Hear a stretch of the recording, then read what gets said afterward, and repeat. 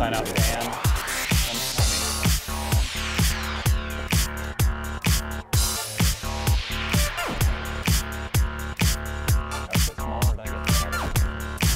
He's running good. Check. I think Vince should be. Oh, why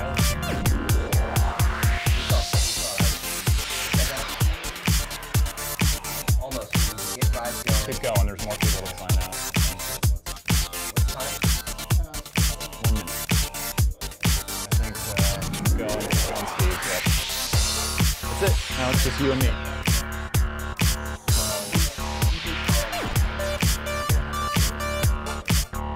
Yeah, it cloud saves everything.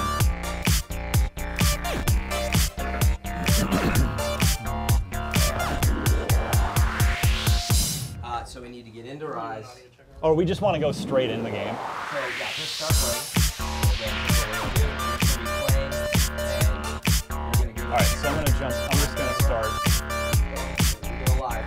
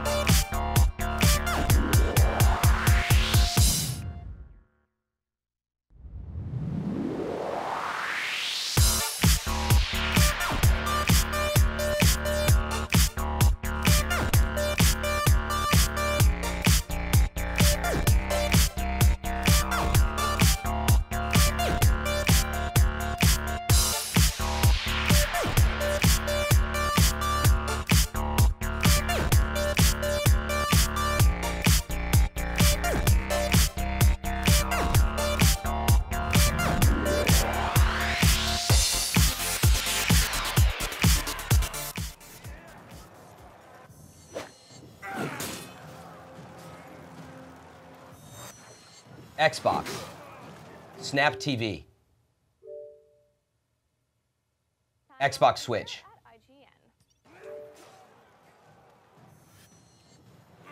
We're playing, we're moving. Yep. Xbox, go home. Oh, Fran. Well, what's up, everybody? Obviously, we're using the Xbox One. Welcome to IGN's Xbox One pre-launch party. I'm Jim Hatfield. This is Ryan McCaffrey. Hello. Francis Mirabella III. And all day long, we're going to be playing Xbox One, playing mostly all the launch games. Yeah, all the heavy hitters in the launch lineup. Everything but dance and exercise games, basically. No offense to dance and exercise games.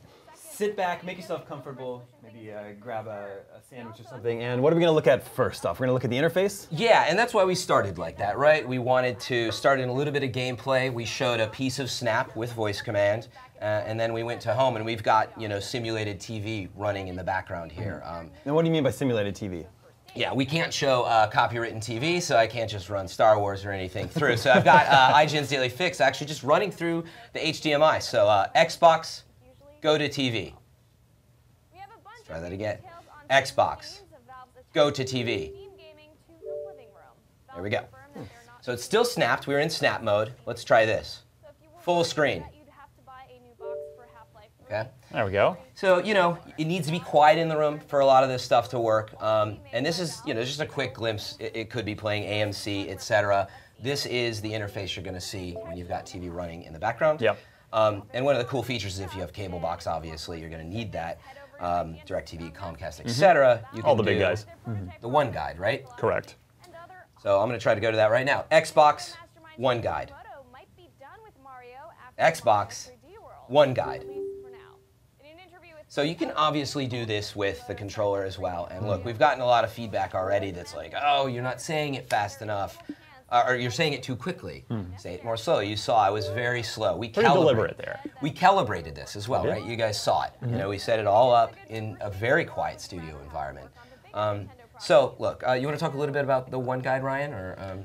Well, I cut the cable, Fran. You're a better guy to talk about it. I mean, but yeah, I mean, the nice part about this is you can search for specific shows or listings. You can say what's on HBO. If you've got HBO, it'll take you right to it. There are some nifty commands. I mean, the One Guide is basically, with all due respect to it, it's a fancy hack for your TV. Like it won't operate your DVR, unfortunately. You would still need your DVR remote for that. But it is for sort of casual top layer surfing of channels and watching shows. It's pretty useful. I forget. Can the Xbox One act as a DVR? No, it cannot. Okay. And so, look, this is a really big note for you out there who are excited about the TV aspect. I watch a ton of TV on DVR. There's no command, unfortunately, to go to your DVR recordings. Nope. This is big. They have to figure out how to fix this. And look, they've admitted themselves. They're like, look, of course, everybody at Microsoft uses DVR as well. You need to pick up your controller eventually anyway, and you're going to have to do that to access your recordings. But you will have access to fast forward and stuff. So Xbox, select. Xbox, select. There we go. On the bottom, you can kind of see the commands you can say from here. Yeah, anything in green you can say. So let's try One Guide. One Guide. We're going to try to go to App Channels. App Channels. Right, I'm just going to go over to it.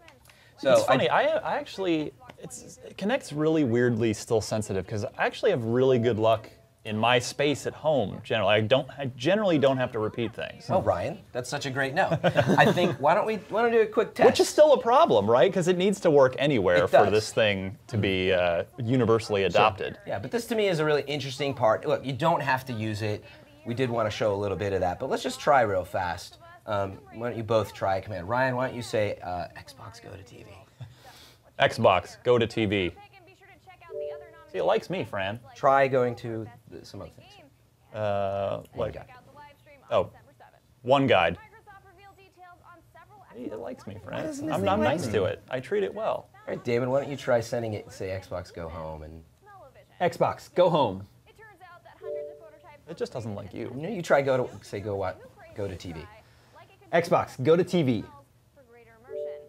It's anti-Fran It doesn't like me. But that's the point, right? It does work. It depends on the environment. It's not. I don't know that it doesn't like me, by the way. I've had great success at home. Your mileage may vary is clearly the. I just think it's interesting that anybody can give commands. Like, it's not like tied to one voice or anything. So yes, that means your roommates could potentially grief you and shut the system off. Sure.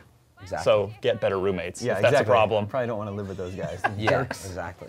So why don't we just go and talk a little bit about the actual interface and sort of the mini things that you can do in here. And can we let everyone know that we're going to be doing this all day? We're going to be getting some games really soon, and we're also giving away a bunch of games today. We have every first-party game. We have a copy of it to give away, so it's a little incentive to hang with us the whole day. You know, that's Forza, that's Dead Rising, Rise, Killer Instinct, Crimson, the premium edition, Crimson Dragon, Loco Cycle. I feel like I might be leaving one out, but that's most of them. Should we give one one game away as we play them? As we play them. As we play them, yeah. And so, in order to automatically enter yourself to win and to be part of the conversation today, tweet your questions, your comments at IGN. All right, Fran, catch us up here on the interface. So yeah, look, you don't have to use voice command, but it is very integrated, very in your face, right? Yeah. You kind of like Upload Studio, for example, when you're recording in a game. Technically, it's way easier to say Xbox record that, but in the game you can actually press start, go back to, you can go over to Snap. So this is how you would record without it. You would go to the home interface, go to your game DVR, load that up, and then you'd go get ready, right, to start a new clip, and you'd go back to your game. So it's also worth noting that a lot of games in sort of key moments, like a big boss battle or something, it will automatically record a clip. So for instance, in Rise, that happens. So that's something that developers can build in. Yeah. Yeah, it's always recording, I think, up to max of 5 minutes, so you can pretty much always go back and record stuff. So sorry, it's too hard to say Rise. Yeah, the timing is key, Fran. But here's an interesting thing. So I can say Xbox Switch. Ryan, you want to go for a second? Yep. You can say Xbox Switch. Well, I didn't say a lot enough because I'm talking to you, but you press double tap the Xbox button, right? So when you tap it. It'll go over to the right, right? Now, see, that's how you get between Snap and the game. I mean, right, it's something you have to get pretty used to. And so, see, here's some settings. You can kind of go back in time and record your clip. It's pretty cool. And Ryan's going to demo capturing a piece right now, and you get an achievement for it, I believe. You probably already got it, so we're not going to see it. But let's go back to the home menu real fast. Sure. Ryan, why don't you just walk us around using the controller? What do you think of this interface compared to the 360? It's my big thing about this that I like is that it's fast. The 360, when you would hit, if you're in a game and you hit the guide, it just like drags everything down. I'm really noticing now because I've got a PS4. The PS4 is really fast, and last night I went back to my 360 and I was like, whoa. Yeah. But if I just hit the guide, boom, right back out. Yeah, and everything snaps around really, really quickly. The bumpers are the shortcuts to get quickly. So your pins are on the left, which of course you saw pins on the 360, but it's a little cleaner here. You just know that all your pins are always over on the left tab. Why don't just pin TV over there to show them, right? You go hit the menu button. Yeah, you can just hit start, which is now called the menu button, and just pin that bad boy right over there. And there it is. And if you want to stack something to the front of pins, you just select it again and move to front. Nice. Yeah. So that puts it in the top slot. I find I haven't been able to really dive into having a bunch of pins, right? Because we've been waiting for stuff to launch. But I like all the. You can have quite a few pins over there, which I think is going to make. Oh yeah, you can have a whole. You can have a bigger pin wall than a home screen wall for sure. So it's really nice to like tack on those favorites. There are some curious omissions though. There's no way to manage storage. You have no idea how much hard drive space you have, or you. Are you sure? That sounds crazy. In order to delete games, you talk about it, I'll go. Yeah, you have to actually go into your games and apps. See, there's nothing in here. Xbox unsnap. Ryan, it really doesn't like you. Try it. You try it. Xbox unsnap.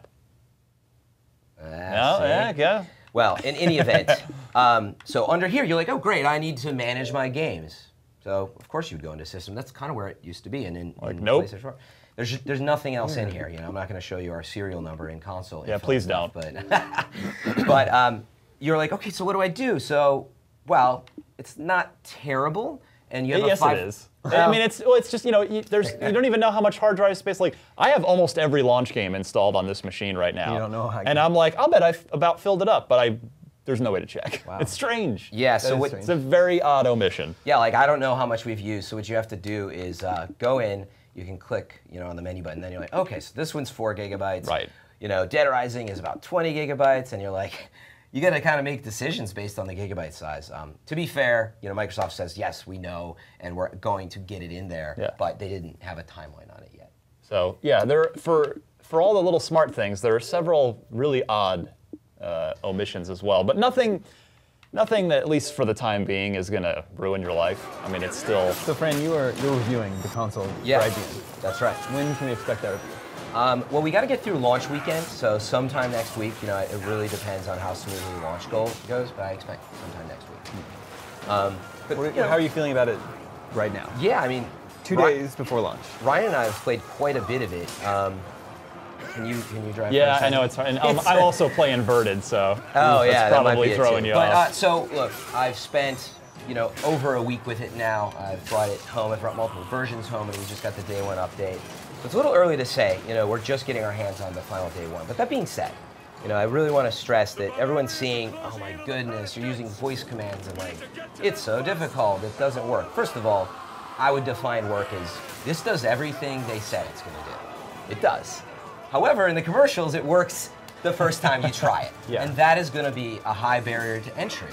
But what I will say is, as I adapted to the system, I find myself, so now when I'm done with my game, I actually just start to like throw the controller down and walk away, and I'm saying like, I'm not gonna say it, but Xbox turn off. Yeah. And then I walk away and say yes, and it goes off. Like I don't hold the button, go Yeah, to wait off. for it. It's actually really nice. When I walk in my room and just get home having TV running through it, I do say Xbox on, Xbox on, and I get the TV's instantly running. You still have to turn your TV on, though, right? No. So we can't show the setup right now, but what's really cool about the Kinect is it is technically a universal remote. They need to do a lot more with it, but what it is it's firing all these infrared beams out behind us, and it's actually a perfect remote. I have not had any trouble with it detecting the television, my box. It's really quite robust. There's going to be some models the TVs can't find. Sure. But for example, we can mute the TV right now. I've set it up. I can shut off the box and the TV at the same time. So yeah, when you walk in, it fires on the TV, and when you walk out, it turns it off. It's a really cool setting. That is very cool. Yeah. How, if you don't want to use voice commands at all, is it still really easy to use? Is it easy to navigate the interface without voice commands? Ryan? Well, with a controller, yeah. I'm not a fan of the hand, that stuff, yeah. connect hand gesture stuff. Yeah, I should say franzing. I mean, it works, but Is it it's better cumbersome. than- The thing I don't like about it is they've changed the select icon for this from just holding your hand and then the little, just for a minute, for a few seconds, and the circle would fill in and it would select what you want to. It's a push gesture now, and you often you hit the wrong thing. It's not a precise. I've done that too. Yeah, it's I'll a be really like trying it's to a, go to that. Yeah, it's a See? gesture I really, really don't like at all, and I don't understand it. So yeah, now I'm going to try to do the, you can grab the screen and pinch it. And it's not working right now. You basically hold your hands out. It normally will give you a cue. I think it's because I'm not signed in, actually. Is that right? So Ryan, can you try that one? While Sure, play? take over. Just hold your hands out. There you go. There it is. Yeah. Do it a little more slowly. Oh gosh, sorry, I'm really not doing a great job here. Did it work? Just hold it out for a second. Yeah, not So happening. gestures are not quite where you want them to be, and that's just kind of a fact. So yeah, I mean, look, there's a ton to show in here. Upload Studio, we've got clips of that up. We've got demos of Skype. We've got a ton of stuff on the site that it's a little more elegant if we can kind of take the time out of the studio to show you that stuff. So it is up. Go check that out. But again, on the hardware side, what I will say, if you're looking to drop here in the States, $499 bucks. That's a pretty big price to entry, but the headset, the controller, the box itself, like this is a great system. And arguably, you're like, okay, well, PS4 is $100 less. Other than the games, which is always with the consoles, you got to go for what games you want if you're a gamer. But Xbox One is adding really innovative stuff, and even if it doesn't work today, Well, it does work. It just doesn't work all the time. I'm finding myself, again, doing stuff. Like, right now, I could just say Xbox, Snap TV. Well, it does work at home. You so. can't. Well, I can't. Ryan can. But look, the point is, games are loading sometimes. I've found myself snapping to TV. Eventually, I guarantee there will be some Twitter app that you can easily watch your Twitter feed. It's got some really neat ideas. I think Snap is really going to be very interesting. So is it worth the additional price? Well, that remains to be seen, and it really depends on you. Well, should we jump into some Rise? Jump into some gameplay here? Get back into it? Absolutely. It's time to play some Rise. I think we're going to bring Brian Albert in here. Bring in the expert? Yeah. Are we playing off this console, or are we ready to just Oh, go yeah, into it we're right now? jump. Right. We're going to keep Why don't you get us rolling started, from, and we'll switch out Fran with Brian. Fran, thank you for joining us. Thank you. Okay, viewers, if you want a chance to win a copy of Rise for yourself, tweet us at IGN. If you have comments, you have questions, we'll answer them live. That also automatically enters you to win. All right, Ryan, tell us about... Oh, and Brian, also welcome to the show. Thank you so much. Are you mic'd up? Can people hear you? I hope. I think so. Hope so. Are you reviewing Rise for us? I am. Yep. It's going to go up at 3 a.m. tomorrow. That's really early. Are you going to be up in the comments? I've been told that I don't have to, but I think I want to. Yeah. You know, it's a really big game. This is People one of the big, launch I will exclusives. hand over to you, sir. All right. I've also finished Rise, so Okay. I'm happy to speak to it. Now, yeah, our review doesn't go up, so we can't give you our score or tell you exactly what we're thinking, but we're going to show you the game, and we can talk through these first couple levels of the game. So, and then, so you're signed in, so it only listens to you, connected? Is Oh, that what yeah, you're saying, fire volley right now? Fire volley. There we go. Yeah, the voice command, I mean, what's interesting about Rise, as you see here, if you were paying attention a minute ago, they've actually incentivized you to use those voice commands. Try doing the It's slow. LB version. That if you hold down the button, it's a lot slower than just saying it. So they want you to just say it. Let's get some hit those right, the towers fire for the barrels sniper and back here. explosive barrels. Yeah, let's get some explosions going here. Of course, you panned away from the explosion, Brian. I got to get this one going. Gotta get There some we good TV here. There we go. It There's worked. one more yellow fire barrel there. There we go. There it is. Burn those barbarians. So this Trying is to come into super, Rome. This is level 1. Yeah, this is it. Yeah, this is the very beginning of the game. This is what you'll see. Is this what we saw at the E3 demo? That one? No, that was about halfway in or so. Oh, wow. Yeah. That's whole storming the beach. It's a really good level, though. Fire volley. Thank you. I'll take You're welcome. Yeah, so one of our viewers, Simon Kim, was just asking, are there any useful voice commands in Rise? So apparently That's one of them.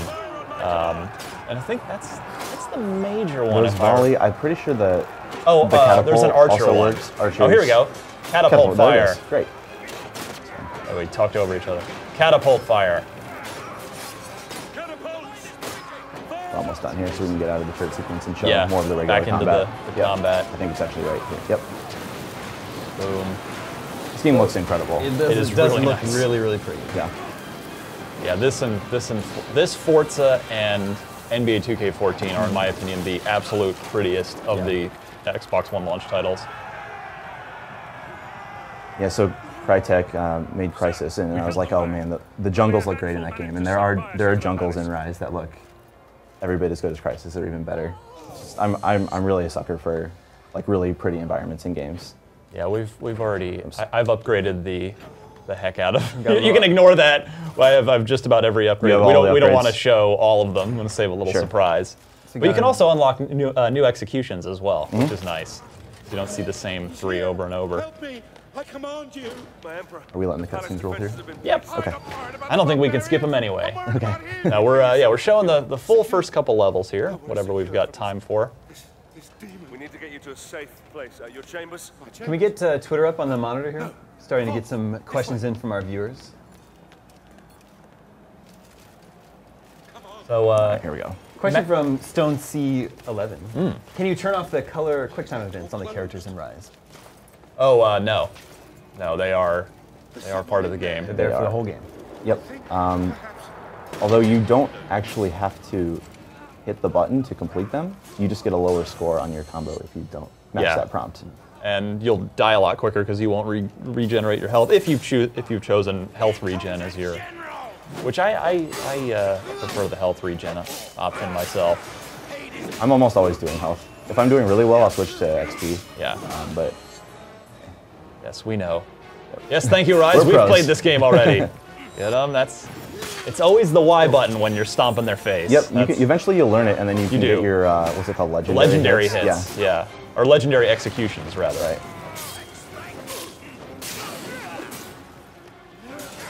Yeah, get him, yeah. Double execution. Double execution. A lot Here more it comes. experience or health or whatever it is you have selected at the time. Oh, see ya, into the pool. You're not. There are a lot of environmental executions. This is my ool. Notice there's no blood in it.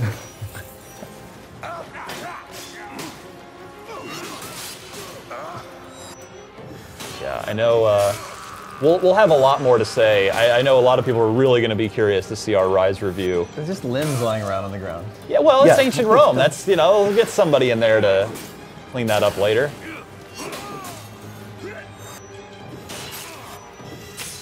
Eventually you start to learn which ones it is, and then you'll Yeah. get your legendary hits.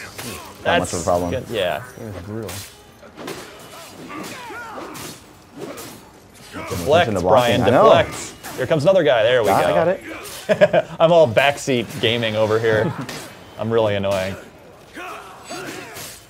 Double execution. Trying to set it up. There we go. That wasn't. Oh, here we go. Yeah, I was like, Coup it's de done grace. now? Yeah. Yeah, as much that was made on various internet forums and IGN comment sections about, oh, it's 900p, it's not full 1080p. Look at it. Yeah. Look at it. That sounds so silly, and then you play it and you're like, it doesn't. Who cares? Doesn't matter. Look at this. Yeah, it looks amazing. And it is a steady 30 frames the whole time. Yeah, it does not It's, dip. it's not 60, but it's smooth. Nice fire effects too. Yeah, kick that guy in the face. Oh, wait, he's Take ready him for down. execution.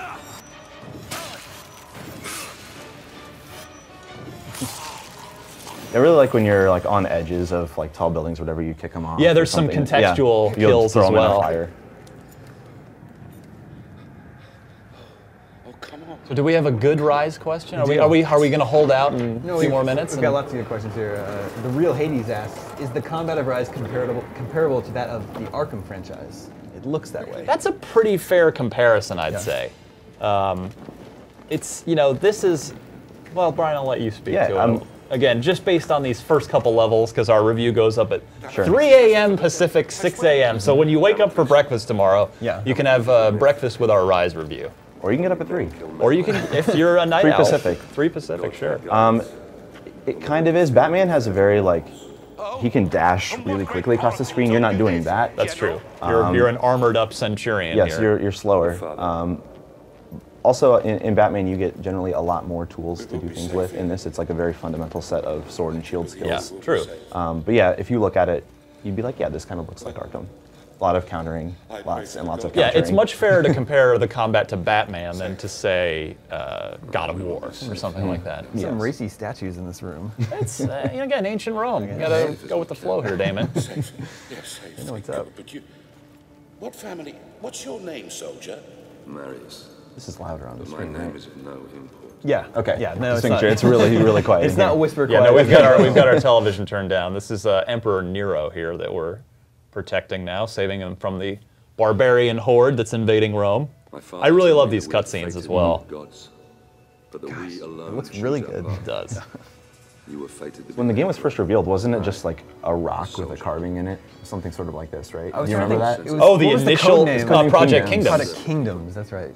Yeah, way back in the day. 2010? So we just saw like a 2010. sandal like What come made down. us the man Yeah, and we are then, today. of course, for those of you who may be new to the Xbox world or have just forgotten at this point, Rise was originally a Kinect game, a purely Kinect-only game. Yeah, that was revealed, I think that was 2011, if I remember correctly, that trailer was revealed. You were gonna slash and kick at the screen, and but it has made quite the transformation. Yes, most of that is gone. Father. Marius? Yeah, so Faces look really cool. They too. do. Yeah, they're I was really just noticing nice. like his teeth look How do I look? Yeah, like really, Every really, inch of really the good. Roman soldier. So we look we fine. jumped back. This is young Welcome. Marius now. He just got in the Roman army, correct? Welcome. Yes. Coming back to meet his father. Yeah. Yeah, the facial Proud of animations father. and voice acting in this game is incredible. I love. Yeah, the voice acting is really, really good. I was really convinced by it. Quiet, prophets. Your mother will be pleased. I didn't join the army to bask in the sun, Father. I want to fight like you did for the If you want to, Empire. if you want to, like, Good time, I'm such a tech geek sometimes that, like, the bristles on the red bristles on his helmet just look so good. It reminded me a little bit of like fur shading, a little bit like we like back in Conker's Bad Right, Fur right, Day right. on Xbox, the remake. Let me look at you.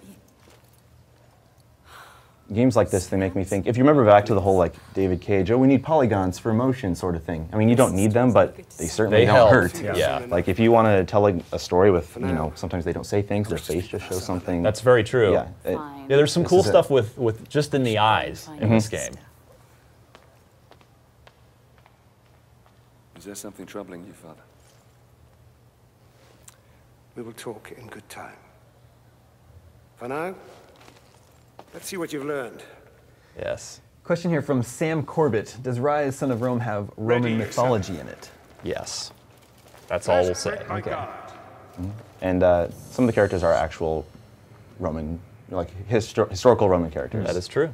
We're going to train with Dad a little bit here, brush up on our skills. Whoa, easy, Damon. Wooden swords. Practice, practice. Do you want to spill any blood on these nice No, marble look how nice floors? this is, yeah. That's Gorgeous. it. Good work, my son. Now do it again, but this time strike me 3 times. Yeah, I like this. It's, you know, it feels like a more realistic tutorial than you're just like, oh, now I'm hitting things. You know, Yeah. It's your dad. He was an old soldier. He's training you. That's what they did back in ancient Rome. It's like carry on in the ways of Start again. your father. Now, unfortunately, and you can give me some insight to this, this is the one I've had a lot of trouble on. Because he blocks that last hit like that. Oh, yeah. And you have to land 3 hits on him. So I try this, and I'll try and break one more. Is that what you do? More time. Yeah, I mean, did you, I think you I mix just did in it there. the shield bash as well? Okay, that seems to be working. Excellent swordplay. Ready yourself. Yeah, deflects. Deflects are super important. Very. You'll be doing that. You'll the whole get game. crushed if you don't deflect attacks. Focus, Marius. Timing is everything. Enemies don't only Small. glow green at the Nope. time when they're about This to is do just that. that's just for right. this tutorial bit here. Look for the opportunity. But Try that opens again. them up for a lot of counterattacks. Some enemies just can't be blocked. That they have big, like, great hammers or whatever. Sorry, Right. shouldn't have been looking at you there. And yeah. Not like that. You must time your strike. Good job, son. Again. Oh, he wants the perfectly timed ones. He's picky. Perfect. Well, you know, he holds Nothing's you to a high ever good standard. enough. Yeah, Dad, come on. Now put your moves together. Combined attack. I love that you get home, your mom comes up and hugs you, and it's like, and mom's like, your sister really wants to see you, and dad's like, hold on, we gotta go train hold on. right away before you hug anyone, before you, like, you've been gone a while, but we need to hit the gym immediately here. That's the way. Masterful. Okay. It's a sad but proud day. The day a son first meets his father. You may have mastered the sword, but Yeah, this is definitely one game you could never mistake for an Xbox 360 Sure. game. always come Yeah, certainly. open-handed first. There are a lot of cutscenes in these first few I've heard levels. rumors there is great. Yeah. We can skip cutscenes. Can we? I don't think we can. Unless maybe Oh. because I've already played the game, we can. Oh, I don't. That sounds right. Because I don't think I could either when I first played it. Oh, wait, the barbarians got in. They're like, God, they're so annoying, these barbarians.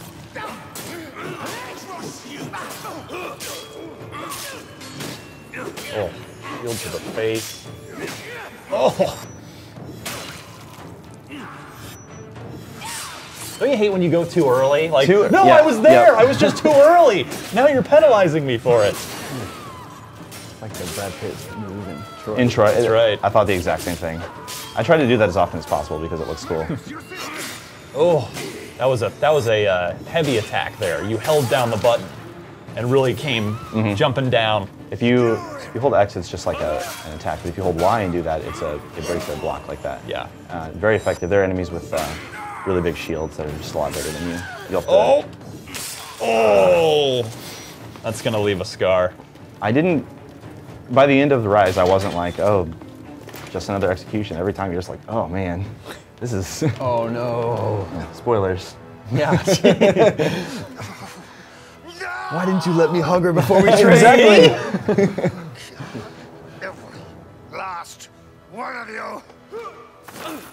Butterfly effect. If we'd hugged it out to start with, maybe we would Might have not been be in there. this position, exactly. Are you all right? Kill him. That is real mad. Everybody's upset. Everyone's real mad in this point. game.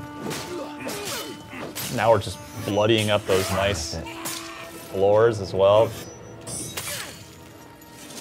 So if you land an attack and then you hit attack again right when that attack lands, Yeah, you get that perfect, hit. Get that arm off there.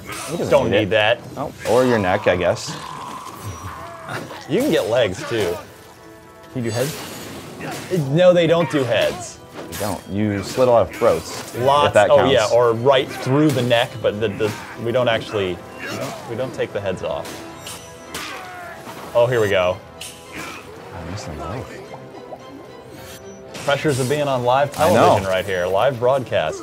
I was on PlayStation live stream and like, I'm not playing as well as I should be. You are being judged right now by commenters. That's fine, I got used to it. One of our viewers, Miguel Nunez, asks, is there any online for Rise?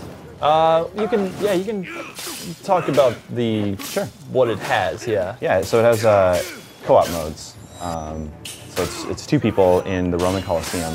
And the Which is a great idea, by the way, Right. just in principle. It's really neat because the Colosseum, unlike in real life, it like shifts and molds and changes into like different death traps and pits. Right. And I mean, things. they did that in ancient Rome, just not Yeah, but it's like instantaneously. mechanically, they would right. set up sets in actual ancient Rome, so they've played upon that here for the two-player co-op Yep. mode. And it's sort of like, go defend this objective. Oh no!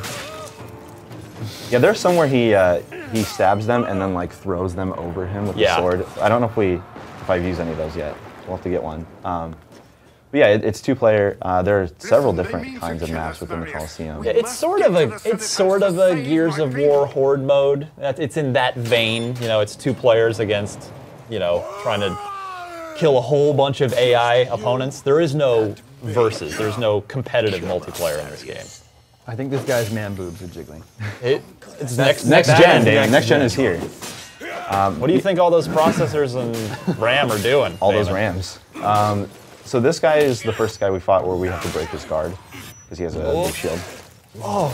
Yep. But I like to see the look on his face there as he actually looked like he was not feeling good. I mean, probably not. Did we vote? We're skipping these. I mean, I guess we probably should if we can. Were you able to skip it? Oh, not this one. Yeah, no. Never mind. Didn't This one's not a long one though.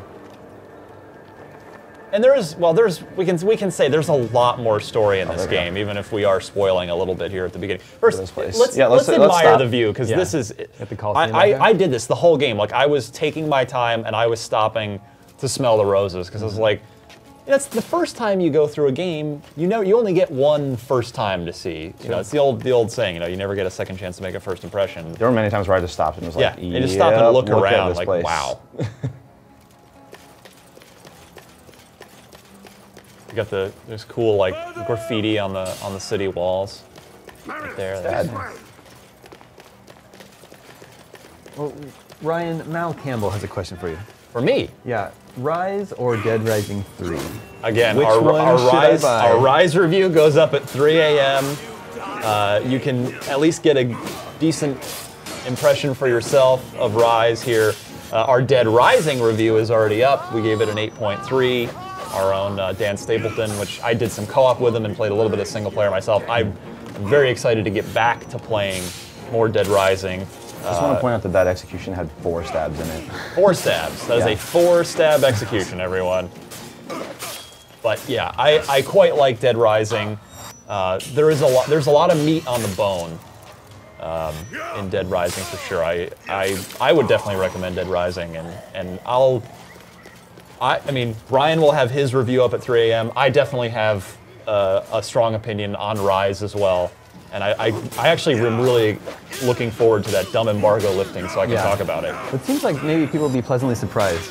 I think all the time people have been a little bit lukewarm on Rise. Well, I will say, you know, these first 2 levels that we're doing now, that's what Brian and I got to play for a preview about 3 or so weeks ago. And so I can say, I mean, yeah, I completely agree with you, Damon, is, you know, from seeing it at E3 and then the other trade shows and events that followed, it was kind of like, okay, maybe. Yeah. But then, yeah, finally getting to sit down and play these first 2 levels a couple of weeks ago, as we stated in our video preview, yeah, I really warmed up to at least the first 2 levels. So we'll, but the full game there is a lot more going on than what you see in the first 2 levels. So I look forward to talking about it tomorrow. And there's a lot of story stuff we can't talk about that I thought was super interesting too. There are a lot of collectibles too. I was looking around for them as much as I could, but I only got I got most of the Vistas. I got most of them, but then the other ones, I think it's whatever the scrolls are. Right. I only got 10. Yeah, I only got like 17 out of I think 42 of them. Yeah. And I look around a lot in these games. Yeah. I mean, I won't right now, but I really love these things. The spears. What are they called? Javelins or something. Oh yeah, yeah. Yeah. That guy probably shouldn't have been just standing out there. He's just an innocent. I mean, he's just announcing his city's being taken over. Pila, they say don't shoot the messenger, right? Well, they just did. they throated him. Yeah. Is that a word? I don't think that's a. I don't think throated. Throated. That's. I'm inventing that word for removing someone's throat with a. Language is malleable. Pila. It's fine. Yeah. Selfie is the word of the year. So that's true. It's in the dictionary now, right? Or is that true? Yeah. That is true. It's a fact. I don't want to do anything. Our viewer Randy Lamberson asks, does Rise utilize the rumble feedback and the triggers on the Xbox One controller? It does not. In the impulse grips, triggers. But not in the triggers. The impulse triggers. 2K14 does, strangely. I mean, you might not expect it, but they're there. And then, of course, Forza is the big one. And I believe those are the only 2 I've noticed so far, and I've played just about every launch game. What we got focused on here. Oh yeah, you did the slow down time and kick some ass. Yep, super handy when you're surrounded by, especially enemies that... I'm working on it. He doesn't need it. Yeah, your focus meter, and we have a lot right now because this is a kid that have beaten the game. Yeah, we're a little... We're kind of taking care of things. Overpowered here. Yeah, probably should have pumped up the difficulty level, but... It's okay, we look like a badass. That's true. It just looks like we know what we're doing. You love those doubles, don't you? I do. Oh, here we go, here we go. I missed the prompt on that. Get that leg See, off. that is one thing about this. Oh, there's something detached over there. But tell me if you agree, Brian, like, even though there are a finite number of the executions, it got to the point where, like, when I would miss one, I would really get upset at myself. Like, yeah. Oh, how did I whiff on that one? Exactly, and especially because I wanted the more health regen or whatever it is you'd get from nailing the And what would happen was I'd be upset at myself for missing one, then I'd just be like, bring me the next guy. I want to get the next guy. And also, I felt like I started to learn some of them. Oh, and so sometimes I'll just hit X before it even comes up, and I'll get a legendary hit so fast. Yeah. Arm. Arm is X, right? Usually. Yes. The head stomp is Y. Y. Head stomp is always Y. Actually, let's do this. If you do focus and then you do a heavy kick, it just blasts them back. It's pretty good. So speaking of... Oh, it can happen. Oh, see, just gave up. Bailed out. Too much. I would give up too. So speaking of head stomps and throating people and de-arming people, Every time I love it. Erkberg asks, does the amount of gore ever bother you in Rise? I mean, I can see how it would bother some people, but no, it doesn't bother me. Yeah. Your family man. I've played a lot of... I wouldn't play this in front of my kid. Yeah, it doesn't really bother me. I mean, I played a lot of Gears of War. That might have been Gears, or maybe Mortal Kombat would be the first game where I was like, oh wow, it's so much gore. But now I'm just kind of used to seeing it in games. Maybe that's not great. There was that study this week, Damon. Yeah. The 11,000 kids studied over a decade. Yeah. In no Britain. evidence. No evidence that playing video games affects behavior or aggression or anything. So take that, naysayers. He's already got one. Well, you are. It's not enough, Brian. You got to teach that barbarian a lesson. Like, do not come into Rome. This will happen. Get out of here. I want you to tell all your friends about me. Is that your best Batman? That was bad Keaton Batman. That was a line from the '89 version. Of course, he says, "I'm not going to kill you. I want you to tell your friends about you're just killing these guys." Yeah, I mean, For the no second chances. Yeah, like the blood spray is a nice touch too. I love these spears. You can upgrade your inventory size. And you know what which else? believe I yours want is- to I want to point out one other thing that I like about this game from just from the immersion perspective. Now, this might sound a little dark, but I like that all those bodies stay on the ground and they don't just phase out like, instantaneously. They don't, like, flicker away. Because when that happens, it just pulls me right out of the game. I totally agree with you. Lower the bridge, There are a few like very minor platforming and puzzle solving sort of things. That's what we're doing right now. Got to lower this bridge for Dad. I'm gonna throw a spear at it. Yeah. That's it, son. Keep going. To the Forum, Marius. Don't stop for anything. I know we'll get to this later, Damon, but the other... So Rise is the last of the first-party game reviews that'll be going up at 3 a.m. Pacific tonight, 6 a.m. Eastern. But just this morning, if you missed it, if you're tuning into the live stream right now, our Forza Motorsport 5 review is up right now. So maybe pop another browser window open and check that out. We'll be playing Forza in about 13 minutes. Excellent. I'm glad that's our Game next was great too. Oh, so good. Get him. I'm working on it. Just, when that arm is hanging out, it's gonna go. One I'm actually really fond of is he stabs them and then backs up and gives them a chance to swing and just kind of dodges a few hits. Oh, yeah, that's should keep one playing you it. unlock later, Yeah. and I have it unlocked I think we've here. done it a few times already, and I'm a fan of that one. Another Albert, not Brian Albert, but right. another Albert asks, are there multiple difficulty Oh, settings that's in Rise? unfortunate. Sorry, what? Multiple difficulty Oh yes, it goes up Halo style. It goes up to Legendary. There's 4 difficulty settings. We're on the default normal one, and then it goes up. I'm actually strongly. There's so many launch games to get through, but I do. So I don't know if I'll get there, but I in my heart I do want to replay this on Legendary. It's a matter of if I end up having the time. This is a game. It's sort of tempting to go for all 1,000 achievement points. Yeah. Time for what? Further! I assume some of them are tied to the multiplayer. There are some multiplayer ones, yes. I thought it was A secret plant, thing. yeah, I thought the same thing too. Because they glow green, right? That's what the The secrets are. collectibles, yeah, are either on shields or dead bodies. Thought I might have helped you there. Nope. This is a good battle scene. It is here. I like this guy. Yeah, he's cool. Your commander. So we started out in the game in a battle, and then we flashed back to this time. Isn't that right?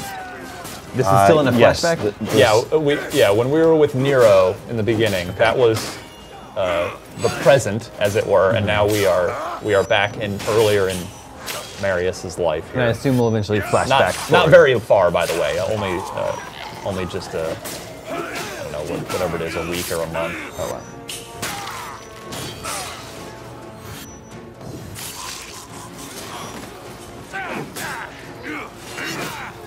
You really get to test out your skills here. And I will say that this area shows off. One thing I like about the AI in this game is they're not polite. It's not like Kung Fu rules where we wait our turn to fight you. Like, you will get swarmed by 3, 4, sometimes 5 guys. Yeah. It's all about countering when they do that. you have They'll to deflect. crowd you.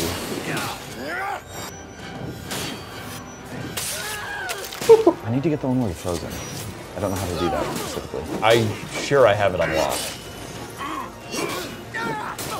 Nice. There we go, there's one. Might as well use this up while I got so much.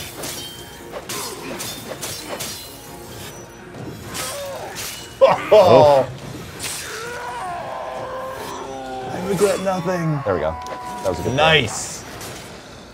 This guy, wouldn't this guy run at this point? Yeah. Like, gee, my friend just got not only killed, but humiliated. Oh. Oh, man. But these guys, they are dedicated to the barbarian cause. True. They are like, my friend just, bad things just happened to him, but I'm gonna hang in and try and take out this really angry bowman warrior. Lance. So I am seeing faces reused, but I gotta give Crytek props for not just putting all the enemies in helmets. And Matt, yeah, exactly. Yeah, the big guy with the man boobs, as you said. Yeah. You see him You see a him very lot. often, yeah. Oh! I think that was his liver. Oh, this meat.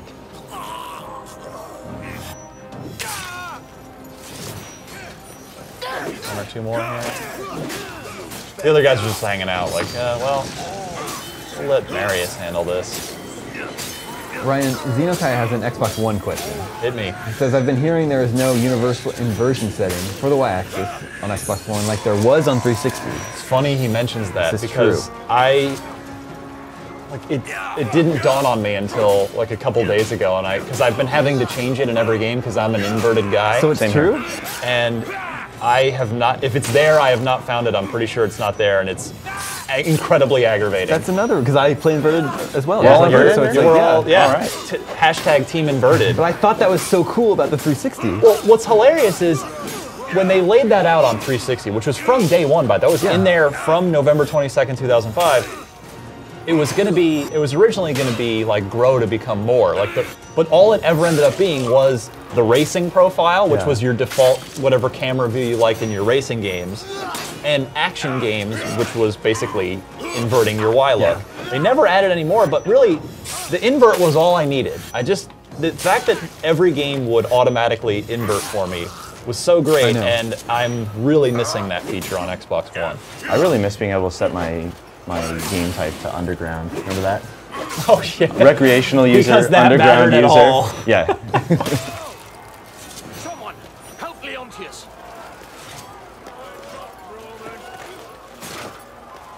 I think we have to. Should we? Oh. Maybe we can go out with this. I mean, we still have about 7 minutes on Rise here. I think that's the end of the level, though. Is this the second level?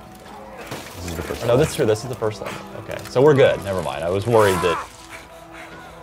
I mean, it's ancient Rome. It's like this wasn't going to happen. Right. You must save Rome. But see, it sets up to be just like, it's a revenge tale, and I didn't feel like it was like boring or standard at all as it went on. No. Yeah, and it's interesting. You and I ended up having somewhat different opinions of this game, so I think there's going to be a lot of interest in our Rise review tonight/tomorrow. 3 a.m. 3 in the morning Pacific. No, I'll be sound asleep. I already know. I've already written my review in my head for my own review. Interesting. Fought with your father. Look at again. I'm gonna go back. Look at the cool bristles. Look look how nice they look. Promise I will give you as much as you can handle. Next gen bristles, Damon. You were the second. They've arrived. They have Not arrived. anymore. Welcome to the 14th lad. Yeah. That seems to be like a thing that's happening a lot in games these days. Like your dad or mentor dies, and then someone's like, "Yeah, you're with me." What other game? Killzone just did that Yeah. on PS4. Spoilers, jeez. Well, it's I'm just kidding. Promise. PS4, it's fair game now. 14th, that soon have all the blood Again I'd with the ever sexy wanted. statues back there. The island of Britannia. Clutching That the fetid boobs lair at the edge in of the Arran background. was home to the Statue. bastards that had Somebody had slaughtered to my carve that. family and led the very rebellion Well, which had someone had spewed to on like, those streets of a Rome. computer animator had to. Well, drive. yeah. Bursting with the 14th would take us to these You want islands. to break where I the would wreak fourth my wall, revenge, Damon. Tell crushing everyone this is a video game. Matt asks, how do you guys like the new Xbox controller? Oh, I actually put up a video I would love for people to watch, is a 360 versus Xbox One controller comparison, because I've been lucky enough, I've been playing extensively with the Xbox One controller for many hours at this point. Yeah, go watch the video, but the short version is, in my opinion, I think the DualShock 4 is great, the 360 controller was great, but I think this is the best all-around video game controller ever made. Nice. I thought about the 360. I know, I can already see the Xbox fanboy comments popping in, but just the ergonomics of it, the grips, the impulse triggers. When you try those impulse triggers, play Forza. You will love that. So that is probably the coolest new feature. And also the batteries are eternal. I've been playing dozens of hours. Yeah, and, eternal. Okay, eternal's strong word. Come on. Eternal batteries. Sorry, my friend. But Since the dawn of not time. internal, eternal. But yeah, the battery life's great, even though that is one of my complaints, is that it takes double A's. I know there was a big discussion in our controller comparison video thread where a lot of people were like, no, I think batteries are better because then if the internal battery dies, like on you have to your buy DualShock, you have to buy a new controller. But you know, it's just the problem with double A's for me is when your batteries die, it's just really annoying. Yeah, like whereas you don't have any around. Right, exactly. So, but in any case, I think it's a fantastic controller. Oh, and also the D-pad is amazing now. It went from utter crap. Yeah. It went from like a 1 to a 9, possibly even a 10. It's great. The triggers are really wide on the sides and the outside edges. I actually really like that too. Yeah. Thought it might be a little uncomfortable, but it's not. I need to not do terrible. I like even in those scenes where you're barely seeing Marius's face, he's got cool facial animations. Like you can see the sort of, you know, passionate, angry look as he's slashing some dude. Things. Yeah.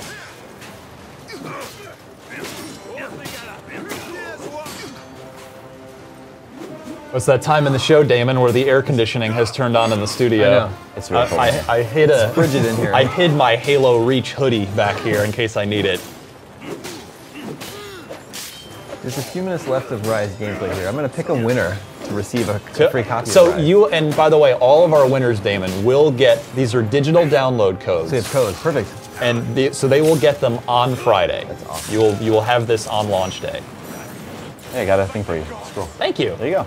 So see, I've still got 10 more to find. What's left of the 14th and take down that chain tower.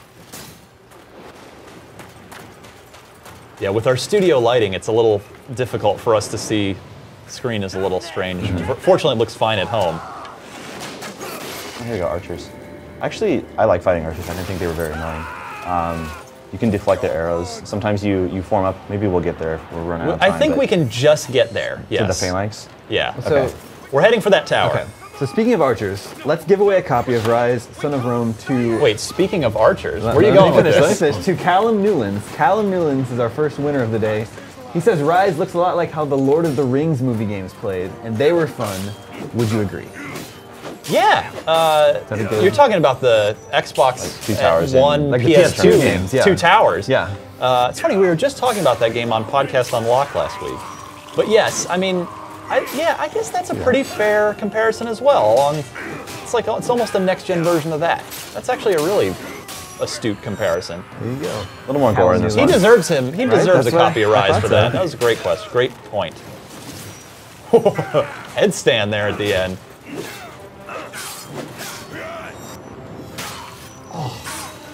And pull it out. Yeah. I probably roll too much in this game, but Now move out. you don't need to But do it that's very how often. you roll. Yeah, it's really fun. I'm a chronic roller.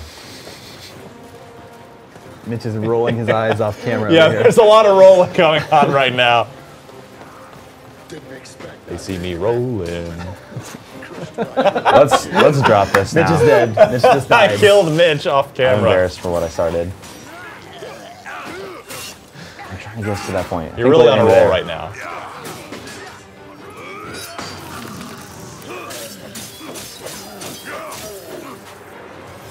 No, throat. he's scared. Yeah. He's scared. Throat. He's scared. He didn't want to die.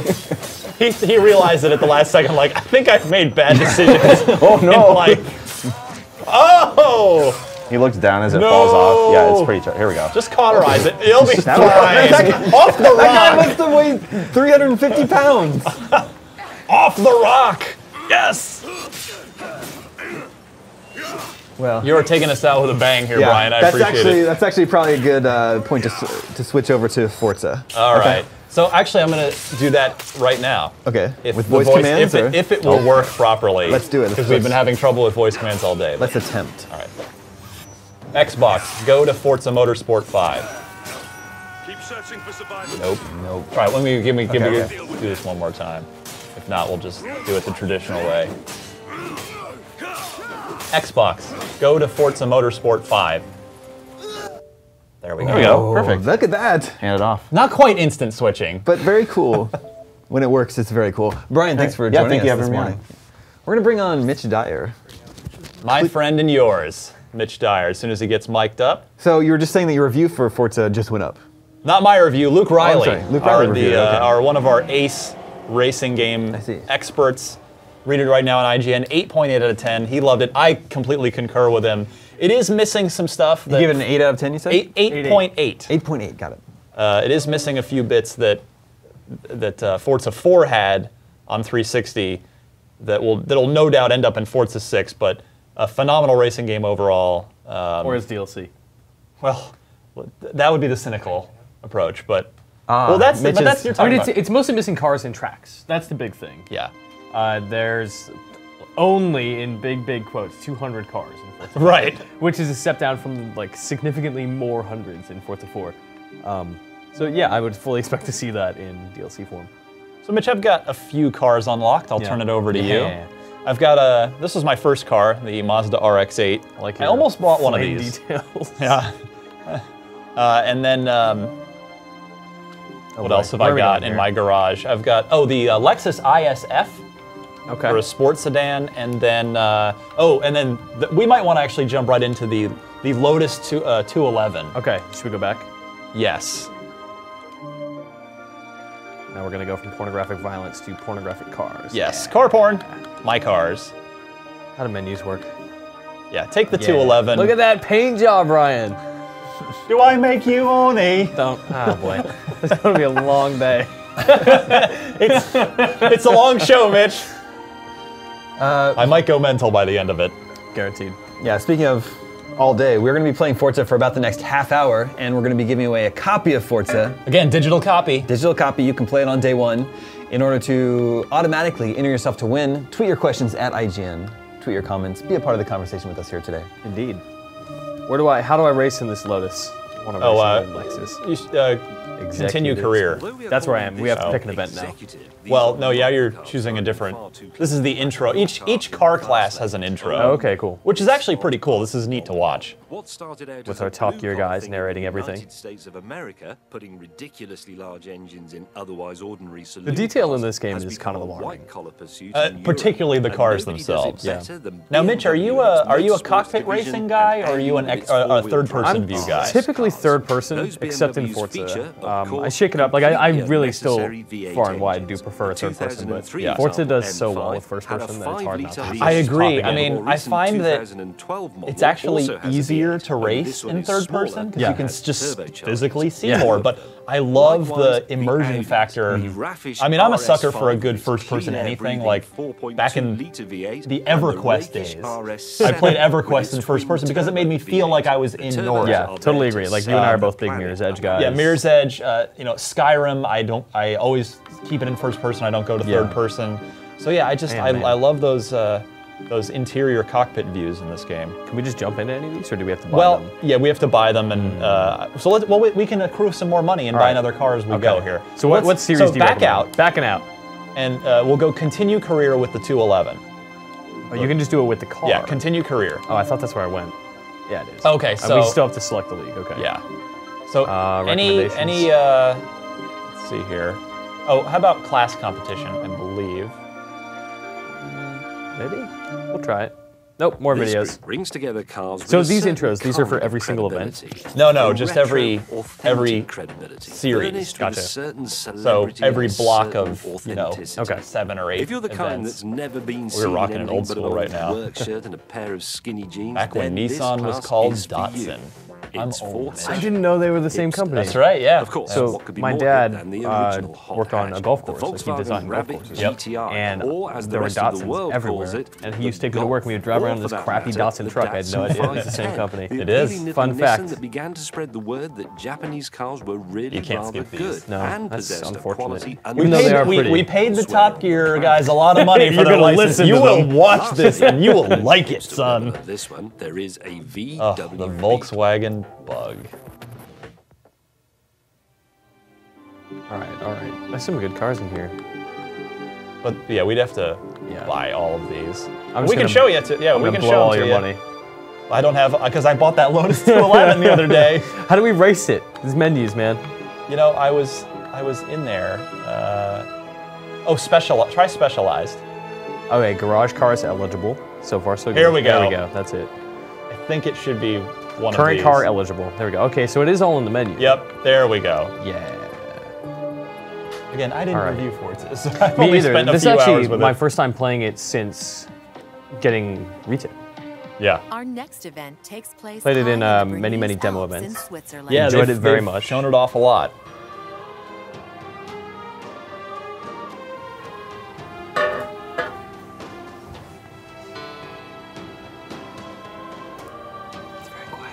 It is. Welcome back, Damon. We're calm before the storm. The storm is my driving. Yeah, if you run into my Drivatar, by the way, I'd like to apologize in advance because I'm about to make Ryan's Drivatar a lot more aggressive too. it's already kind of a dick. Let me be honest about that. I really feel like that's what the Drivatars are going to boil down to. Look at, they don't need to make that dude like flex his fingers. They don't need to, but they did. All right, how do I change views here? Is that Back a thumbstick? button. Okay. Whatever they call the back button. That's not the now. back button anymore, Ryan. It's the 2 squares button. I don't know what it is. Does Right. the Xbox One controller have a start button? It's it has called the menu, menu. now. Wow, so neither of the 2 new consoles have a start Yeah, button. It's weird options when- and menu. That's Yeah. next gen. It's Damon. weird when like, instead of like press start to continue, it's press options, and you're like, well, Wait a second. start is what I want to do. Shouldn't options be the select button? Like, isn't that? Okay, I'm just gonna smash up your Lotus if that's okay.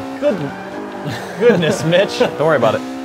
So you're hanging in We're in there. second. What do you want from me? It's sort of controlled chaos right now with your driving. Oh boy. No. It's all right. It's all right. By the way, damage is on to the point. It's not cosmetic damage. So if you f up your car, Oh, good. you are not going to be able to race very well. All right. Do I have a handbrake here? Is it my A button? I remember Forza very well. All right. Here we go. Oh, just kidding. Oh yeah. Rewind. What a nice paint job, Mitch, that you're that I'm just ruining. obliterating. Oh, Look at man. those mountains, though. It's actually gorgeous. I'm looking at the mountains. I'm spitting out. Not you Eye on look the at the prize, mountains, eye on the the prize. audience, Mitch. Get out of my way. Take that, Celica. That's why to rewind. I don't want to rewind that. I want that to live in history forever. I want that Celica to remember that. Yeah.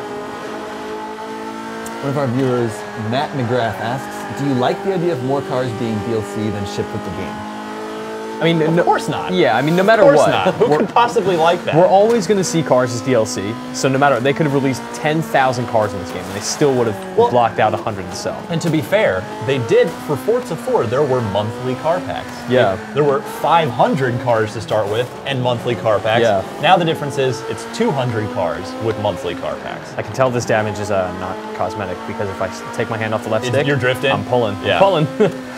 That's what happens. That's why you gotta keep it under control, Mitch. What are you, my driver's ed coach? Right front suspension. No, I need that. So is there a pit somewhere? Wouldn't it be hilarious if you took your driver's test, if this were driver's ed, and we took you out in this Lotus 211? Oh my god. I wouldn't know what to do with it. Are the blue arrows the path of, like, this is the fastest Yeah, path? that's the driving line. It's the It's been in Forza recommended, forever. yeah. You can obviously turn that off. And then as it changes color, if it goes red, that means you need Slow to down. brake right now or else you're going to do that. What's what are our assists right now? What do we have on? I sort of keep it in the middle. Me like, too. traction control is on, but braking is set to like, it's not, like, you can the hidden secret with this game is you can take it anywhere from full sim, everything is realistic, which is crazy, hard, to it practically drives itself, and all you have to do is hit the gas. Yeah. Like, you don't even have to hit the brake. Like, so it goes all over the place. I keep it in the middle. What's nice is that as you turn off assists, you get additional you get more XP, bonuses. right? Yeah, you get experience point bonuses for the race. So I think right now I've got something, and we can take a look at it after this race. I think I've got something like plus 20% because my braking is set to ABS on, but not like the full, like here I'll brake for you mode. And then obviously I have damage turned from cosmetic to realistic damage. Yeah, you gotta have that. Makes you behave better. Yeah, otherwise it's just kind of bumper cars. Jerry asks, are there any particular tracks? Oh, Mitch! Sorry, Damon. No. Apologize to Jerry. Sorry, I'm sorry, Jerry. We love you. Yeah, so I like your mustache avatar. Movember. If I could grow a mustache, I would. I can't. Are there any particular tracks from old Forza games that you miss in Forza 5? Just anything. Because they all look so good in this game, I want them all. I want them all back. I can't actually think of any off the top of my head that I'm like, oh, I love that track by name. Car stuff is one of those things where I appreciate it in the moment. Like when I'm playing Forza, I really, really appreciate cars and tracks and racing and all of that stuff. But as soon as I walk away, you couldn't, like a gun to my head, I would never know the name of like. What a shock! A Turn 10 developer is ranked #1 on this track. You can see the Turn 10 logo next to his name. Must have been following the rules of the road better than I was. Like that's hard. Yeah. So now that we finished the Bernese Alps, did we go somewhere else in the world? Like straight into the next event? doing the series right now. Gotcha. So, and yeah, we can change cars later, but for now, let's stay in the 211. The 211 is probably the most interesting car I have at the moment. So before this race, Mitch, let's just take a look at what assists I have turned on and off, just to show that to we can jump into that. Are we playing off a disc, or is this installed? This is installed. That answers Kyle Voil's question. He says, would loading screens be faster if you had downloaded Forza 5 instead of using a disc? But we're playing. Because even if you buy any game on a disc, it does a full install to the hard drive. The disc, in Xbox One and PS4 actually, the disc is only the delivery method. It still gets, what have I done? I think you brought us to a menu. Okay. I'm gonna bring us back to Forza. Let's go back. Stop listening. Get out of here, Naomi. That was fun. That was fun. So what did it hear? I don't know. If you go over to assists, shows you. So yeah, I've got a 20% bonus. So I've got damage, fuel, and tire wear set to sim there, and then yeah, my braking. I've got a small bonus there, as well as steering is turned from like automatic wheel drive for you to just normal. Should we turn this on full sim? I don't think that's because just to show it. I mean, it'll be terrible, but I don't think that's a good plan. That's probably not a good thing. Look at this. Oh, that's scary. We're gonna stay custom. Well, but wait, hold on, you've ruined it. What did I do? Mitch, it's set to 40% right now. Where? So oh wow. So what changed? Because I went back to custom and it reset. The driving line went to braking only, which is fine. We can leave that. Fine. ABS is fine. Steering normal. Traction. Actually, yeah, turn traction on because I think otherwise we might be in bad shape. This one here. And then turn shifting to auto. You don't want to shift. I kind of like shifting, but it's hard without the sound. We don't have big speakers. Yeah, we need good television here, Mitch. All right, so we're up to 25% all right, now. We'll go with that. It's good news. Good news system we have. So I read Cam's review, and he mentioned Luke's review. Sorry, man, all these Australians are the same to me. And he mentioned that you don't have to finish first to get gold. That's a big new change and one I like. So that if there's a dude way out in front of you, and he's just like a distant. You're a distant second. You're not tempted to just restart the whole race. You can just finish up and still get the same amount of love from the game that you would have gotten before. Maybe should we pop out of? I just popped back in. Oh, you pop back in. Okay. Yeah. I like the look at that rear view mirrors actually working. The next generation is here. Oh God! Don't worry about it. Oh! Rewind. Oh, weird. Resume this from will here? do. All right, we're good. Good recovery. This what I do like though is like a car like this is really. Where you going, Mitch? Listen. Don't question my methods. I don't have an explanation for you. It really, really, really drives differently than other cars. Like the cars do feel unique. Yeah. When I play a racing game, I can't do the first person. I love it. In the seat, I can't Gotta do it. it. It's too hard. Oh dear. Go for it. What's up, dude? I was trying to figure out my handbrake, and that did not work at all. By the way, you do lose experience points every For time rewinds. you're rewinding. Yeah. Every time you rewind, I should say. Ooh, brakes. All right, this is kind of a mess on their own without me. I'll let them make their own. No, you gotta bully your way through it. Oh, believe me, I know. It's the only way I know how to drive. Everything's damaged. Oh, God. You are representing Britain right now. Get out of there. Oh, man, it is having a hard time getting back on the road. There we go. Well, you're in the dirt on a car with track tires. I have no traction right now. 16th place. Don't worry about it. Mitchell. Bringing shame to your gamer tag. You're not even your shamer bronzing tag right now. Shit, shamer tag. And you were on me for the roll puns. Shamer tag's pretty good, though. Shamer tag's pretty good. How have I never heard that before? Hot air balloon. Cool. Look at the cool hills in the distance there. Nice. Yeah, one of the coolest things about Forza 5 is you can actually go in that hot air balloon and just sort of fly around the world. Can I race hot air balloon? He's joking, by the way, folks. I like the idea of Damon for the rest of the stream just pointing out and lying about things in the background of these games. You can be one of the people standing on the sideline watching the race in first-person mode, watching the cars as they go by. That would probably be an achievement. Like, watch There 10 they hours are. of Forza. No, no thanks.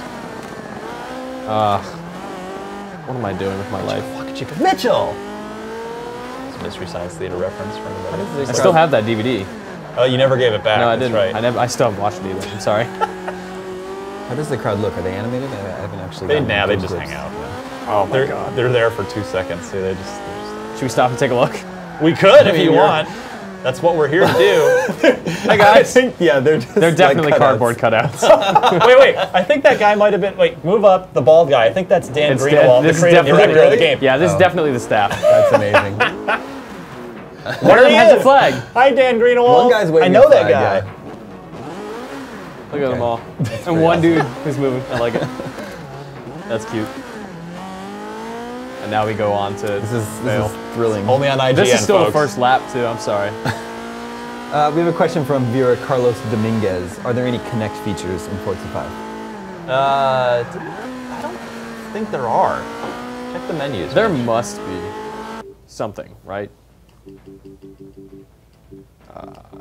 Help? Nope. Nope. Abort. Go, Mitch. Didn't know this was a thing. Is that It's like Microsoft Bob here. Is that a snap? Yeah, we'll get rid of that. Microsoft Bob. It's like a paper clip. Head tracking. Whose head would it take? So that let's not. I don't even think that's a good plan. Minefield, I think. So the answer is yes, Carlos. Yes. In some form. Oh, that map freaked out there for a minute. 1080p 60 frames on this game. No doubting it. Yeah, you can tell. This is the more. Oh, what an awkward, terrible turn. Look at this. And then left. It's the S curve from hell here. More like a Z curve, if such a thing exists. There's Damon's Drivatar up in the hot air balloon watching us. Yep. Actually, I will say, Mitch, the Drivatar thing is really cool. So when I had bought the 211, the Lotus 211 here the other day, the first race I took it out in, actually I guess I should back up a second. So the Drivatar thing is... Yeah, explain a little bit about what that is. So there is no traditional programmed AI in this game. What it is everyone that's connected to Xbox Live and plays the game, as they're playing, they're training their what's called a Drivatar, which is basically how you behave. So an AI representation of your behavior, of the way you tend to drive, goes up into the cloud and goes into other people's games. And so so that's why you will see guys being totally aggressive, and that's not computers, that's downloaded simulations of other people's behavior. And it actually works really well. the point of the story I was going for was when I first bought this car the other day, I jumped into a race and our own Destin Legary, his gamer tag popped up. I forget what car he was in, or his Drivatar was in, but he totally bumped me and passed me, and I was like, and I wanted Classic to go, Destin. I wanted to go punch real Destin in the face for his Drivatar's behavior. And what's neat is your Drivatar. So if you drive well and do well, and all that skill goes into your cloud Drivatar, you'll earn experience points and such from your Drivatar when you're not even playing the game.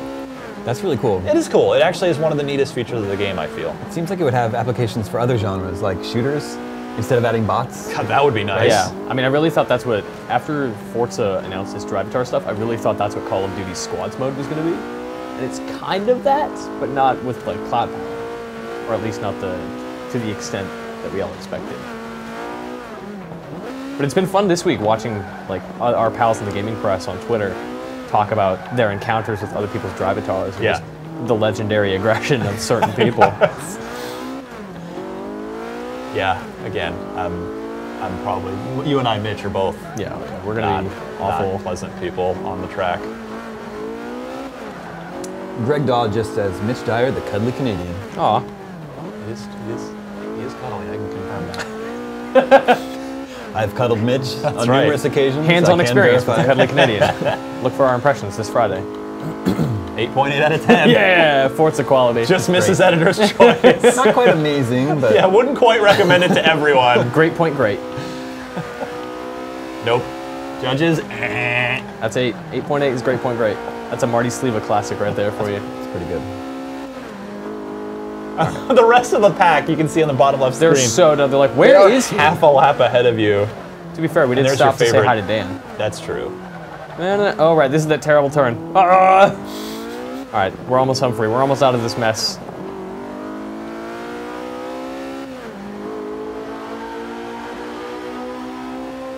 We did it. 16th place. Enjoy that one, Ryan. Thanks, Mitch. Thanks for earning me next to no experience. Yeah. I thought you said you wanted to buy some new cars. It's not happening. Considerably less damage this time, though. That's true. That's because there were weren't no any other cars around. for me to attack. About 8 minutes until we switch over to Crimson Dragon. Which I hear is a real winner. In those 8 minutes, we're going to give away a copy of Forza 5. Oh, dang. Excellent. Pick a good one. Remember to tweet your questions at IGN. I'm going to pick a good one to win right now. Wait, how many minutes? 8 minutes? 8 minutes. Maybe, should we show another car just to show off something else? So once you get in here, you'll have to back out, yeah. Yeah, because the circuit, the series is going right now, so it's taking you straight from one race to the next one in the series. Can you jump out of a series and return? That's Will what it we've, but will it punish you? Will it reset the series? Oh, no. Okay, so you don't have No, to play it straight through. That's good.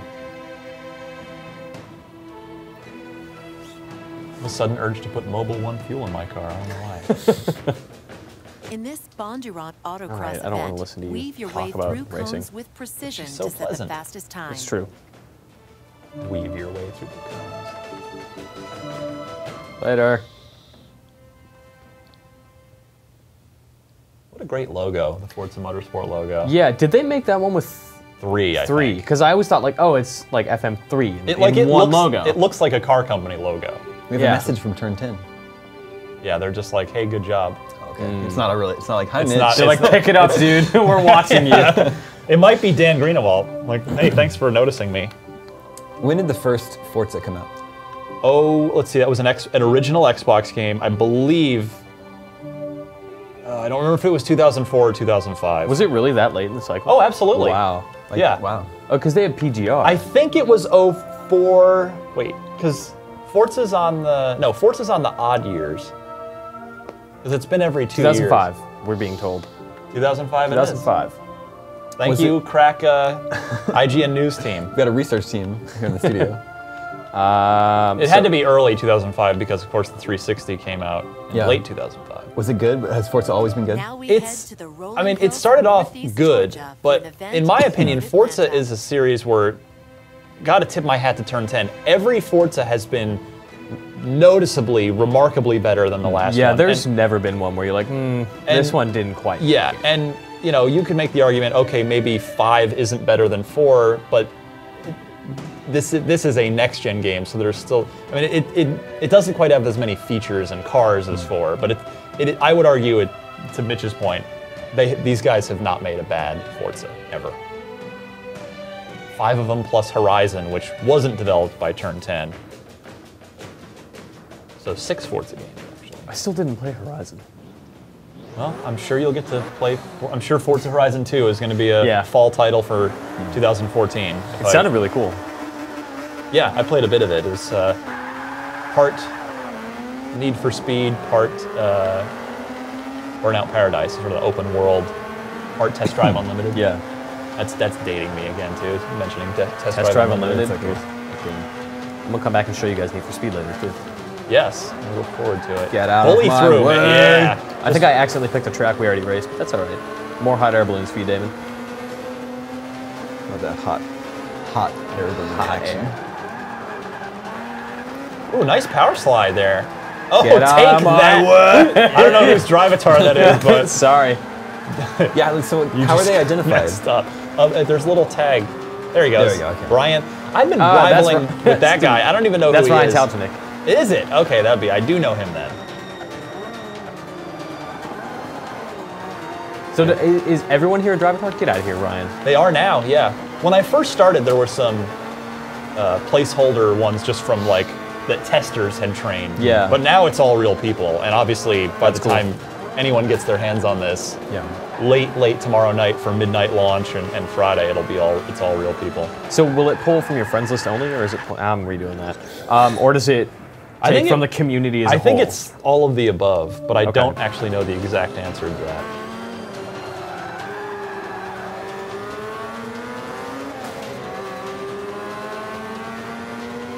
This race is going okay. Could be doing better, if I'm being honest. Well, yeah, you're in 10th, but at least you're bronze in it right now. Progress. Why can't you ever be happy for me? I'm trying my best, Ryan. I just want to make you happy. I appreciate that, Mitch. I still love you no matter what. Oh yeah, I'm not slowing down You here. need this turn. Oh no! Yo, where'd it go? Oh. What happened? Oh. The game did not like that. Did it? What happened? Did the game crash? I don't know. I've never seen that in my life. In all of your years of playing Xbox One? Many years. I've just never seen it crash that hard. That was about to be amazing. Well, it just restarted the game for some. I think the game was trying to save you some It was embarrassment. like, no! Okay then. Should we give away a copy of? Let's give away a copy. Yeah. We're actually going to give away a copy of Forza Motorsport 5 to J-Rod, who asks, will my Drivatar be able to be reset as I improve and adapt my playstyle, or will he always suck? Yeah, no, I talked to Dan Greenewalt about this, the creative director of the series that we met earlier on the side of the track. And what it does is it accrues more data about how you drive and eventually dumps the earlier sheds data. the worst yeah, stuff. Exactly. It's like your skin. Like it's a snake skin. Exactly, like a snake skin. Your Drivatar car snake skin. Your Drivatar sheath. But no, that is the case though. It's whatever you've done lately. So if you were first learning the game and you sucked early on, eventually that will not be part of your Drivatar anymore. That's cool. Congratulations, J-Rod.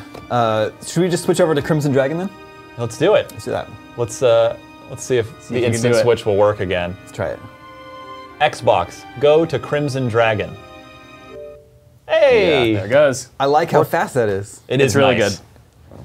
Thank you, gentlemen. Now Thank you, Mitch. Yeah, thanks, Mitch. Some of our games today, Damon, are disc-based, so we will have to switch discs. We will not be able to. You can only do instant switching for digitally downloaded games. Okay. Or if the disc is already in the tray. So if we're playing Crimson Dragon, like, what are we doing after Crimson Dragon? We're going to play Fighter Within. So we will need to switch discs for that. We will not be able to instant switch to Fighter Within. But you said the disc was just a delivery method. Every game has It to be is, installed. but because of the whole Xbox 180 DRM thing, how it still works is the disc is it authenticates. There's a disc check. Okay. So if the disc has to be in the drive, even though it's not reading any data off of that disc, it still has to be there so that you can't just pass the disc around to all your friends and everybody installs it. Jose is joining us Jose now. Otero. How you guys doing? Great. So you were talking about drive-a-tards earlier. Was that local cycle? Did I miss it? What happened? No? We haven't hit local cycle Oh, yet. okay. We'll get there. Damn it. Yeah. All right, cool. We're going to play some Crimson Dragon now, which you are reviewing or did review? Yeah, I did. Yeah, Okay. for IGN. Yep, 5.9 on our scale. That's not amazing. No, and I had my hopes really high for this. I've been on board actually since the beginning when it was the working title was Project Draco, and it was initially a Kinect game. Yeah. You know, A Kinect game for 360. That's right. Yeah, and I've been on board with on-rail shooters before. You know, like Child of Eden a lot, like Rez a lot, like the original Panzer Dragoon, even Orta. And this is mostly that team. Yeah, so there's a daily login bonus which we just have to skip by. Just hit next. And some, additional stuff. If you hit back. Yeah, Close meld or what? What are we doing? Yeah, there here? you go. Okay, cool. So we'll just jump into single player. So there's two forms of control or forms of difficulty, either casual or classic. I played on classic, tried casual for some of the harder stages. So what do you guys want to know? Like, do you want sort of the top down? Let's just show this game off. People, cool. they're making their purchasing decisions, trying to decide what launch games to get when they get their console on Friday. So this is a download-only game, right? Correct. That is, yeah. $20. $20. Yep. But you weren't that hot on it. No, unfortunately. The big reason, unfortunately, even though most of the team that worked on Panzer Dragoon, which if folks don't know that game, was a rail shooter from the mid-90s. Yeah, very classic. Has an Xbox connection. Panzer Dragoon Orta. That's right, yeah. That was actually the last Panzer game. Yes. That was for the first Xbox. Yeah, I really enjoyed it. Every time you say Xbox. I know, it's listening to me now. I got to be careful. It likes me a lot more than it likes Fran for some reason. Good thing he's reviewing the system. Anyway. Yeah, exactly. So I'm going to skip this. But yeah, next gen just doesn't do this game a lot of favors, unfortunately. Visually, from a gameplay perspective, it's very repetitive. The presentation, unfortunately, is just really sort of deadpan and dull, and that was really disappointing for me, and I was really looking forward to a lot of that stuff. They do have some cool ideas in here. There is sort of an RPG approach in that these dragons can be evolved and leveled over time, and you as a rider also level over time, which controls what dragons you could then unlock and purchase later on in the game, and that's really cool. I think all those ideas are great. But it's the repetitive action of playing through stages you've been through 4 or 5 times. Like, it's like getting on the same roller coaster like 4 or 5 times in a row. Eventually, you're going to get tired of that ride, no matter how much you loved it. So we're starting right here. It's got sort of traditional controls for this genre. The left stick is moving the dragon back and forth. The right stick is moving the reticle so I can aim. And this is on rails. There are some free flight sections, but that is much later in the game, and there are bosses tied to most of those sections.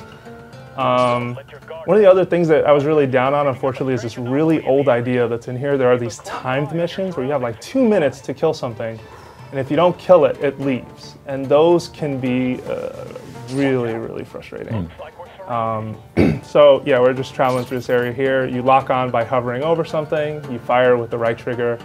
Left trigger is to switch your skill. You have 2 skills to choose from. One is a standard sort of attack, and the second one is a different type. So you'll see when I switch to my skill, the reticle changes, so that's a clear indicator. I like that. In previous games, or at least in older like on-rail shooters like Panzer Dragoon, the triggers work to change the camera view. Instead, you just kind of control that by moving the reticle, and I just took a bunch of damage there. So yeah, enjoy that. Is it fair to say, Jose, that there's really nothing outside of there's nothing gained from this being on Xbox One as opposed to 360 other than 1080p and a smooth 60 frames? Yeah, I would say, that's pretty much all that they gain. Like, a lot of the textures look really flat, or just like, there's some enemies, like, if you watch the video review, there's a shot of one boss and his eyeball opens, and it's just the worst looking eyeball you have ever seen. Worst eyeball ever. Yeah, which can be interpreted that way. I completely agree. Here's some dragons we're hunting for. The story is based around an infection, a mysterious infection, a government that, there's sort of a government conspiracy, and them not telling you much about it or knowing its origins, that kind of deal. Yeah, I think, the unfortunate story for this game will be, as an Xbox One game, this didn't really impress me. I just wonder if on 360 with Kinect it would have been better. Like, I really enjoyed Child of Eden. Outside of all the J-pop, like, I really, really love that game. Not a J-pop fan. No, not. I thought Rez, going for the trance vibe, was a lot better. But I did love like that visual direction, and you saw, you know, it took advantage of what the 360 can do, whereas this kind of struck me, and this is going to sound really insulting, and I'm sorry, but it kind of struck me as an early 360 game, like visually. Like it didn't do much with what it had. And I'm sure they wanted to do more, but you know, switching it to Xbox One again, I'm just like, guys, you know, what happened here? I love that we're piling on achievements to my profile here. Yeah, enjoy that. So, the achievement notifications I've seen in all 3 games so far have been purple. Blue. Blue, is it? Sorry, maybe I'm colorblind. Can you set that color? Is that a preference? Yeah, there's about a dozen different colors you can pick, from the traditional Xbox green to Leah Jackson has pink. I've heard about that, yeah. Fran Mirabella is communist gray. Okay. Got it. Yeah, and then there's purple, red. So this, you know, I played a couple levels of this game at an Xbox One event a few weeks ago, and I wasn't enamored with the gameplay, but I really like the creature design. Like, this thing looks awesome. Yeah, I think some of the dragons do look cooler, and as you evolve them over time, they get much better detail. Like the dragon I'm flying right now is just a standard fire dragon, but as you evolve him, like his wings are on fire, he starts getting all these little visual highlights that start to add up and, you know, make it look significantly better, I thought. But early on, and that's another thing, the dragons have different elements, right? Like there's wind, there's fire, I think there's a light version, if I remember right. Oh, I missed that. So this is kind of like whack-a-mole right here, because every time he goes in the lava, I can't hit him. So I have to sort of shoot at him when he peeks out. You know, you mentioned that looked like a timed fight right there. You ran at a time and didn't kill him. Yeah, and some of the fights there is no penalty for it. Others there is a very strict penalty for it. I just feel like the timed mission itself also, just this old idea from the arcade era, right? Which, you know, this series came from that, right? I mean, this sort of came from that kind of an experience, this genre. It's just like, kind of I weird, already paid $500 for my console. Don't make me put quarters in. Yeah, pretty much. And yeah, it just kind of surprises me that they stuck to that, and it's particularly nasty later on. Whereas, you know, you saw right there was no real penalty; it just got away. But then going into some of the repetitive stuff, there are levels that you can't access until you basically defeat a creature enough times to acquire a certain antibody from it. And the antibody that you acquire is something you need, because again, the whole story hinges on this infection idea. You need that antibody to enter the level, essentially. So yeah, you're replaying that stage until you kill that thing and the random drop occurs, which is just like, well, yeah, I don't know what was really going on there. Well, we do have a copy of Crimson Dragon to give away, so you can find out for yourself. Excellent. Let's give it to Clive Cookson, who says, I was disappointed to hear it scored so low. If you were to improve Crimson Dragon in any way, what ideas would you put forward? Well, you know, I'm not a developer, but I would definitely start with get rid of time missions. Like that idea, and that can, you know, is just a bygone era. Like, let that go. I feel like definitely, you know, work on some variety in the stages and the sort of endless repetition, the needless repetition that seems to happen a lot with this game. I think control-wise it's fine, although you will see sometimes I sort of lose track of the enemy, but I don't feel like that's, you know, sort of a bad thing. I kind of like the idea of a roller coaster ride where I'm trying to find where this thing is, and I don't feel frustrated by that at all, actually. I can understand, though, if some people are. That's where I'd start. Timed encounter here too. Yeah, here too. I don't think there's a penalty for this one either, but I guess we're going to find out. I know early on there isn't, but then later on there is, and it just becomes sort of a thing. Like there was one where this one was driving me nuts for a while. You have to fight 2 of those. They're sort of like dragon-looking snakes, like I was fighting earlier, the one that was popping out of the magma. But there are 2 at once, and you have to shoot them. But it's kind of like whack-a-mole, because again, every time they go in the water, they sort of escape you. And it's like, well, crap, how do I get him? And you have to wait and bide your time and, you know, place your shots well. Yeah, so this is kind of it. Sorry. 30 seconds. Well, Clive can try it out for himself. Yeah, I think folks should try it out, and I think, you know, as long as you go in with the right expectations, it'll be fine. You know, I'm curious what the Kinect product would have been, you know, versus the Xbox One version that, you know, has shipped. Well, they haven't really said what happened at 361 either. There are, we probably have some Japanese gamers that could actually tell us that, because a playable demo of the game of the original Crimson Dragon for 360 Connect went up on the Japanese marketplace for a little while. Yeah, that's remember right. that? I remember that. So yeah, I never got my hands on it, but I'm sure there are folks out there that did get to try it out. I think this is another cool That's monster. cool. Like, Yeah, no, I agree. it's Yeah. got some cool monsters in it. And some of the free flight sections involve huge bosses. When you're flying around them, you're like, wow, that thing is massive. Oh, so it's not completely on rails? No, there are some levels that will just give you full control. Those can be a bit frustrating though, because then they tack on like very specific objectives, like, hey, hit him in the weak spot. And they won't tell you what it is, which is fine, but if you're on a time mission, you're kind of pressed for time to figure out what that weak spot is. It turned out to be like 4 eyeballs it had around its... I played that boss. That was annoying. I was like, what is going on? Ended so poorly for me.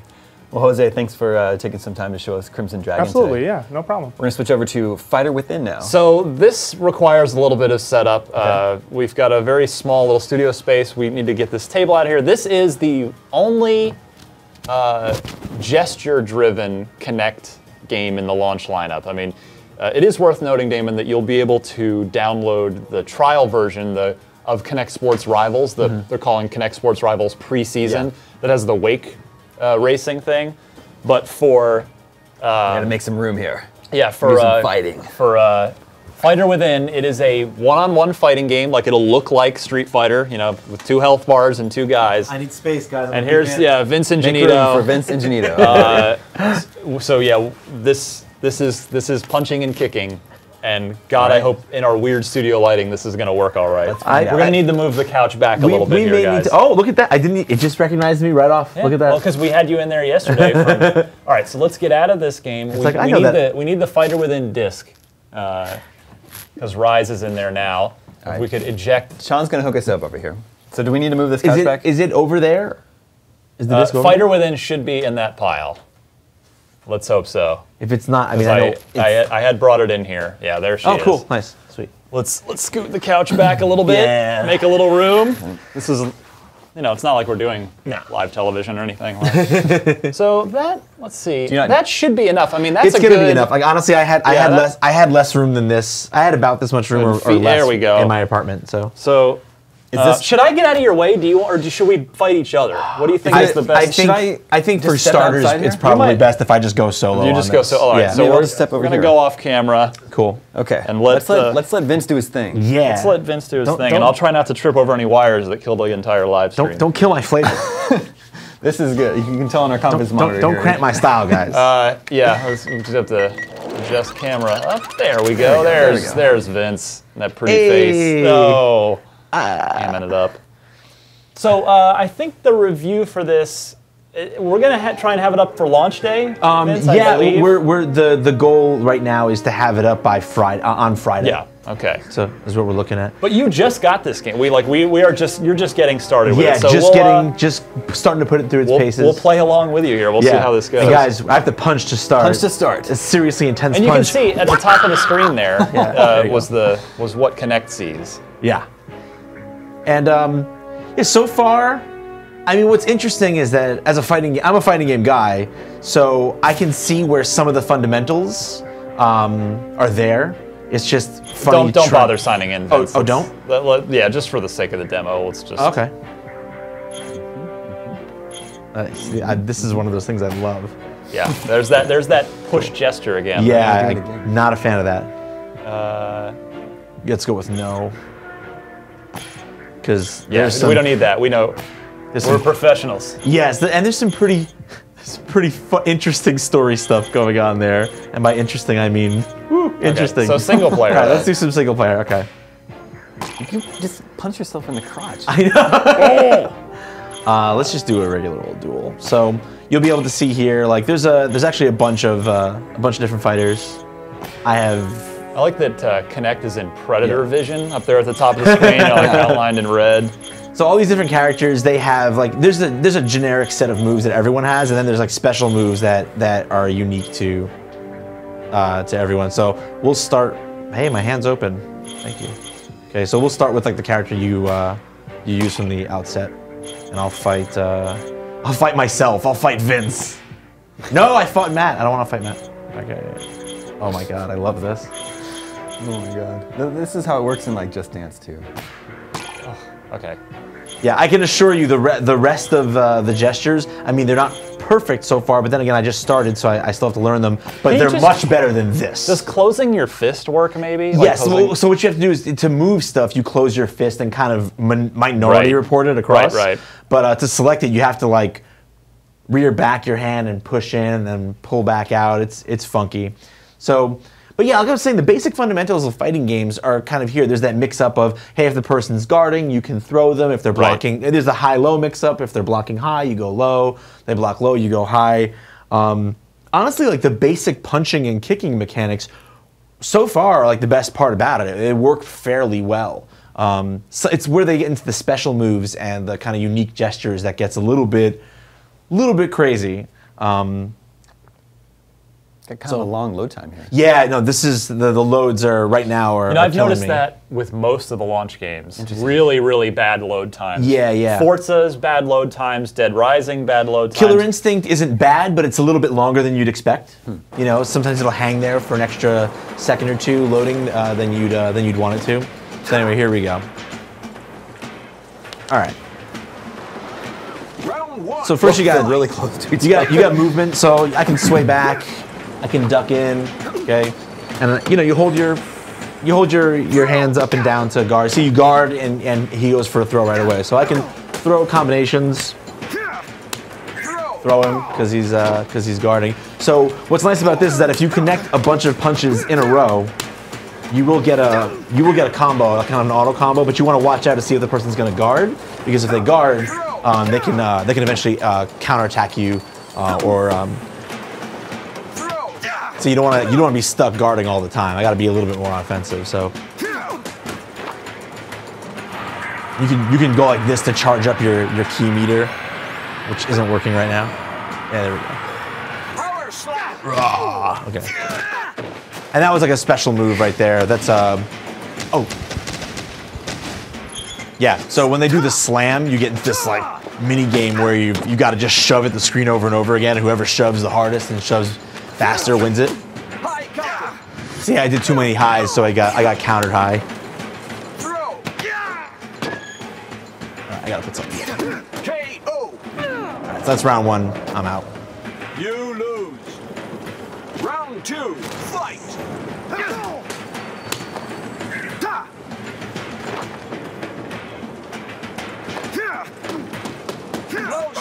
So yeah, you put together a bunch of punches in a row that connect. You get kind of an auto combo, and it does a bunch of damage. There's another one. There's a high one, and those are with straights. You can throw in hooks too.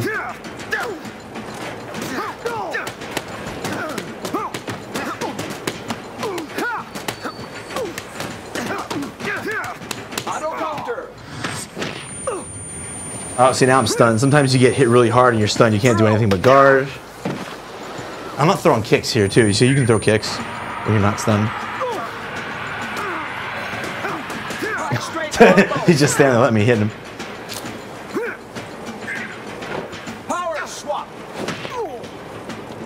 So yeah, that's the power swap. That's done with like a cross gesture like this, and that switches positions, because you can actually ring people out in this game.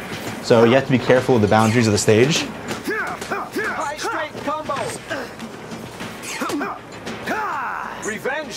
Yeah, and that's like your revenge move. That's like a special. Nice. That's a special move that you get when you're low on life. All right, put him down. What? Oh no! What? Robbed! Yo, I was robbed. I was robbed. I don't know, Vince. So let me. I want another shot at that guy. So what you might have seen at the end that I missed. There's a gesture to do a finishing move, but it's kind of weird. Like, this is where it gets strange, right? They had these weird special gestures where, so like to do a finishing move, I would have had to like sweep my leg up and back. I don't really know how that denotes a finishing move.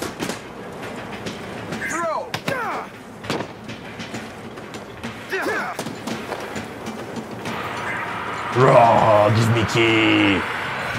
All the key. Power slap. I'm gonna outshove this guy. Get back, tatty kick. Nope. I love the picture-in-picture of Vince. That's better. It's more fun than the game, I think.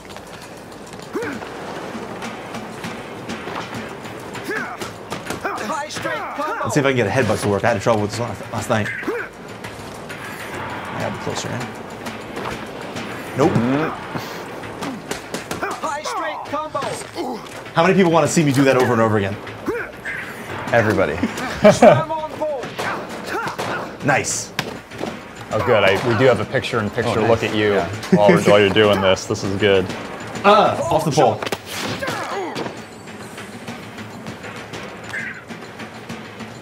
I'm trying to do the finisher. It's hard. I'm getting Kicking the couch line. There we go. Yeah. I have no idea why like lift your back leg is like finishing move. What are you, a dog peeing on a hydrant? That's exactly the same thing I thought. I was like, what? I'm gonna pee on this guy? Like, how's this working? Well, Vince, this got weird. We need to switch over to Loco Cycle. Okay, no problem. Keep this going here. That's my game too. But like, you know, sorry for flailing around like an idiot. No, it was very entertaining. That's kind of what you do. I hope someone got something out of this. I just want to hit this guy with one more cool move if I can. In order to switch over, is Loco Cycle on this? We should be able to instant switch. Okay. So if I just want to show wrestling fans at home something that they will like. You can in fact do the DX crotch chop to do a move. Do it! Yeah! There you go. You just jumped over him. All right, try to switch it over here, Ryan. Okay, let's try. Xbox, go to Loco Cycle. There you go. There we go. Let's get the furniture back in the position here. We're going to give away a copy of Fighter Within to one lucky viewer. Let's to test out your new Kinect with. After I modeled it so convincingly. I'm getting my ass beat. All right. Let's give a copy of Fighter Within to Jesus Gonzalez, who asks, are the combinations difficult to learn? The combinations are actually the easiest part about it, and the best part, in my opinion, because it doesn't track like it's not judging how hard you're hitting, but it definitely is taking your speed of your punches into account. So if you want to really throw a flurry of punches fast, you can totally do it. And this is like. This is their engine, right? Yeah, powered by beer. I was gonna say this in all the Twisted Pixel games. This is what you just saw is, in my opinion, and this is not to like knock the game or Twisted Pixel, but that is the best part of this game is the live action. That's not not just that intro, but the live action pieces. They are so unhinged and crazy and silly, and that's the part like that's I think my favorite thing about it is that it's got this imagination to it. Let's see. We're gonna use mine because yeah, go for it because it's got all this stuff unlocked. Because I reviewed this for a game. That's right. Is your review up now? Yeah, my review is up. It was up on Monday. So what did you give it? I gave it a 6.4. Okay. Which is okay. Yeah. And that's that's what the game is. You know, the gameplay wise, it's not at all terrible. And in fact, in short doses, it can be a good time. It just it does get kind of repetitive because while the game kind of mixes up and mashes up a lot of different gameplay styles. Every instance of that style is very much the same. So like when you see a new gameplay style early, you know, like introduced say in level 3, like when you get to a later level, you're gonna see that again, but it's gonna be almost the same exact thing. Like whatever you did to figure it out the first time is pretty much the same thing you do to figure out the second time. Yeah, it's disappointing because I'm personally a really big fan of Twisted Pixel. Yeah, Explosion Man and Miss Explosion Man are so good. Yeah, they've, in my opinion, sort of like Turn 10, they've never made a game that wasn't great until this, because we had The Maw, was their first game, which I love. Beautiful, great mascot, action-adventure game. I still have my Maw plushie on my desk. I love that thing. And then, yeah, you had Explosion Man, Ms. Explosion Man, Comic Jumper, and arguably, Gunslinger. I was just going to say, arguably the best Kinect-driven game as opposed to like Dance or Exercise or Dance Central kind of game. Yeah, the Gunstringer, which was fantastic and also full of humor. So it's, I have the fact that, Twisted Pixel is now 5 for 6. Yeah. Sure. I will be very much anticipating their next project. Yeah. Yeah, and this is, I love this. This is a good example of what I'm talking about with the variety. So this is like a rail shooter section. You don't have too many of these in the game, but they are there, and you can see very, very cheesily they've kind of put like overlaid like stock footage video in the background to kind of mirror that like B-movie kind of feel. And that's another thing that I do like about this game. For as repetitive as the gameplay can get, they really do clearly love like the kind of kitschy, like Okay, that's funny. Yeah, the whole like 80s action movie. Yeah, thing, 80s and 90s, like if you grew up in the 80s and 90s and loving action adventure movies from that era, like the kind of stuff you would see on at like 2 in the morning and like watch it because nothing else was on because you kind of hate your life a little bit, but it amuses you. Like that's exactly who this game, like the humor is kind of aimed at. Is the background real video? I can't. Yeah, that's some like can. Like that's here. That's San Francisco. Yes, that's San Francisco. That's the old Bay Bridge. So this is not really totally indicative of how the whole game plays, so I'm going to switch out of this particular area, but I wanted to just give people an idea of just how like kind of silly and unhinged this game can kind of get. So you saw the biker gang FMV there, and that gets a lot crazier. Grilled cheese sandwiches abound. There's a scene where they're all eating massive grilled cheese sandwiches like the size of your head, and they're getting me too actually. They're like, grilled cheese sandwiches, and they're really excited about it. And it's like, why are you so excited about grilled cheese sandwiches? Sign in as you again. We did see earlier, by the way, there, Damon, and viewers at home, cloud syncing. So as you know, Microsoft had talked about this, and it actually works great. Is if Vince comes over to my house, which effectively he has done here, and signs in with his profile. This is where Vince lives. Practically all the time. I don't have anything in Loco Cycle unlocked yet. I only played the first level so far.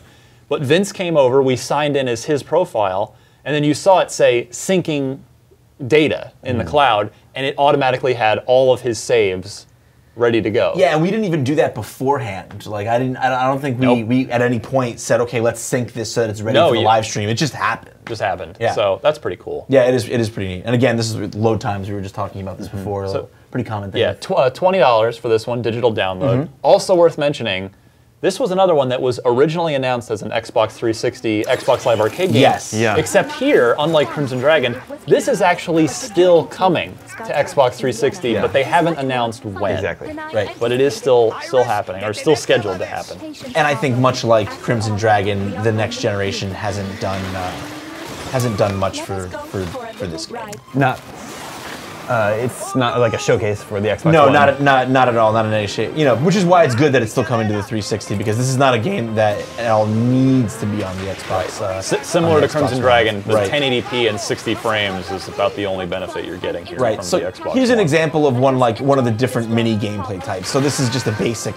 You know, they're putting obstacles in your path. If you hit the obstacles, it's going to do damage to you. You want to avoid the obstacles.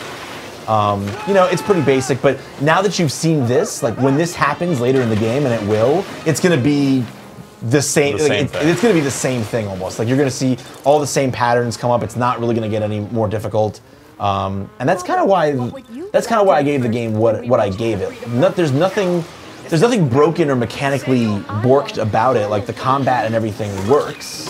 And the controls when you're driving feel pretty good, if a bit inconsistent.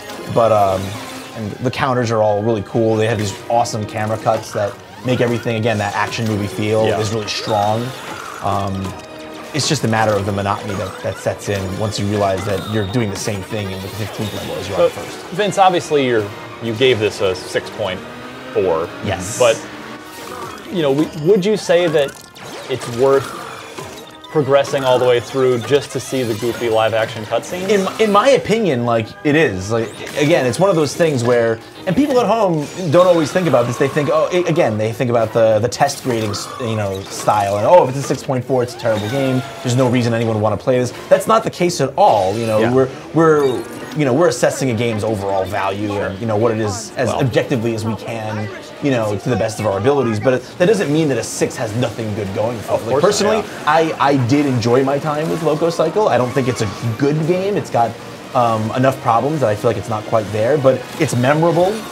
The story is funny and silly in a very 90s action movie kind of way, and I grew up with those kinds of films, so I found myself still wanting to throw in the game for a minute or two just to see some of the cutscenes and play, a level at a time maybe, and then walk away from it. Yeah, and it's totally serviceable in that way. A great example, Beyond Two Souls, which we just reviewed. Sure. We gave IGN gave that game a 6 or 6 point something as well, which I completely agree with, but also.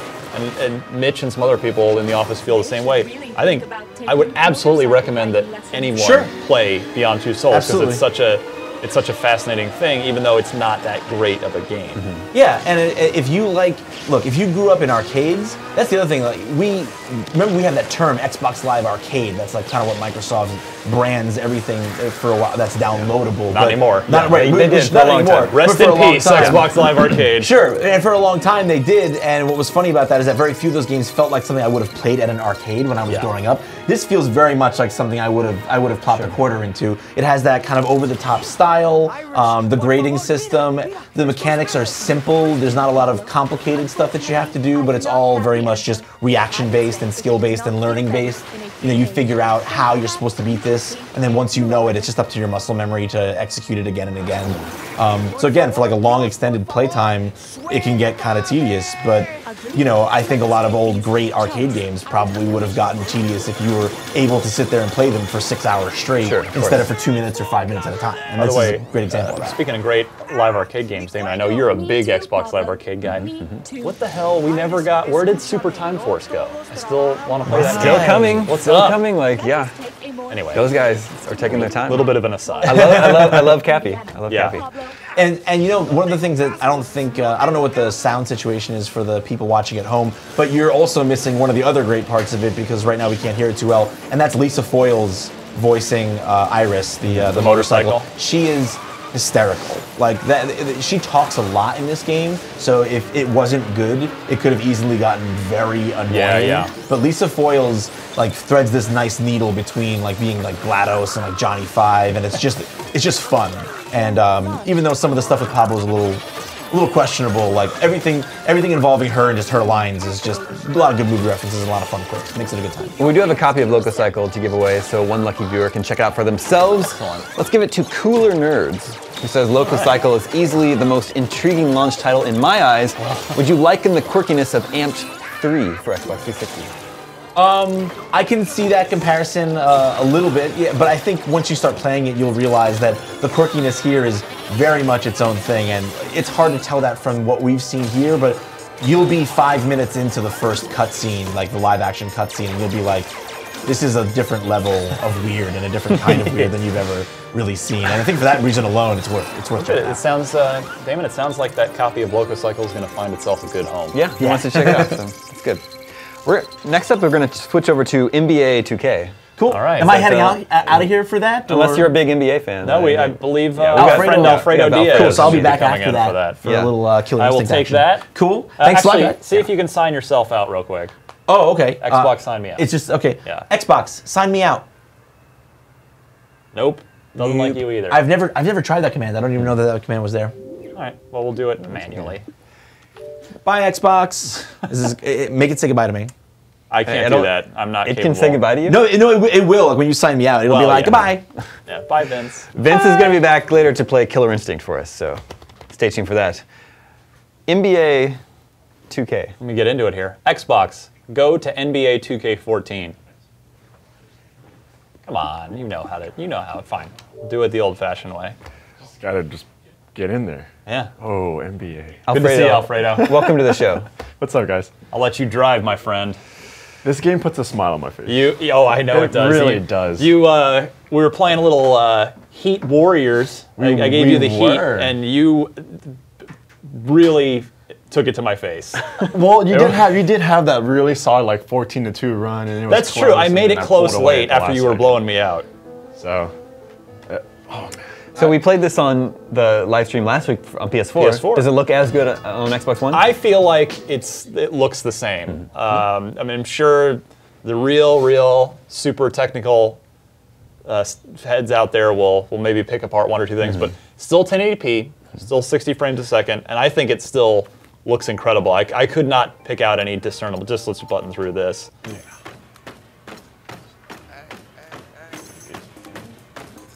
So this is all the neat online functionality. I know, this is just great, just being able to see all the games going on. It even shows you, like, it'll acquire, like, the replays and the stats and things that are going on. Why did we just snap? That was interesting. Interesting. Xbox, unsnap. There we go. Game. All right, let's... Let's show off somebody interesting. Warriors, I did tweet out what people wanted to see. Oh, okay, Bulls, cool. Warriors. That's what people All kind right. of were leaning towards. I think people want to see D-Rose. Warriors Bulls. That's a good matchup. We'll go with that. It's a good matchup. Let's make it happen. Let's not button through the intro here. Yeah, shall no, we? like You that. wanna Let's see just this? let's just let people see the glory. This might actually be the first time anyone's seen footage of the Xbox One version. Did any other? I mean, I think I'm actually maybe not sure. Ronnie 2K and Chris Manning might have streamed. They've been maybe. streaming some next 'Cause gen. I'm not sure if it was. They've been showing off all PS4 stuff, so It has. and our video review was all PS4 footage. That's It because was? that's what I primarily played on, but then also got a copy of Xbox One and was able to check it out for a while. But yeah, our video review is all PS4 footage. So here you go. Here it is on Xbox One. Let's. Personally, I believe this is the best looking game on next gen. I would not disagree with you. It's so good. No, I wouldn't disagree with you at all. Look at that. The facial expressions, just the way everything goes. And I know a lot of people are, they own current gen 2K14 already. And honestly, I mean, I've got my hands and I've spent a lot of time on both, and I think it's worth it. I mean, they've changed the graphics. You got just the addition in terms of look and feels, but most importantly, I think the animations, the addition to animations and the players. That's what sells it. Exactly, sold. It makes it feel just so much more realistic when I'm driving to the basket, when I'm dribbling around, like player contacts. Yeah, it's tough to decide if you already own current gen on 360 if you should get this as well, because I mean the good news is it's a different game. There are different game modes. Exactly.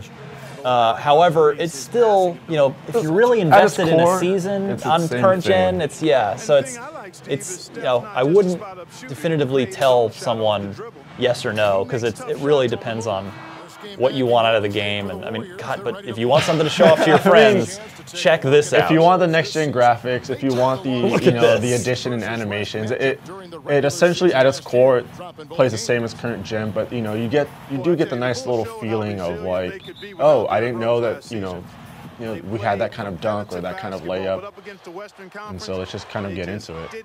Yeah, let's play some ball here. It's not going to be easy guarding D-Rose, I'll tell you that. Especially, I mean, Curry's not known for his defense. No, he's not. Help! Help! All right, we'll give him the foul. Oh, did you see that? I yelled help, and Connect picked that up and said it requested a double team. That's awesome. That's awesome. I remember. Didn't they have the feature with Connect with 2K13 where on you the previous one, if you supposedly if you yelled and cursed enough, it would you get got a technical foul? It was awesome. Yeah. It was just a nice. We little could try addition that to here, features. except there may be kids watching, so I don't want to talk like a coach.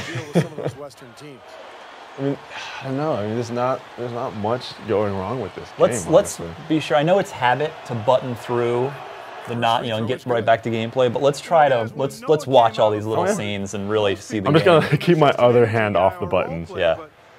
I think we've got a good 15-20 minutes allotted to this, so let's. It's a good. Even from here, look at that. It's just like you can't say enough about like how the players like react and feel, and just the graphics in general. It's just great. Even the addition to like the bench looks great now. Yeah, the guys you're right. The coaches look fantastic. They don't look so. And awkward. we've pointed this out, you and I, in videos before, Alfredo. But the crowd looks 10 times better. There are still, of course, repeated guys and repeated animations, but it's way better than it was before. Oh no, definitely. I like that there are some empty seats. It's not necessarily. Yeah, and they'll pile in once time goes through. Right, and they're not all standing and cheering all the time. Drew the foul there. Oh yeah, you gotta play fundamental basketball. That's I know right. a lot of people that play 2K, get to the line. They just want to posterize and pull the turbo button. Get to the line. Look at the mesh on the jerseys. Point forward roll. Unbelievable. So good. I it love really it. is. In the half court at the high post, he can use his size to pass over the top. What if these guys made an NFL football game if there weren't that exclusive agreement? 2K, NFL 2K was my favorite football game back in the day. Honestly, I wish they'd bring it back. I feel like it would be a good thing because then they would push Madden to kind of, it'd give them competition. Competition's a good thing. But we talk about competition. This is a game that has had no competition for the last 3 years. No. Now it does. Maybe competition with NBA Live. We're gonna play NBA Live right after this. Ooh, that one's a doozy. you can read my. I reviewed both basketball games, NBA 2K14 and NBA Live 14, and Live didn't fare nearly as well. It didn't. And we'll let the game. We'll let it speak for itself. We'll get there. Let's focus on the positive and enjoy the splendor that beauty is that NBA is 2K14. NBA 2K14. Look at a nice steal. Going the other way. Thompson with the Iggy, or who was that? Tried Iggy? Yeah, he couldn't get there. He couldn't quite get there. Tried to get too fancy. Look at the lighting on the floor. Just the lighting on the players. Everything. And there's certain camera angles that just look amazing. They've added a lot of new camera angles this year on replays. It's just great. I like how there's the graphics change in terms of like the lower third and stuff they have. It's just small touches that just make it really nice. Pull up. I'll say that's Curry right there. Yep. It's a very low-scoring game. 1-0. What is this, baseball? Come on, Alfredo. Well, we're playing broadcast mode. If any 2K player knows, we'll switch it. You got to play. Let's do it. All right, let's do it. You got to play in 2K view, camera, and let's go to broadcast. What are we doing here? We got to go 2K. You got to be able to see that full court, get your fast breaks in. Here we go. It was an emphatic win for them. See, I like the broadcast view because I like to feel like I'm watching a game. Oh, see, exactly. I'm torn between the two because it does look more like a realistic basketball game. You know, give you that sense of like, wow, this is really nice. But I don't know. I just think when it comes down to it, you want to win games, and it comes down to how you play. And we just have a full. Really nice, solid picture here. Exactly. But hey, at least they give you multiple choices. You can pick whatever you want. You can do whatever you want. You can even adjust like the zoom on this if you wanted to. Rose from deep. Oh, can that. And contested. I'm glad that D Rose is back. Oh, of course. The league is a better place with him in it. Look at that. Oh, I love that they know this game is good, so they'll show it off. I mean, the cool Coach thing, T right there. The cool thing we got is here, like the points of emphasis, which is really cool. So you don't have to go into like coach sliders. You can actually you can set your sort of AI teammate behavior, what they're going to do, what we try to do. We want to get There's Mark Jackson on the bench here, Golden State. Deny side. Feed the post. You got two big guys. Have your players buy into what you're selling, and Mark Jackson's been able to do It's just really nice. And then right here, of course, we can kind of like focus our offense on D Rose if we wanted to. And of course, if we press up on the D-pad, we have all the skills. Oh yeah, all your signature skill bits. There's a lot. It seems like they took out the kind of like the individual player stats that comes associated with that. I kind of like that. I like knowing like, okay, like who's doing well, who's got the hot hand, who's been scoring for me. We had a replay of our PlayStation 4 live stream up in the office. We were playing NBA 2K14, and as people like just glanced at it, they thought it was like live. Oh yeah, when I was reviewing it, that happened. People walk by and we get fooled for a second. At first glance, it looks completely realistic. D-Rose looking to do something. He's trying to set up. What are you doing here? There he goes. Give it to Dang on the boot. Away. Yeah, he wasn't ready for that. We do it. For the basket. Trying to draw those fouls. Nice. You can see right up his shorts. Thank goodness for those Under Armour. I didn't notice that like player elbows occasionally kind of phase into like the sides. Yeah, and there's some clipping here and there for sure. But it's nothing that's a problem. We do have a copy of NBA 2K14 to give away. It's Dragonborn. Do we not? The first party games. Oh, we don't have, I thought we were giving a copy of every game. We have the first party games. Okay, I guess we do not have a copy of this one to give away. Are we not? Because we gave away copies of Fighter Within too. We did? Uh-huh. Well, all right, I guess we'll just have to make that happen then. We'll get it to him. We'll sort that out here. Yeah. A point forward offensively, but he can finish big, and he's always putting pressure on the defense when he's in attack mode. I'm curious, what was the question? How do you call for a timeout? It's from Dragonborn. I'm sure there's a voice command for it, right? Probably. If not, we can you can always just press start and kind of go into timeouts. Iggy's missing all the free throws. He's going to come back to bite me. Retooling of the team, but they also got a lot of help from the group of rookies that they had. And a number of those rookies played prominent roles down the stretch and in the playoffs. Now here's Dang, coming off a solid outing against Charlotte. And by the way, talk about the commentary in this game for a Oh, minute. I mean, how it's good it is. unrivaled in any sports game, period. I mean, no, that was a bad time. It's, I don't know. I mean, there's just so much to say about it. They'll talk about individual players. They'll talk about the past seasons, just player histories.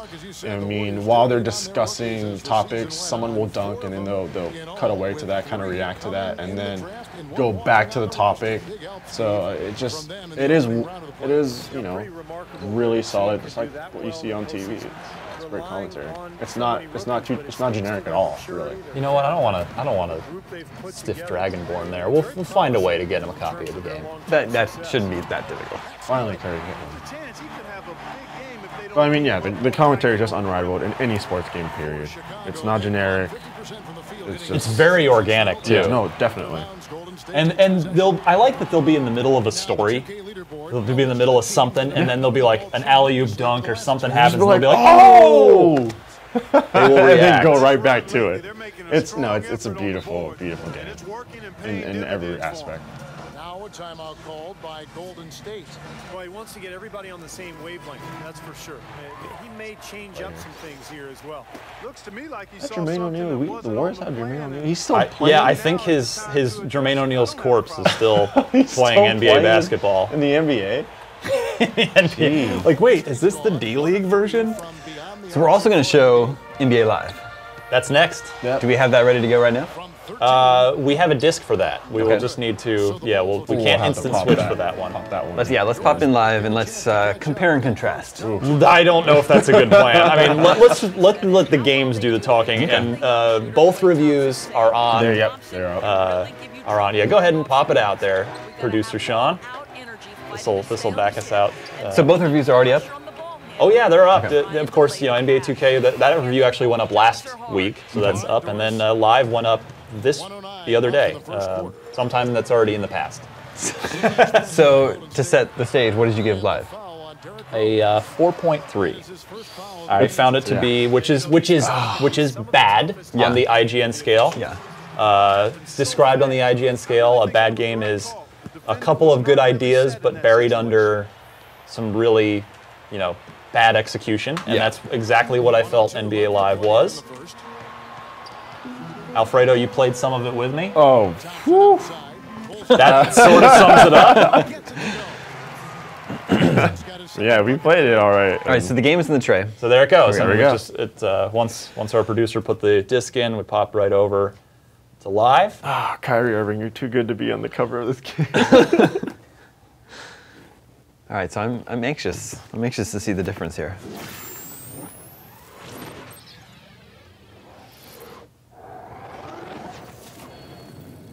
I guess we can't skip through this. Gets through it. Now this game has ESPN license. There's a lot of neat. There's a lot of neat on paper ESPN integration. Yeah, it looks, some of it's really good. Like they have Wired. They call the ESPN Wired. Like if you're watching a real game, sometimes the coach is mic'd up, and they'll play sound clips when they have timeouts in the huddle. And they have that. They have real clips plugged in here at the halftime show. It's really neat. Unfortunately, like the halftime show in this is too long. I timed it. It's 4 minutes long. Way too long. And it's really poorly paced. But there's there's some good nuggets in here. They're just not executed well. And I'm sure those will be, Yeah, let's just jump in, tip off. Those will be smooth. They'll get smoothed out later. Maybe we should show the same two teams? Yeah. So Bulls visiting the Warriors? Let's go with that. Pass straight on comparison. I mean, that's what people want to see. We are here to serve the people. That's why we exist. That is why we exist. They wouldn't be watching this live stream if they weren't getting something out of it. Still not a fan of the Warriors sleeve jerseys. No sleeve jersey is a good idea in my opinion. Yeah, the sleeve ones. It just looks wrong. It does, and I don't know. Like, why would you want to have sleeves when you're playing basketball? I don't know. I don't know. There are some nice control bits in this, though. Like, I mean, the dribble stick stuff on the right thumbstick, you like it feels like the old freestyle stick from the old live games. Exactly. It's nice and fluid, but yeah, we saw on the loading screen there, calling for picks is super easy. You just hold down the left trigger. That's really handy. You can call for double teams real quick. So this is Jalen Rose. This looks good. I mean, like there are some. Cool yeah, let's let this play out. We did the same for 2K14. We've already got a packed house. These guys are not filing in late. Warriors fans, some of the best fans they are. in They're the dedicated. NBA. I'm trying to move over here to San Francisco, right over here on the water, on the Embarcadero. Oh man, the which would be blueprints awesome. for that stadium look amazing. That would be so cool. Glass. And I think typical San Francisco fashion, people are fighting it. Yeah, they don't want anything new. No, we Copy can't. of the city. I mean, can you imagine how crazy? I mean, we're right next to the Giant Stadium. Can you imagine how crazy it's going to be, like a couple blocks down, having a basketball stadium? Fortunately, we'd be affected, but not quite. Yeah, I don't know. Right now, it's nice because we actually get like a 6-month break now. That's true. After No baseball season. Now there would be like.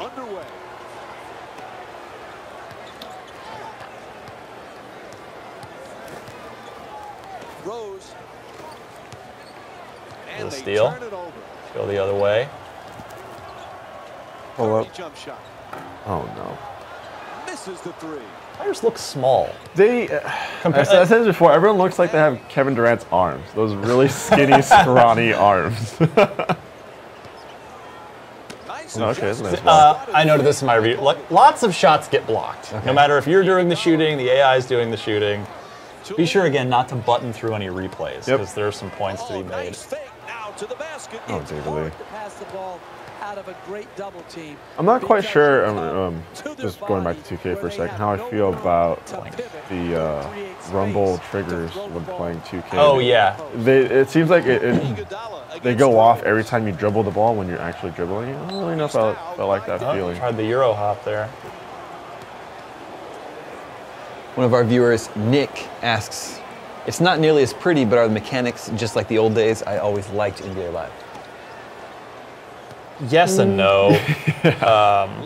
It just, you can see how stiff and awkward the animations are. Every shot's getting blocked. Look at how these guys, I mean, this is not, visually it's not there this year. They don't really show the players' faces off too much at all. Yeah, we'll see that again. Just as long as we don't button through the replays, you'll see that the replays are all from way far away. But mechanically, that was the question. Yeah, I mean, it's got the sort of dribble moves on the right stick, which work well, but it just, because of the animation, it just doesn't feel good. It feels very stiff, very rigid. Off. Yeah, it just doesn't flow well. It's it doesn't really seem like they have the players' like shot releases down. I would agree with that. Seems like there's just like about 10 different generic shot animations that they have, and they just plug that into So we are still scoreless 2 minutes into this. We've had we've had several shots blocked already. We've had several shots miss on both sides, both with Alfredo and the AI. Also, the commentary in this is extremely generic. There'll be a lot of quiet stretches. Just listen to it. Yeah, that's See, no, we're not hearing any player names. We're just hearing generic descriptions of what's going on. For three, he goes for the layup. Yeah.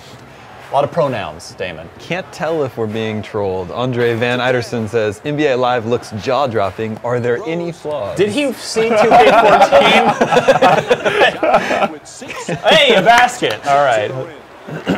Press the replay. Yeah, click that right stick. Next time you see that. Oh, yeah. Yeah, you have to manually trigger replays. Manually trigger that. I don't really know if I like that. I feel like, that kind of takes it away from being an actual, the realism of an actual NBA game. Hit that replay. Hit that replay. Now don't. Here's a chance to see that one again. It's so far away. We're farther away than the gameplay camera now. And yeah, he's totally trolling us. Okay. Rose in possession. We have some insight here from William David. It's a little bit. Anyway, he says the reason for sleeves on NBA jerseys are for sales. Men are more likely to wear a jersey with sleeves and be authentically worn. You know, it doesn't surprise me at all that you gotta pop that, dude. I was thinking backseat driving I was again. thinking that, oh, you tried to pull up? Yeah, with the. Yeah. I was like, wait, hold on. For the folks, it's tough to switch from two different control schemes back to back. Is. And you've just been. I was trying to pull the analog stick, and you got to hit the X button on this one. Hit that replay. Hit that replay. Just want to show off a few of this. Yeah, we'll make the point, but you know, to say some good things about NBA Live. Yeah. It has Ultimate Team, like with what FIFA has. It's a virtual trading card based thing, which is a really great idea, and you know, it works. If just the core gameplay were better, I would like it better. But that's a really cool mode. And then the other mode I really really is called Big Moments, which it recreates like signature or special things that happened in real life games. And they update them like every day or every week. Like the example that I cited in my review was basketball fans might remember Jeff Green. Wait, what's I believe it was Jeff Green. Yeah, Jeff Green. I'm just doubting myself for a had second there. From the Celtics hitting a buzzer-beating three-pointer to beat the Heat in Miami a couple weeks ago. And that, as I was reviewing the game, that popped up as a big moment that I could go in and play. And so it was a challenge. Use Jeff Green to hit a three to beat the Heat at the buzzer. That's pretty cool. And then there's leaderboards for that. Nice. So if you do it, and depending like where you do it, and if you have any time left on the clock, and even since I published my review, they've updated more. So they're constantly feeding new ones in, and I think that's a really really cool feature.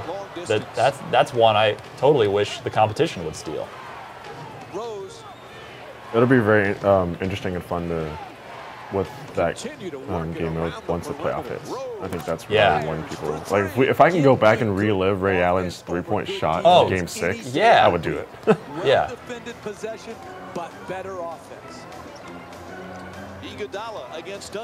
So as it stands right now, is another steal. Is NBA Live the lowest rated Xbox One launch game on IGN? I believe it is.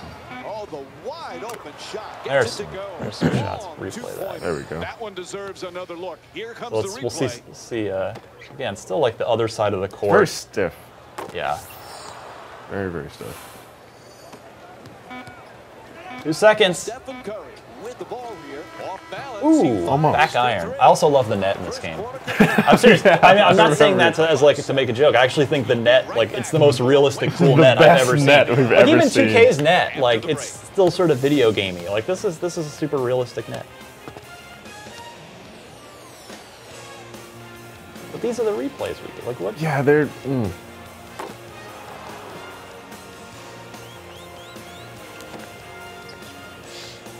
I don't think we're getting any commentary right now. I can't see anything from behind the backboard right there. The stanchion's in the way. We're not getting any sort of commentary. It's just dead air. Only when there was music, but still. Walks it across, lets it go. It walks it across, lets it go. I wasn't really walking it across. I wonder. I don't think we're gonna have time to get to halftime, unfortunately. But we show it off in the video review. If you go to watch the video review on IGN.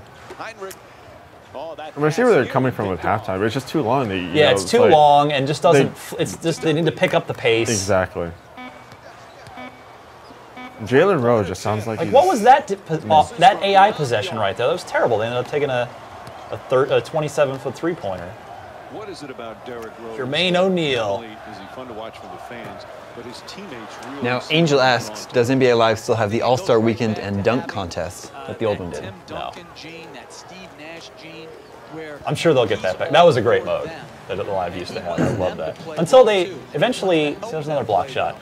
The dunk contest got completely complicated by the end there before NBA Live went away for a while. It was this weird combination of buttons, but yeah, great mode. I hope they bring it back. That's real, and it's appreciated by his team. 3 seconds. 3 seconds. Oh no!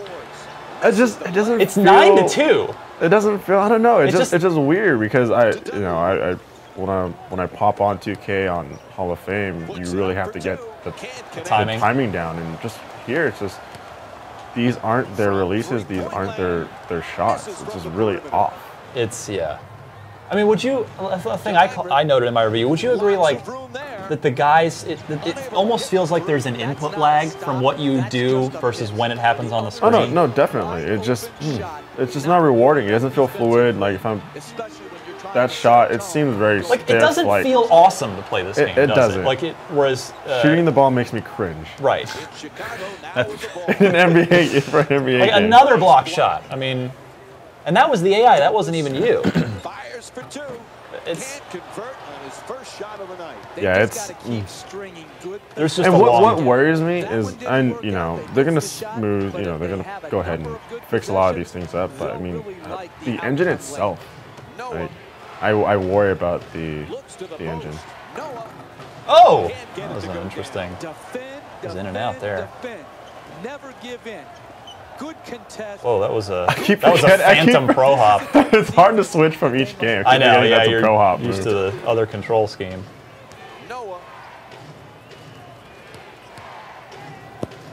Where's it going? Oh. It looked very clunky. So that's a look at both of the there you go. I mean, that's available on Xbox and One. again, I'm not sure. We may have been the first. I'm not sure either one of those has been seen on Xbox One until this live stream. So I hope that helped people making their. From the comments on our Twitter feed, yes, people know the difference for the most part. We're gonna switch gears over to Killer Instinct now. Excellent. We'll bring Vince back in, our main man. He's toweled himself off after that sweat with Fighter Within. Thanks, Alfredo. Thank you, guys. So let's see if the voice command will work here. Wait, what did you say we're doing? Killer Instinct, right? You need a nap after that last one. Right? You all rested up now? Yep, I'm ready to go. Xbox, go to Killer Instinct. There you go. Oh, and it recognized you as well. Nice. Hi. My Xbox likes you. It does? Everybody likes What's Vince. not to like? What's not to like? It's true. Except like stuff, but it's fine. All right, we're Vince, some you're Killer a Instinct fellow here. East Coast a-hole. I Yeah, love you. that's right. I love you. That's right. I'm me from New York, and Ryan here, New Jersey. from, Jersey boy. That's right. The mean streets of rural northern Right, New Jersey. I was just gonna say, yeah, I grew up in the rough and tumble neighborhood of South Nyack. Action Park, man. I've got scars. Rockland County represent. Now is the review for Killer Instinct up? Yes, it is. It also went up on Monday morning. It was. You liked this game. It was quite a different score from my local cycle review. It was an 8.4. I really love this game, and I fell in love with it from a mechanical standpoint almost right away. It's signing you in. Yeah. Thinking your data here.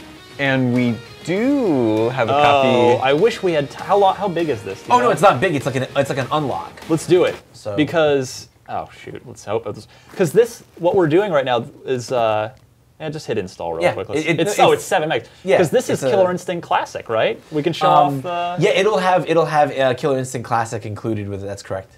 Which works well. It's a very good. It's absolutely a good. Done. A good emulation. Yep. Okay. Back to the game. Yep. And we do have a copy of this to give away. We do have the first party titles. We have copies. Tweet your questions at IGN for your chance to win. We'll answer them live. So I think the first thing to do probably is just look. Like I think what's great. One of the things that's great. You have this trial menu right on the title screen. So challenges. Just challenges. So what's nice is you can say, okay, I want to do this one. Okay, do a 20% damage combo with Sidira. So I click on it, and it selects Sidira, puts me into the appropriate mode. In this case, it's practice mode that it wants to put me in to do this. And I just like how you can, this is what I want to do. I said this in my review. I gave her the crazy hat. That's right. This is what I want to do anyway when I play a fighting game. I'm one of those guys. I'm old school. Like I don't care that much about a story or about, even in arcade mode. Like I play to fight and to improve. So I want to go into the lab and try to get a better combo together, or I want to, test my mettle and see if I can beat my best winning streak. That's already what I want to do. I don't want to, watch cutscenes and whatnot. So. Vince, Randy Hyatt asks. My buttons are all over the place. I just realized I have to redo You have to remap it. What is going on here right now? I'm sorry. What's the question? What's your favorite thing about Killer Instinct? It's the way they worked out the problems, the potential problems with combos. So the problem especially in the original version of this game, back in the arcades, was that you know, you kind of get into a combo and then it's either you get a combo breaker or you don't, and you're just kind of sitting there and watching. And anyone at home who plays a lot of Marvel or watches a lot of competitive Marvel also knows that very same problem. It's like you know, you watch someone get a hit and then it's like you're just sitting there forever while things are happening. Like, for instance, like if you ever watch a good Zero player play Marvel vs. Capcom 3, it's like they get their combo going and like lightning loops in the corner, and it's just like you're just sitting there watching a combo forever, and that's boring for spectators. It's boring for players too, because you're just sitting there waiting for seeing if the other person's going to make a mistake. The way they handle that in this game is by, of course, you always have the combo breaker where you can get broken in the middle of a combo, but then the more interesting thing is that if I know that the person's going to try for a break, I can go for a counter breaker. If I think that they're going to have a read on what kind of combo I'm going to do and they're going to be able to break it, I can drop out of the combo and do a reset. So there's all these mind games that go on in mid combo, so that even when there's a combo going on, and yeah, you can still do long combos in this game, you're not sitting there watching. At every moment, you're kind of mentally dialed into what's going on, and that's what I really, really love about it. Now, there's some talk about Killer Instinct. Is it a free-to-play game? Okay, it depends on how you're going to classify that. That's the tough thing about it. But yes, essentially, it is a free-to-play game because, whoa, what just happened there? Went back to home screen? Went back to home screen for some reason. It is essentially a free-to-play game. For free, you get Jago, and you get every single mode. Like everything that you're gonna see, every mode that you're gonna see here during this demo is something that you can absolutely get for free, and plus one character. And they're talking about doing a rotating free character so that you can, over time anyway, you'll be able to try out everything.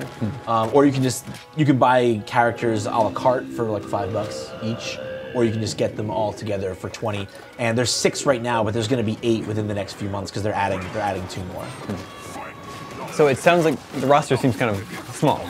Yeah, right now. Compared to other fighting games. Yeah, right now it is. But you know, one of the reasons why I didn't find that to be as big a deal as it might be for some people is because, honestly, and if you watch the competitive scene at all, then you know this.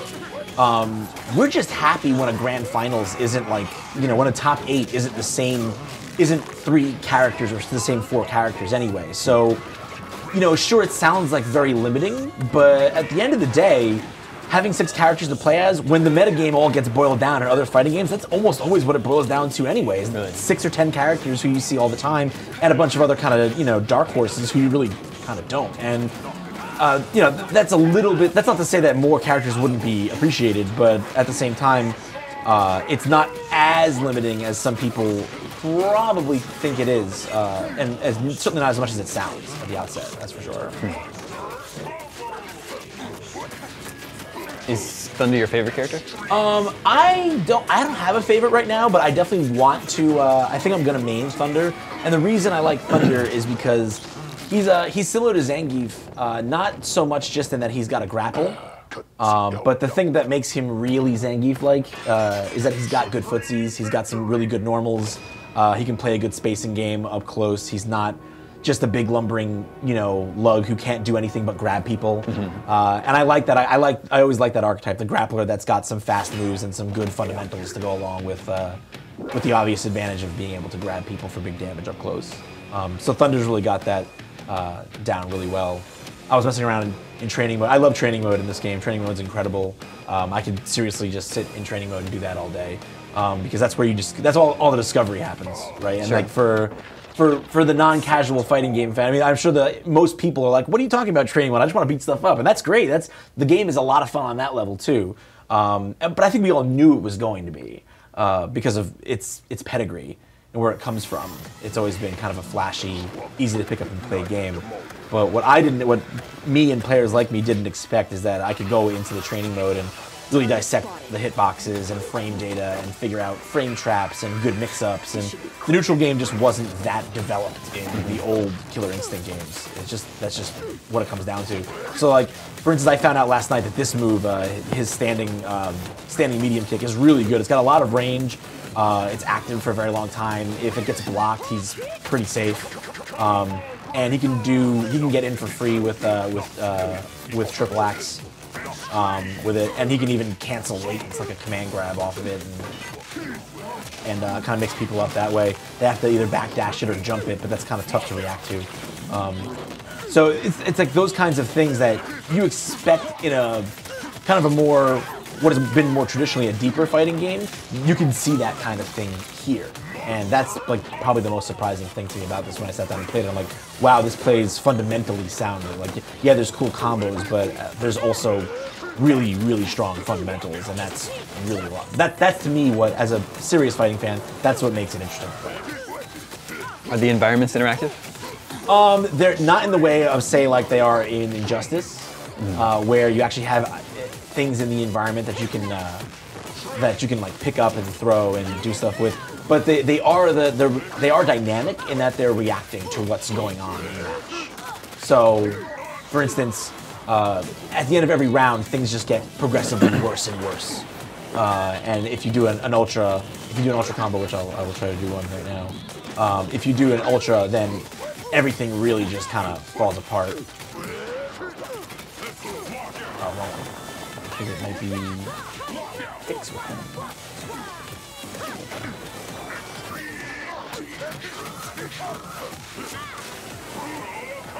Let's go back.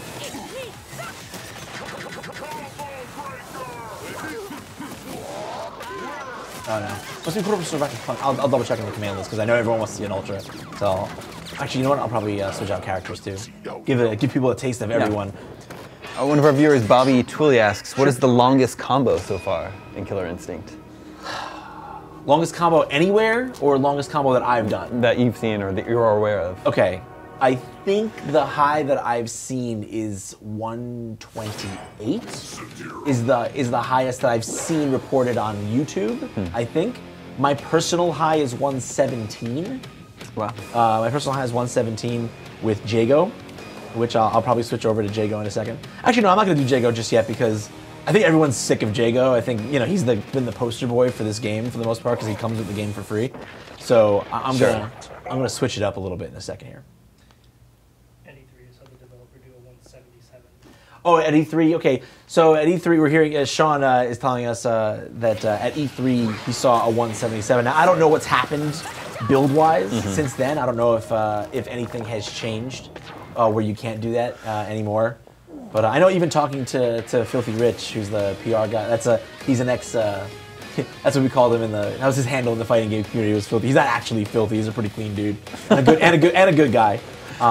Pretty clean. Yeah, he's fairly clean. He smokes, so you know, there's that. Well, there's that. Nah, I don't mean to blow Rich up, but Rich is the man. But yeah, so he was known in the fighting game scene as Filthy Rich before he turned respectable and went into the development side of things. And he's on the team over at Double Helix, is working on it. And the highest he had told me that he had done or seen was somewhere in the 120s. So yeah, let's get Glacius in here. Glacius is a very unique character in this game. He plays kind of like Dalsim does in Street Fighter, in that he has some really long normals that control a lot of space. And then similar to Dalsim, all those long limbs are also hittable boxes. So if the person is being kind of psychic or getting a good read on what you're doing, you can shore you someone out of it or counter poke someone if they're being predictable with it. And something else that he has that I haven't seen in too many other fighting games is he actually has an unblockable, like a very usable unblockable move that just like starts the party. Like it's that move right there. Yeah, I'll show you again. It's this. That's variable range. So you can do it from like 3 different ranges. There's a mid-screen one like that, and if Saber will give me some space, which he usually doesn't.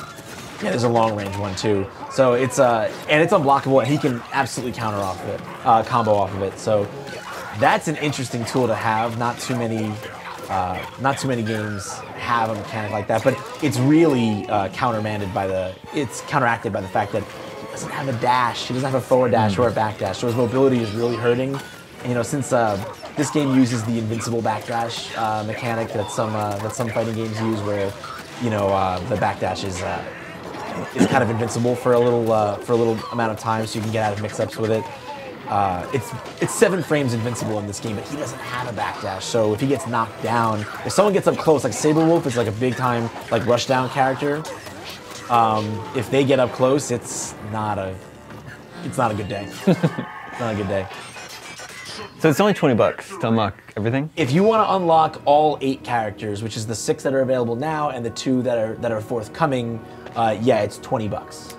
Otherwise, you get it for free. I mean, if you're a fan of the series and fighting games, why wouldn't you just do that? It's a no-brainer. Like, that's the thing, is that I understand and respect other reviews out there who are saying, hey, this feels kind of content light. And I get it. A six-person cast compared to something like, you know, Street Fighter 4, which is going to be approaching 50 characters with Ultra when it comes out, with Ultra Street Fighter 4. And Ultimate Marvel vs. Capcom 3 has over 50 characters. I understand the concern, and I understand where it comes from, but at the end of the day, from the beginning, they've sold this really as a platform. You know, it's never been, we've known from the beginning it was going to be slim pickings in terms of characters up front, but the flip side is going to be you get so much for free, and that it's going to grow over time. But the most important thing at the end of the day, it's not modes and it's not quantity. Everyone who's serious about fighting games knows it's about that sweet science, man. It's about sweet science. It is. That's what it is. It's a science. It's about the chemistry. It is. It is. It's about how all the pieces fit together, and if there's an upside and things for you to learn. And this game definitely gives it to you. I just want to double check Glacius's Ultra here because I got to give everyone one. Okay, it is quarter circle forward with all 3 punches. I want to make sure I've got that mapped properly because this didn't have my my controller mapping.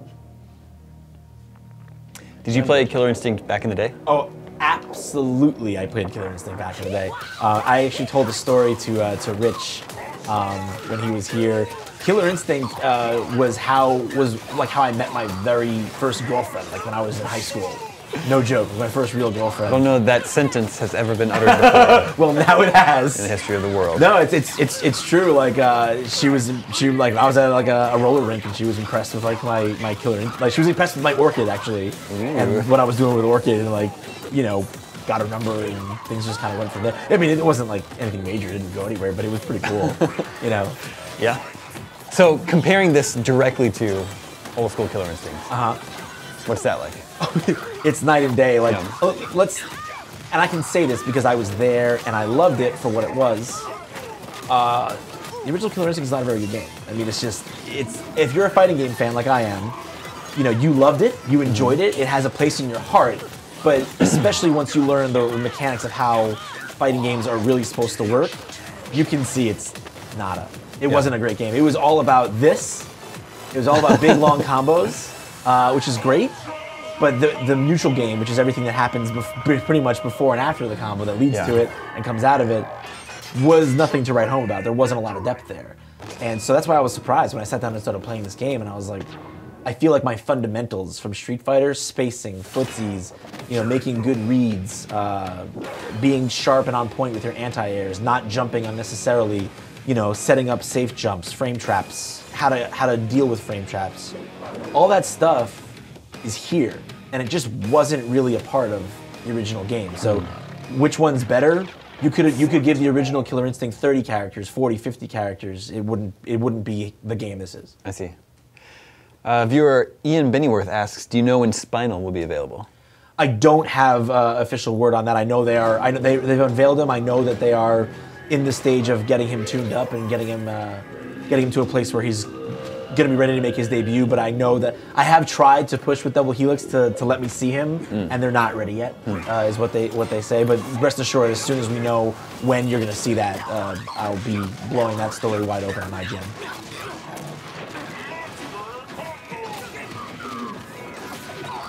And have they unveiled the 8th character yet?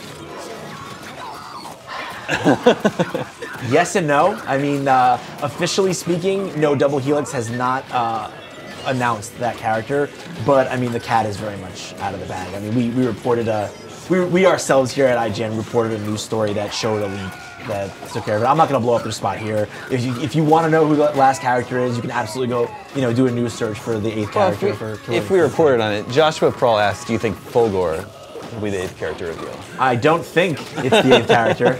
I'll just say that. I don't. That is not what I think at all. But yeah. So yeah, this is the unique thing about Glacius is that he can combo from literally almost full screen unless that happens. So you see that red exclamation point over my head? I was trying to break out of that counter, but I didn't match the proper input, so it locks me out. That's one of the counterbalances of the combo breaker, because especially at the E3 build, people felt like, oh my god, combo breakers are just too prevalent. You see them too much, and it kind of slows the game down and makes offense kind of not worth it in a lot of ways. So they added this lockout system where now if you don't time it right or you press the wrong input, you're locked out. You can't make any more attempts for a few seconds, and that gives kind of the offensive character, player kind of go nuts. Something that they added too that I love, that not many people have talked about is the instinct mode. Now instinct mode is kind of like it's more or less like this game's answer to the comeback mechanics you see in other games. Like in Street Fighter 4, you have ultras, and in an Ultimate Marvel vs. Capcom 3, you've got X Factor, and everyone hates X Factor because it's just like, hey, press 4 buttons and I'm good now. I'm a good player now. But this also has a comeback mechanic, but it's more interesting than all those and more well balanced. So as you take damage, or as you score successful combo breakers, you build up your instinct meter, and once it's full, you can cancel out of anything that you're doing, go back to neutral, and go into instinct mode. And everyone's instinct mode gives them kind of a unique ability. So, for instance, with Glacius, when he goes into instinct mode, he gets 5 hits of armor.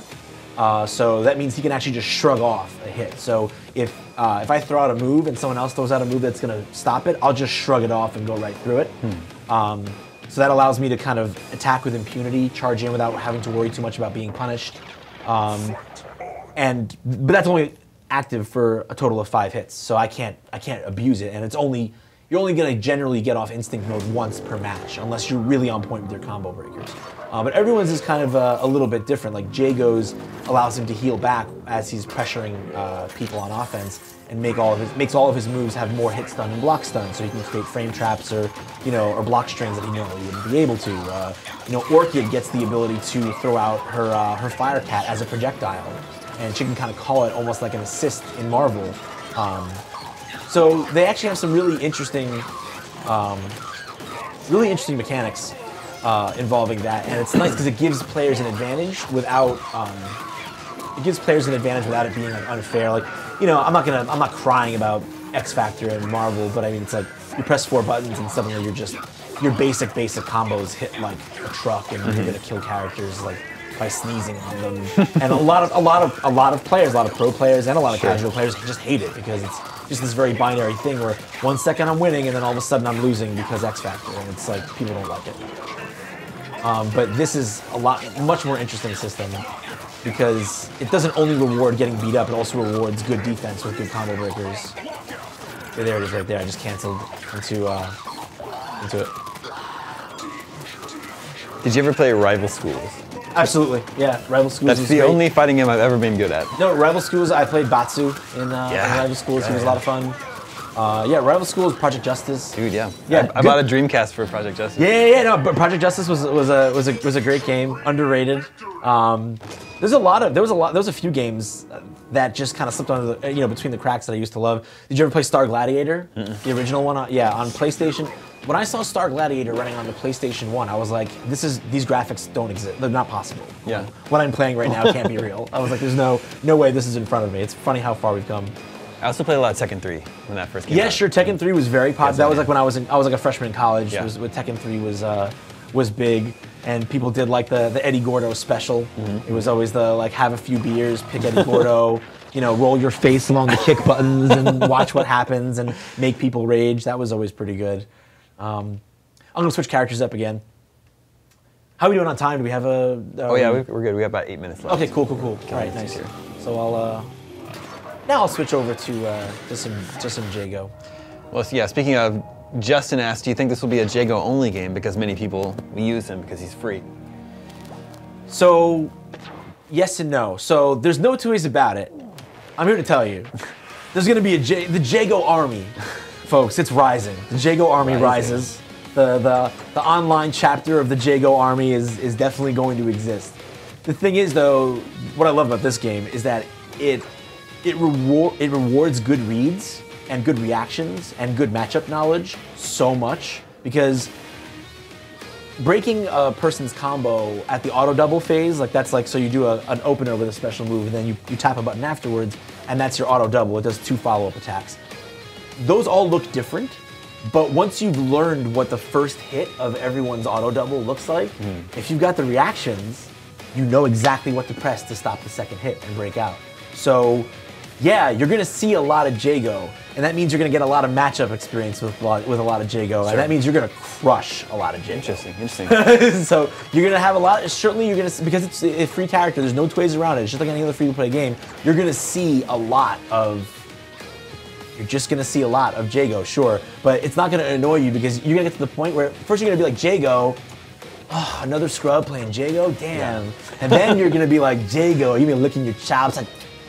Jago. I'm gonna eat another Jago alive. I'm gonna get those free killer points. Because everyone who bought the game, they'll feel ownership of it, and they'll be like, I want to own the guys who are just playing for free. Yeah, exactly. No, that's totally what's gonna happen. All those people who have matchup knowledge, whatever, like the people who don't play human opponents who have the other characters. If you're always just if all you do is fight Jago mirrors, you're not going to be ready for people who know how to play other characters at all. But that said, I'm scrubbing out and playing Jago. Not that Jago is scrubby. Actually, I like Jago a lot because, I mean, people have always kind of jokingly called him the Ryu of Killer Instinct, but they took that and made it kind of literal this time around in a lot of his fundamentals. So any Street Fighter player who plays Ryu knows about this. They know about crouching forward, or as you would call it in this game, crouching medium kick.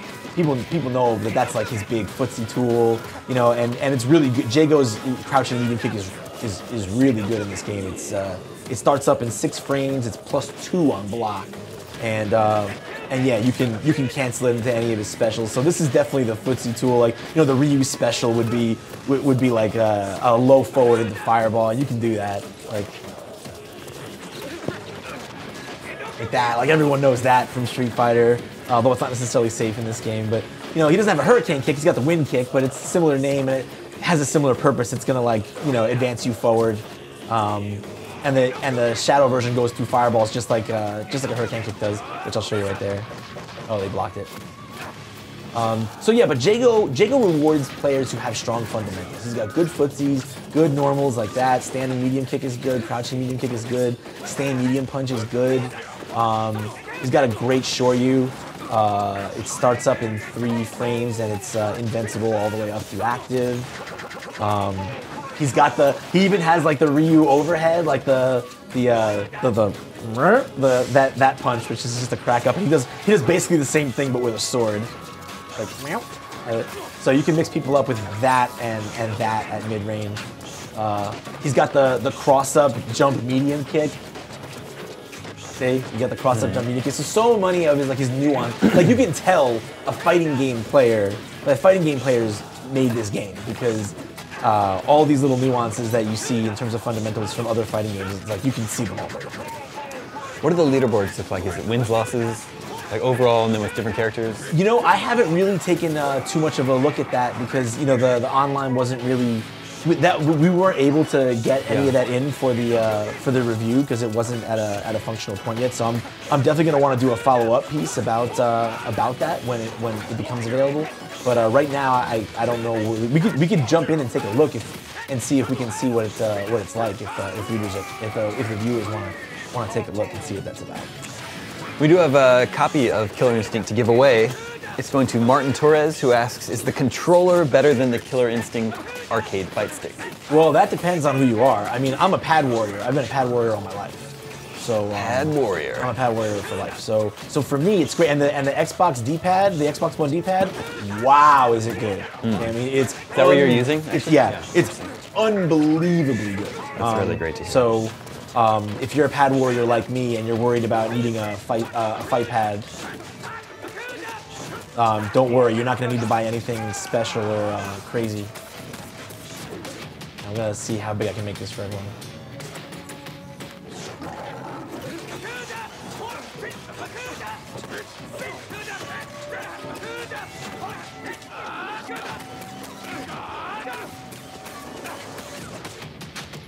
Let's see what we get up to here.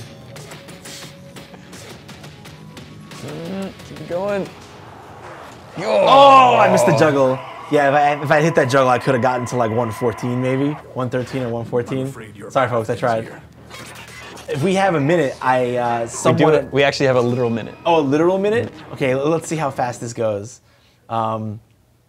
Someone on the Twitter feed wanted to see me play a versus match against the highest difficulty and see how badly I get decimated. Yeah, let's do that. So let's do that. Let's do that real quick. If I can just, once I can quit out. Is this another one where the load times are kind of long?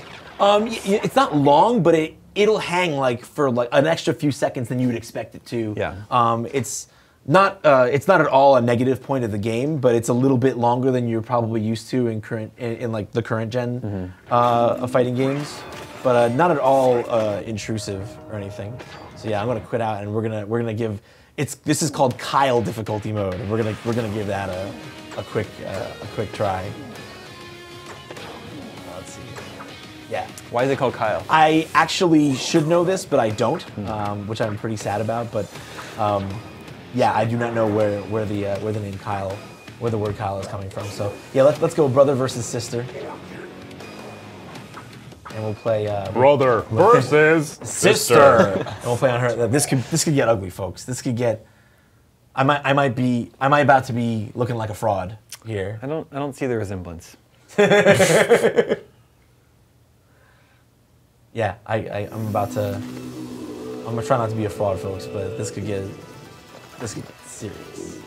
Especially since, when you're playing against the computer, especially this game in particular, there's so much about mind games and mix-ups and that giving the player the okey doke and the fake out. You can't really fake out a computer,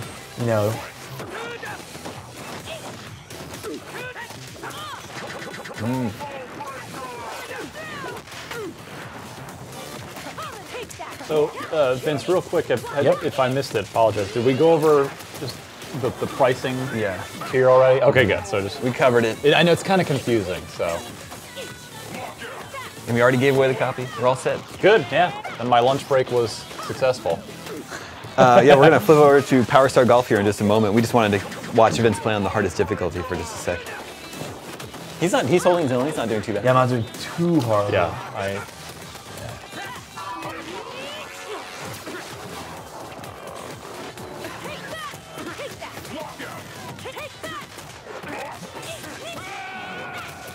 Yeah, I should. That's one round. That's one round. I don't know. I think I might be onto something here. Yeah? I might be onto something. We'll see. We'll give you a chance to prove I yourself. might be onto something. Oh, I'm not onto something. Oh god. Oh god.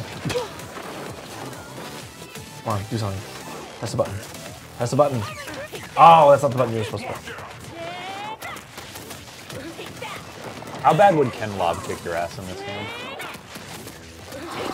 He created one of the creative chiefs at Microsoft, the sort of last major holdover from Rare. Is he good at Killer Instinct? He talks it up. I know he's, and he actively, he was one of the developers on the game.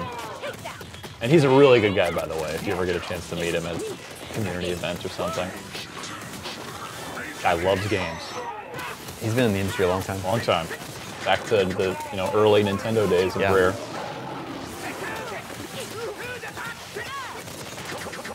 You're close, Vince. Oh! No. Oh no! I went for a counter breaker when I didn't need to at all. Oh! I believe in you, Vince. No, don't believe in me because I'm a fraud. I'm a fraud! It's turned into like a Fire Panther thing. Tiger uppercut. Yeah, I'm a fraud. Confirmed on our live stream. Fraudulent status. No, I can tell you're a legit fighter. For sure. Thank you. Thank you for joining us, Vince. Oh, it's been a pleasure. We're gonna switch out I want to the controller No, back. we shake hands because we are friends. We are. I didn't fight you. We're fine. All right, everything's all good. They just shake hands just every day. I will shake Friendly your hand too as well. handshake. Yeah, we shake on IGN. We're gonna roll over to Power Star Golf. Let's give it a try. Which I haven't seen our review, but I thought this game looked really cool. I was really excited for this game. It's also not coming out because of pending legal action that I have against the developer because they completely use my likeness without my spot on. You play Ryan magician, McCaffrey. some sort of a sorcerer. Yeah, I need to. Let's sign Vince out. Speaking of, this is Marty Sleva. Hey guys, how's it going? You reviewed Power Star Golf? I did not. It was internationally reviewed, yeah. but So they could not make it you're here. a fellow over ponds. fan of, this. Especially of the sort of the heritage of the genre of like Hot Shots Golf and Mario Golf. Yeah, I love those arcadey golf games. Yeah. All right, so let's go to Xbox. Go to Power Star Golf. Look at that. It worked. It likes me mostly. But see me second from the middle there on the left? That's you. That is completely Ryan McCaffrey. Yeah. With that pinstripe suit and everything. And the turtleneck. The yellow turtleneck. I'm turning over to you, Marty. Let's talk through this bad boy. Yeah. I really liked this game from the bits I've played of it. Yeah. It has some neat ideas. Absolutely. It's a really cool... Look, there I am. Yeah. Pulling the rabbit out of a hat. Can you make that face? Can we get a frame... I mean, look at this. It's just not even... So yeah, arcadey. Yeah, very much arcadey. arcadey. Yeah, you're gonna see kind of from the get-go, it feels a lot like, like I mentioned, Hot Shots Golf or Mario Golf. This isn't Tiger Woods. It's not Tiger Woods. No, we're good. So you don't have to worry about that. I'm immature because I'm a baby. I'm not like Vince. I'm not trying to prove anything to anyone. Let's see if we can find him. I think I checked. He doesn't unlock until after the first. All right, we're gonna be Frank, who looks a lot like me. I think that we've all agreed about that, right? Yeah, we're on the same page there. Yeah. More like Mr. Incredible, actually, which is also you. Chisel jaw. He's like Mr. Incredible meets Tony Soprano, isn't he? Yeah, for sure. My caddy looked like Skrillex, which was a little weird. You can kind of see that. The haircut, at least. Yeah, I'm with you. I'm with you. Thin legs. Well, you can pick your caddies, right? You pick your caddies. And they provide bonuses? Yeah, they have sort of Call of Duty style perks, where they'll give you different bonuses so that it's advantageous to choose different caddies. Tap, tap, tap. 3, the old classic. No one saw that. Get up, ball. Yeah, right. One of the really cool things, we're not going to be able to show this because we're not online right now, but it's a really cool ghost mode. Actually, we are online, but we are online, but there's just no one. None of my friends have. Yeah. None of your friends have stolen shipments of Xbox Ones from anyone. But yeah, there's like a ghost mode, and it's called I think it's called Rivals mode. Correct. Where nice shot. You sort of get to play against people's best rounds, and so even though you're playing alone, it does really feel like you're playing right alongside someone else. Yeah. Even if you just you come home from work, you want to play a game, none of your buddies are online, you still feel like you're playing with them because they're right there. Yeah, totally agree. It's a really great idea. Get in the hole. Get in the hole. Get in the hole. Are you too good for your hole? And you should be able to yell at Connect and have the ball sort of just move over because it's just frightening. That would be right. Yeah. Scared of you? Yeah. That's a gimme right there. That is. I mean, that's just. This is. I'm a little worried about making it now because I got to tap the button so quickly. All right, we're good. Boom. We did it. Look at that. Par. IGN.com. That's. That's like my life, par. If I'm lucky. If you're lucky, my life might be more like a bogey or double bogey, but. So yeah, this game's downloadable. It's one of the sort of Microsoft Studios downloadable games. Another $20 game. Yep, another $20 game. I actually think this is, what did we give this again? Like a 7. That's right, 7.0. Yeah, solid 7. Yeah, I feel like this is kind of a sleeper game, like for in the Xbox One launch lineup. I think this is just like it's easy to overlook it, but there's a lot here. Yeah. It's just a really good staple to have in your library. Sure. And honestly, Sony's not doing a whole lot with the Hot Shots Golf. They haven't done. We haven't seen a game since I think I don't know. It's been a while. It's been a while since last Hot Shots. Especially that proper console game, so. There hasn't even been a new Mario Golf game in a while. Oh, exactly. I know what you're doing there. Actually, and EA is they got rid of Tiger Woods himself. Yeah. But they're still making the golf game. Yeah. Now, Miguel asks, can you create a player in Power Star Golf? You can't. No, they're all because they all have not only personalities, that's superficial, but they all have stats. Yeah. They're all sort of different archetypes. That's a pretty good shot. Thank you. Nice a little too shot. powerful. Now, get down, ball. Get down, ball. You're good. Pretty good. Look at that next-gen stuff just floating in the air. And we do have a copy of this one to give away, Damon. Yep. Tweet your questions at IGN. Nope. For your chance to win. Guys, I blew it. Oh, come on, Marty. Guys. You realize we're live. Guys, no, I thought this was a dry run. All right, we did it. Look at that. All right. Results. You are acceptable. Thank you. That's all I strive for. So, the multiplayer here is interesting. It's asynchronous. Yeah, it's right? asynchronous. And So you can play against like the Ghost. Yeah, plays it almost of feels other like people. sort of the multiplayer that you would be playing like on an iPhone game or something. It's worth noting, because the question will inevitably come up, that asynchronous is the only online multiplayer for this. You cannot actually play live online against another person. Yeah, that's a good thing to point out. But I think the asynchronous is pretty cool. Like I agree completely. You play a round, and then I can play against your round. Yep. Months later. Yeah, exactly. Anytime. There's a green in regulation. Fairway in regulation, I should say. Yeah. It is. Yes. Oh, look at that. Something happened. Whoa. You just skipped. I know. I got sticky fingers. You are. Yeah. I'm used to playing at home where I'm just like I'm all business. I forgot we're putting on a show. Short attention span. Yeah, that is absolutely true. It is absolutely freezing in here. It is. Yeah. It's I might have to go to the Halo hoodie. Is that a Everybody? No, I actually have a Halo hoodie behind here on our set, because I knew we'd be iced out. Oh, nice shot though. 4 inches, guys. There you go.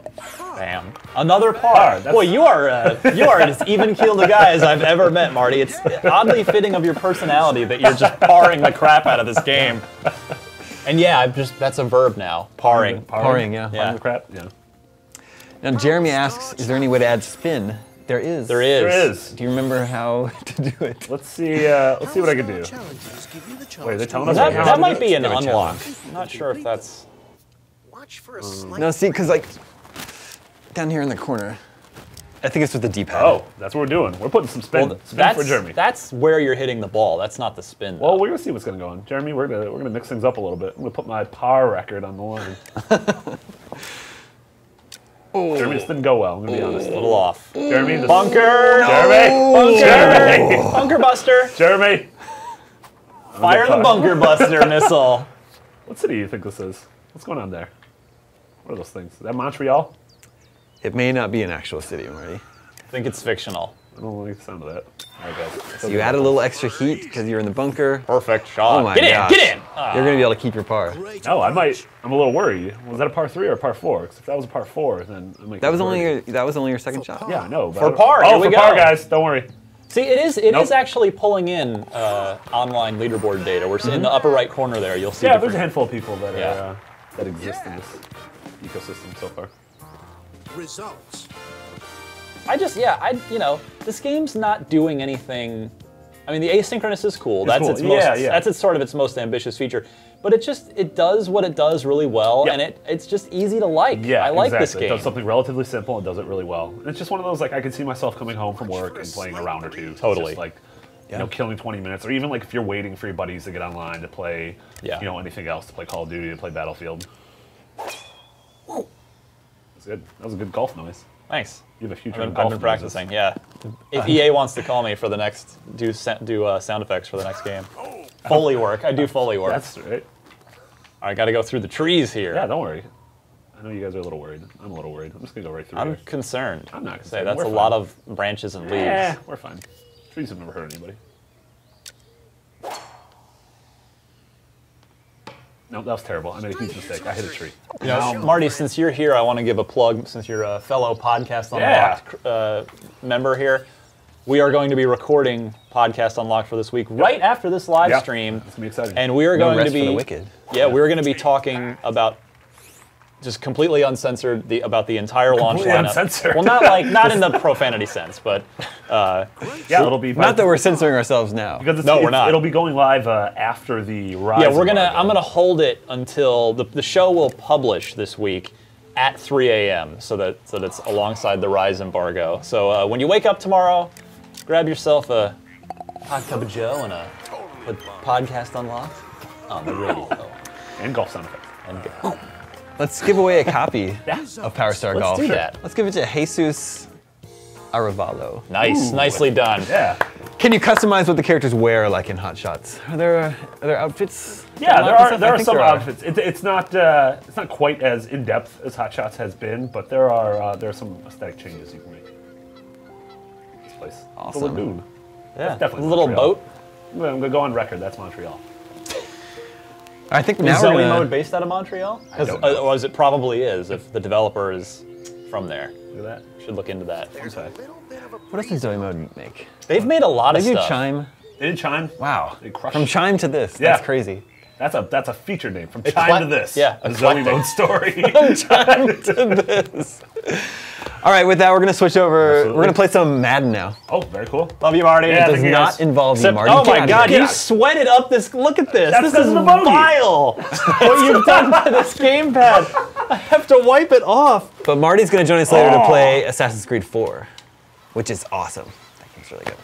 We're gonna bring Bobby on here to play some Madden with us. Yeah, we need the disc for that. We have a disc version of Madden, so Bobby, if you wouldn't mind ejecting any disc that may be in there now back out of this. Let's see. Yeah, NBA Live's still in there, so let's pop that out. What's the rest of the day look like here? We're gonna play some Madden now, and then we're gonna play some FIFA, Need for Speed, Dead Rising 3, Call of Duty, and finally Assassin's Creed 4. Hopefully. Hopefully. We're waiting on it to maybe come in at the last second for Xbox. I don't know if we're actually going to be able to do that, but we're just flying by the seat of our pants here, Damon. That's just like a normal day for us. Good to see you, Bobby. What's Hey, up? What's going on? It's cold up in here, man. It's freezing, Isn't right? it? I'm glad you always came cold, prepared. man. I might have to. Yeah, I'm gonna grab my jacket I'm gonna here turn a little the. bit. I wiped this down for you after that. Yeah, I'm glad you that did, disgusting man. Marty sweated all over it. He only played for 5 minutes. The I know, thing's dripping wet. I love you, Marty. Need his own controller when he come in here. So you reviewed Madden NFL 25. My first review. Yeah. And I got Long time torched for coming. it too, right? Well, Don't worry about welcome it. to- Everybody loves you, and the thing is, you know your football. That's why you did the review for us. Yeah, and it's funny. I even called in like this radio station. Somebody reached out to me on Twitter Yeah. last night. Sim Perspective. They really big in like the sim sports game. Yep. And I just kind of explained to them like the one thing a lot of people are knocking me, especially in the comment section, was how I said it's getting too realistic for its own good.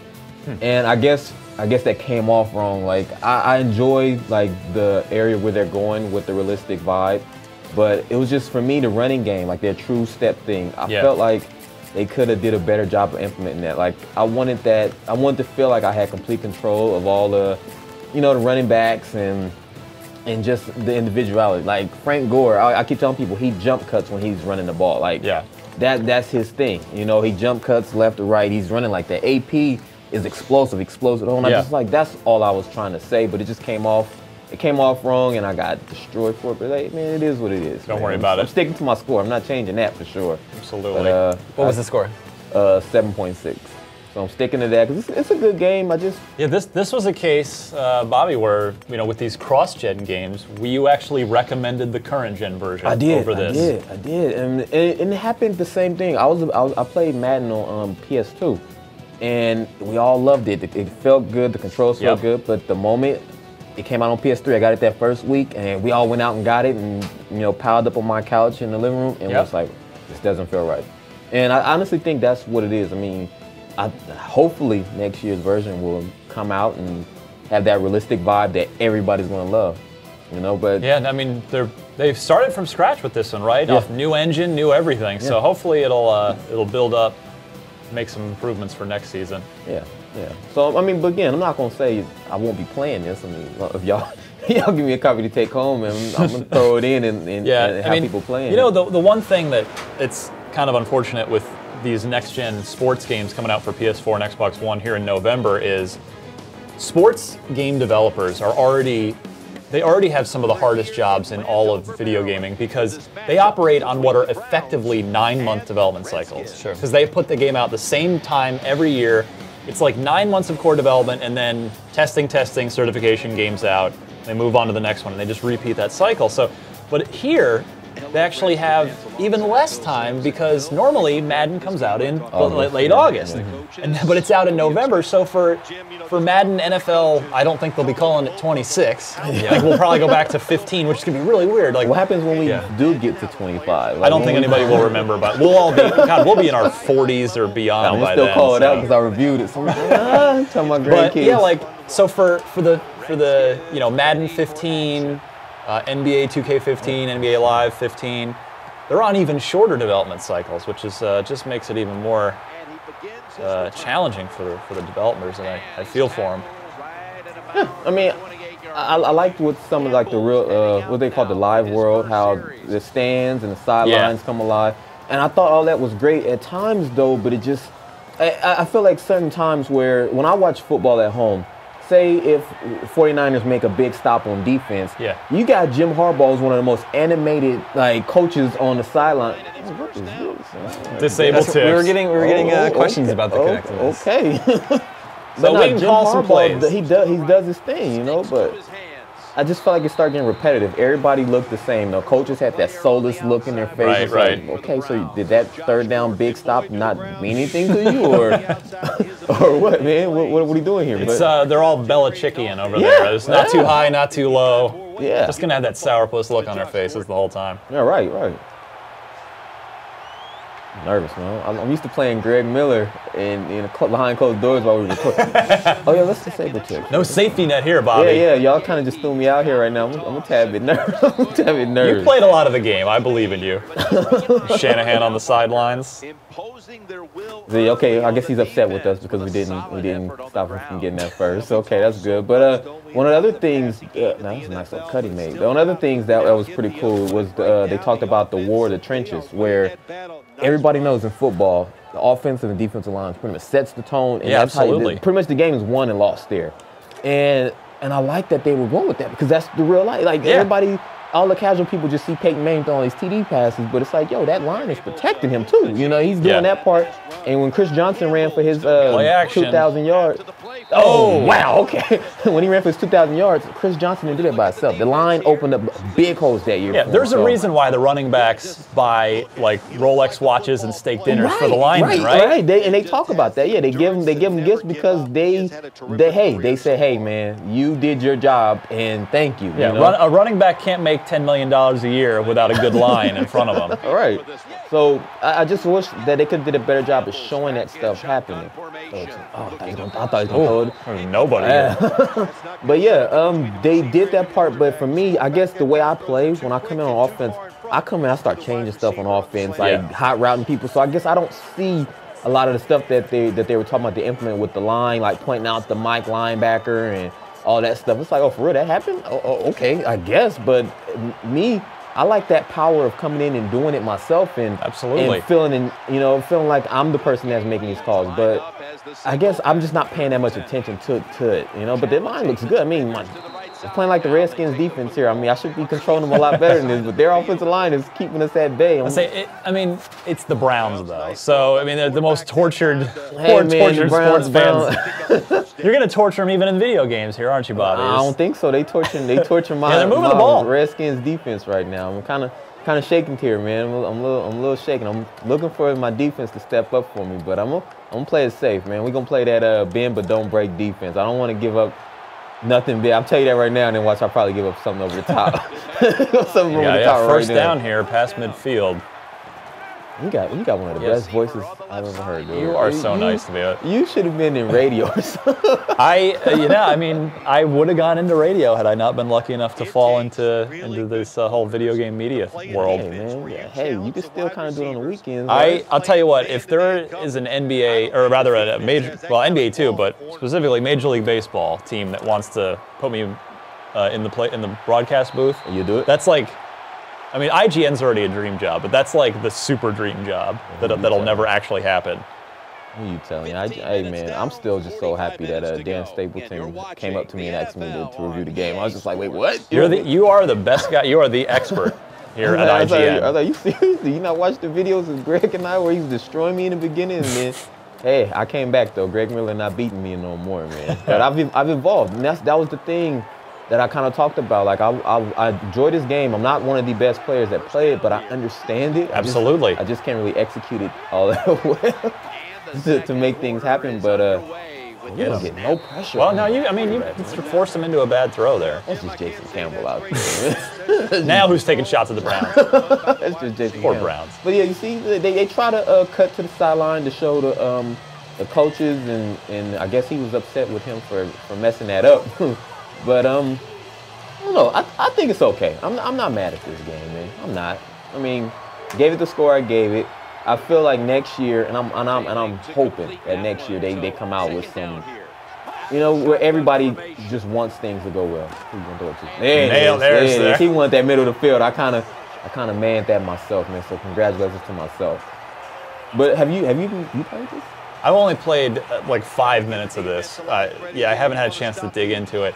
I am cursed to be an Arizona sports fan, so I mean the Cardinals. Like the Cardinals actually 6-4 in real life. Well, right? for now, I mean I'm not. I don't have a lot of faith in. I mean the defense is awesome. I don't have a lot of faith in Carson Palmer. Really? And the Cardinals never have a good offensive line ever. In the entire time they've been the Arizona Cardinals for 25 years. I mean, we had our shot. Yeah. We should have beat Pittsburgh, but I mean, man, that catch. That catch. I mean, hey, you tip your cap. I mean, that was an unbelievable catch. The Cardinals were 2 inches away from a Super Bowl.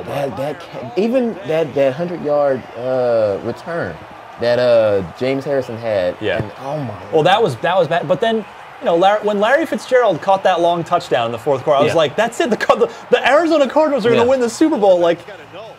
Frogs are raining down from the sky, but like no, sure enough, the Cardinals figured out a way to get beat in that game. Great Super Bowl. Got a good question here from Nico. How big is Madden in the U.S. compared to FIFA in Europe? It is the FIFA of the U.S. Yeah, that is the best way to put it. I think FIFA at this point sells a decent bit more because it's such a global sport and global brand. But yes, it is fair to say. Madden is to the United States as FIFA is to outside the United States, as far as popularity and success. Yeah, I believe that. I want to play some FIFA. I need to get in on that. Who's doing the FIFA? We are bringing in Darren, one of our video guys, a big FIFA fan, is going to come in and play some FIFA for us in a bit. Let me see if I can sit in with him and see what he got to say about the game, because I know he's been playing it. I mean, it's Madden right here we're talking about, but I want to see that too. Maybe get some color commentary while he do his thing, if that'd be okay. All right, now it's time for me to start doing something here on all. Let's see it. Let's see RG3 go to work. RG3. Love him. Wish he hadn't torn up his knee. Man, it's the second time he's kind of gotten hurt too, man. But let's see if I can get that. Nice stop. Nice stop. So got a minute left to go, so I got to keep an eye on this clock. See if I can score real fast. Yeah, homeboy. I can't believe you're running the ball with. Get out. There you go. Okay. I like backseat coaching over here. I like running the ball. I like running the ball. I'm not the man when it comes to passing, man. I'm too good for throwing them interceptions. I can read the defense, but still end up throwing it to the wrong guy. 53 seconds, first down. You're not even. I want to see what you got here, Bobby. No, make me nervous, McCaffrey. Hey. You know what? Hey, if it ends in a scoreless tie, you haven't lost. Right? It's only. You can tie in the NFL. Oh man. Happens every now and again. First down and 10. That would have been timeout. Did I call it? Okay, cool. So I think we might have just connect voice timed out. Okay, that'll work for me. Nah, but I don't want to rush anything, McCaffrey. I want to make sure we got this, man. Oh, you're down to wait. You burned a timeout before you got one timeout left. Yeah, I had to stop it because he was gonna run out on a punt. They was trying to run it down. I was paying attention. I was just like now I'm paying attention. I just want to make sure I'm doing what I gotta do. Get in there. Get in. Back that up. All right, now I gotta hit the sidelines with everything else. Everything else is sideline, McCaffrey. What's third? All right. I believe in you getting into field goal range here, Bobby. I think it's going to happen. Got it, man. The sweat's starting to drip under my... You kind of got me nervous now, McCaffrey. I don't know. I don't know why I would ever make you nervous. I was just trying to be cool out here, but now... Pick that up. Pick that up. Oh, pick that up. Here we go. Pick that up. Sideline. Pick that up. Oh, that's all right. Spike it. We're gonna go for a play. I like the confidence. That's it. That was a nice job that time. Fooling the defense. Take that from me. Take that from me. Come on. Get back to the line. Get back to the line. You spike this, right? Spike this. You're within field goal range. You got clock ticking. Get that. Am I really annoying right now? No, I'm listening. I'm listening to you. I'm listening to you. 10 seconds. Now it's time to pack it up.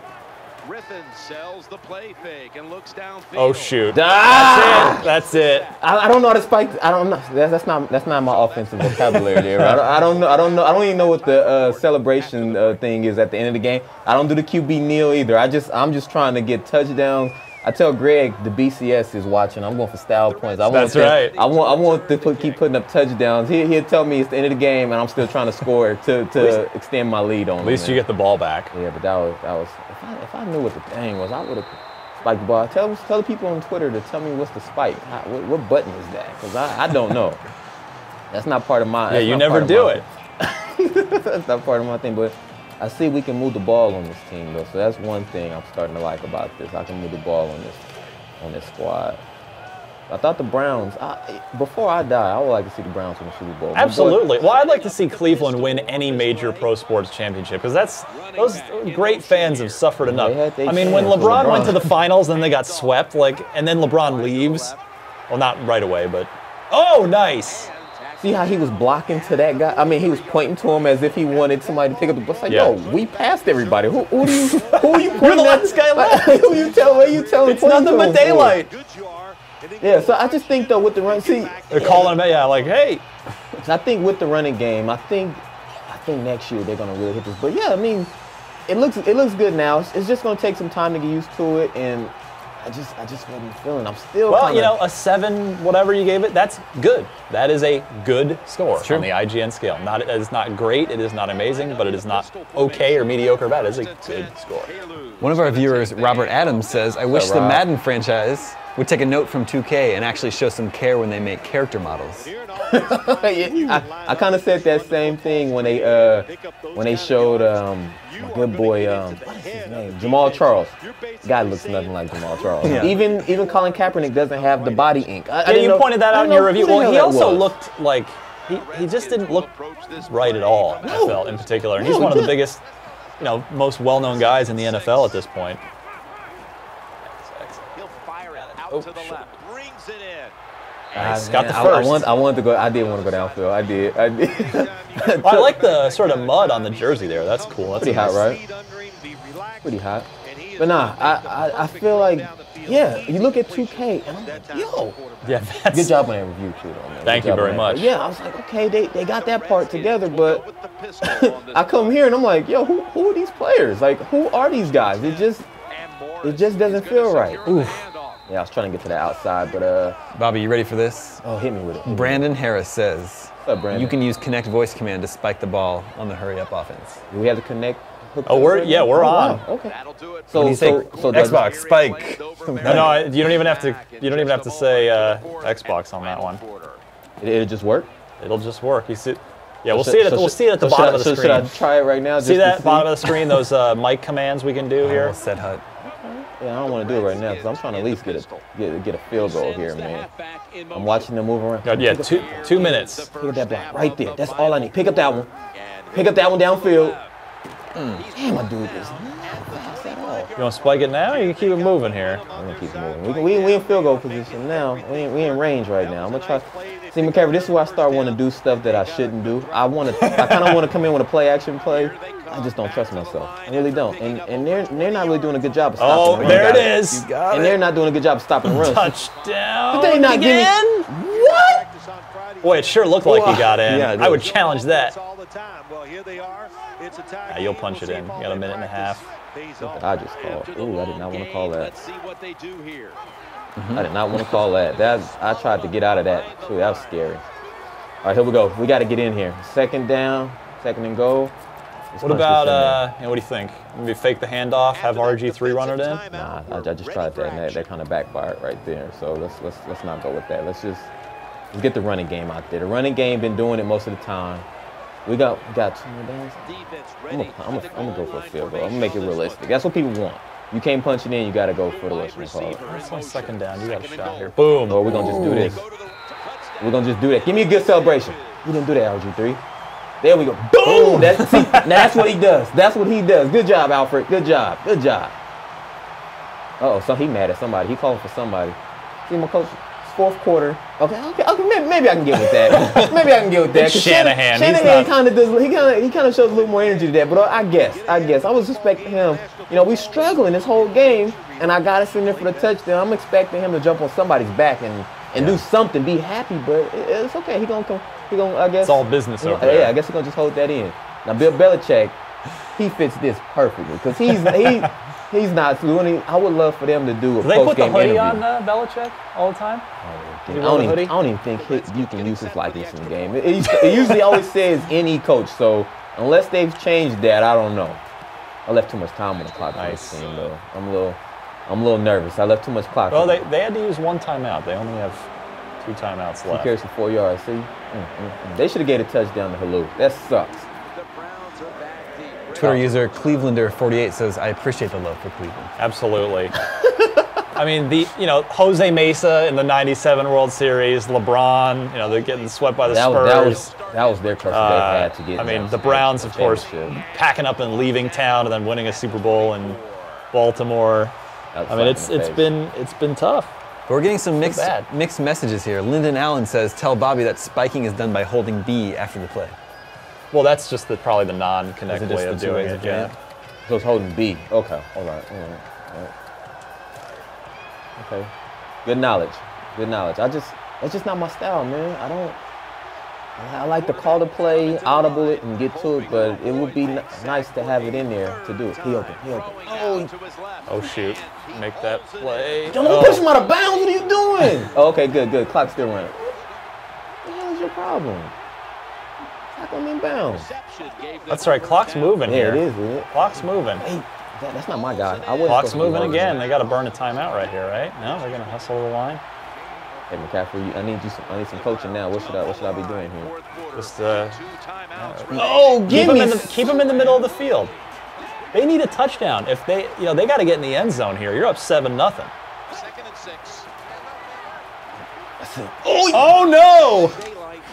No step forward from Jason Campbell. Get out of here.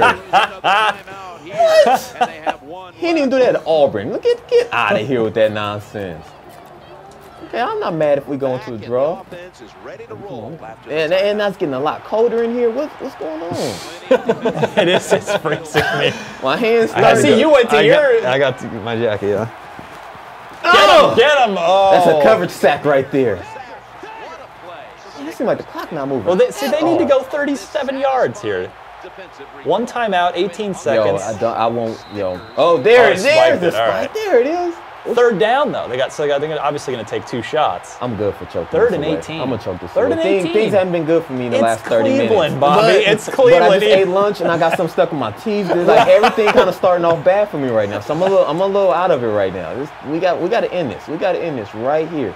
We need a game-ending pick, and the coach needs to go crazy. Come on, Fletcher. Woo. So you like to rock that sort of free safety back there. All right, they're burning their last time out. They got 1 shot, 4th down to get in the end zone. I'm gonna go, man. Yeah, I'm gonna have to. Fletcher don't have to do this thing. Just hey, we gotta hang. We gotta get 3-man rush. We gotta get some pressure with the 3. Get off. I thought he caught that. That's how you do it, fellas. Take a knee and it's over. D'Angelo, thank you, bro. Thank you. Boy, Cleveland can't even catch a break in the video game. That's a classic Greg Miller pick right there. That's exactly how Greg Miller does. He throws it right into the coverage, and 3 guys around him. He almost came down with it. Well, he had to put it up. Hey, that's how you do it. And being the person I am, I want to run the ball, but I love you're not even going to take it. No, I am. Oh, they telling me not to though. See, this is the stuff I'm talking about. They don't even. No, we ain't doing that. We're gonna go by player. We're gonna look at RG3. Where's it at? Is that? No, not the spike. Where is it at? There it is. What they call it the victory formation, right? That's what we call this, the victory formation. You come up to the line. Oh, maybe the problem is that you might give up a safety if you're. I don't care. Hopefully not. I don't care. I kick it off to him. Yeah, you're right. And I can't even audible out of that either. You should be able to. It's not letting me. Audible. 5 seconds. Xbox audible. Too late. Pike, snap it. Takes the knee. So that's a 2. Why would I want to say Gatorade? Connect was telling me to say Gatorade right there. Oh, for the Gatorade bath. Xbox fake. You can just do that? Well, apparently, no, at the end of the game when you've won, you can dump, Oh yeah. shower the coach. But we don't know that it's over because this cat. He might run it back and you might lose. He All might right. not. He might be going down to the ground. Well, McCaffrey, Now that you was say Gatorade. exciting. You kept, it's good. Bobby, you made some good TV right there. That was Good- exciting, Good wasn't internet, good internet broadcasting. Good job, RG3. 7-2. Is this a? We're playing baseball out here. Is this a We're playing baseball. Nationals Indians game? Nice. Nationals Reds. Hey, you take the W any way you can, Ryan McCaffrey. That's right. Any way you can, and I'm just happy I was able to come here and just get a victory. And hey, for all Dignity maintained, Bobby. Yeah, I mean, this is beautiful TV. This is the Sony I used to have on my desk. They took this from me, man. I'm wondering why. Yeah, this is the Sony they had on my desk. They left me with the Sharp. Hey, I'm happy you guys. Sharp's nice TV too. I'm glad you guys had me come on. You got any more questions for me, or? It actually worked out really well. It's about time to switch over to the other football, to FIFA. Ah, yes. Right. The global version of football. Yes. Well, thanks for having me on here. Actually, before you go, Bobby, Paul Dobman has a question for you. What's up, Paul? You used the PS4 controller last week. Which controller do you prefer? Good question. You know what? The Xbox feels a lot better in my hands. The only problem that I'm having with the Xbox is when I go to Audible, when you press the right bumper, it kind of gets jammed here and there where you have to kind of tap it a few more times. But outside of that, I do enjoy the Xbox controller more than the PlayStation 4. Boom. There you totally subjective. Everybody's going to have their own. Right. He's an idiot. The PS4 feels better. I mean, it is what it is. It is what it is. But that's my answer. Good Thanks stuff, a lot, Bobby. All right. Thank you, sir. We're going to switch over to FIFA. We're going to bring Darren in here. You may have remembered, if you watched our PlayStation 4 stream last week, a man who you may recognize behind Darren the camera from such other live streams as the one last week. And yes. So we need to we need to eject the Madden disc, and we do have FIFA on a disc as well. Sean is on it over here. I asked Bob if he wanted to stay to watch actual football. But oh, stop it! He said no. He said he is interested in FIFA. He said he wants to watch you play. He sat with me last week and watched me play, and we actually had some of the same gripes about the two next-gen games, Madden and FIFA, like the same exact gripes. Most of it's character models, stuff like that. And we both agreed how much we love 2K and how much just looks better. I think I'm going to the Halo hoodie. Consistent with the sport game, so. You can't resist any longer. Darren's pretty bundled up over here. I am bundled up. It's raining outside. He knows. It's colder in here than it is outside. You video guys keep the studio frigid. All right, we're booting up FIFA 14 right here. Yep. Are you going to play your team again? I am going to play as Chelsea. That is my team. So I immediately have made enemies by saying that, but hopefully I made a couple. Well, but you also make friends when hopefully, you say that too, right? Hopefully. Soccer's like a blood sport. The fans will actually murder each other. Yeah, and it's like way worse than video game console fanboy wars. There's actual violence in the stands. Well, sometimes out of the stands too. That's right. Out on the streets. Notice I said pitch. Yeah. Not field, right? We gotta get the vernacular correct here, otherwise we get called out for it. But yeah, no, I like FIFA on the Xbox One. I haven't played as much of it as I wanted to before this, but I'm coming from the 360. That's where I play all my FIFA on, anyways. Can you talk about some of the big differences between? Or is this just a new different graphic or up? Is it just prettier between the 360 and one? Current gen. It's prettier, right? It's the same. It's the same differences between PlayStation 3 and the PlayStation 4, right? So you got the 3D dynamic crowds, you got the Ignite engine now, and you get better player animations. There's a lot more variety to the animations as well. So they made a big deal about the Ignite engine at the Xbox One reveal. They did. I mean, I'm not feeling it, right? It's nothing spectacular to what I feel. There's these 3 games that are using it right now, right? There's sports stuff. Yeah. I mean, I don't know if NHL next year is going to also run on it or what, but it's technically, from what we've seen in these 3 games, it is not super impressive as a piece of technology. Now this is new. I've never played with the Kinect before, so I have no idea what. I think we can just ignore it. What commands it'll have me do. But what's the third game on Ignite? It's Madden, FIFA? Was it Madden, FIFA, and NBA Live? But is the UFC game going to be on Ignite also? I think it is supposed to be, yes. Yeah. I think all of their sports games. So it's a little easier, obviously, to judge the games I've been out before and compare them to now how Ignite affects them. But what I said last week with PlayStation, right, is just that my player just felt heavier. It felt like when you made a cut, you put more weight on that leg. You know, is that a good thing or a at bad least in thing? FIFA. It's just a different thing. Different thing. Yeah, it's just a different thing. The one thing that both Bobby and I were talking about actually. Let's jump into a game. Oh, it's getting going here, yeah. So the one thing Bobby and I were talking about last week is just how the EA games here don't seem to have the individuality as like 2K14 does, right? Right. 2K14, you got the guys doing jump shots. It looks like their jump shot.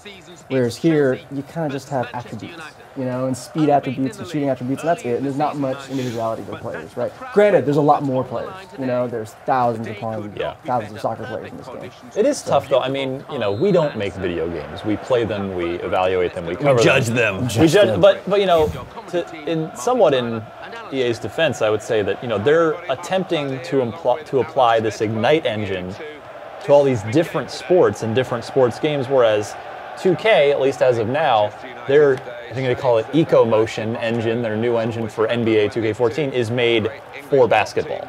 They're not making a baseball game with it. They're not making a soccer game with it. But still, does that matter to the guy paying $60 for the game? No, it doesn't. They see NBA 2K14 and they're like, oh my God, that looks amazing. And they see, some of these Ignite games and they're less than wowed by them. So I'm gonna try and score a little more than I did last week. Just putting it out there. Nobody scores in soccer. I'm gonna try and Can you play a full game in 20 minutes? Oh yeah, definitely. Yeah, these games go by pretty quick. They're about 15 minutes. Now, what this game has going for it, and FIFA has for a while, right, Darren, is great animation.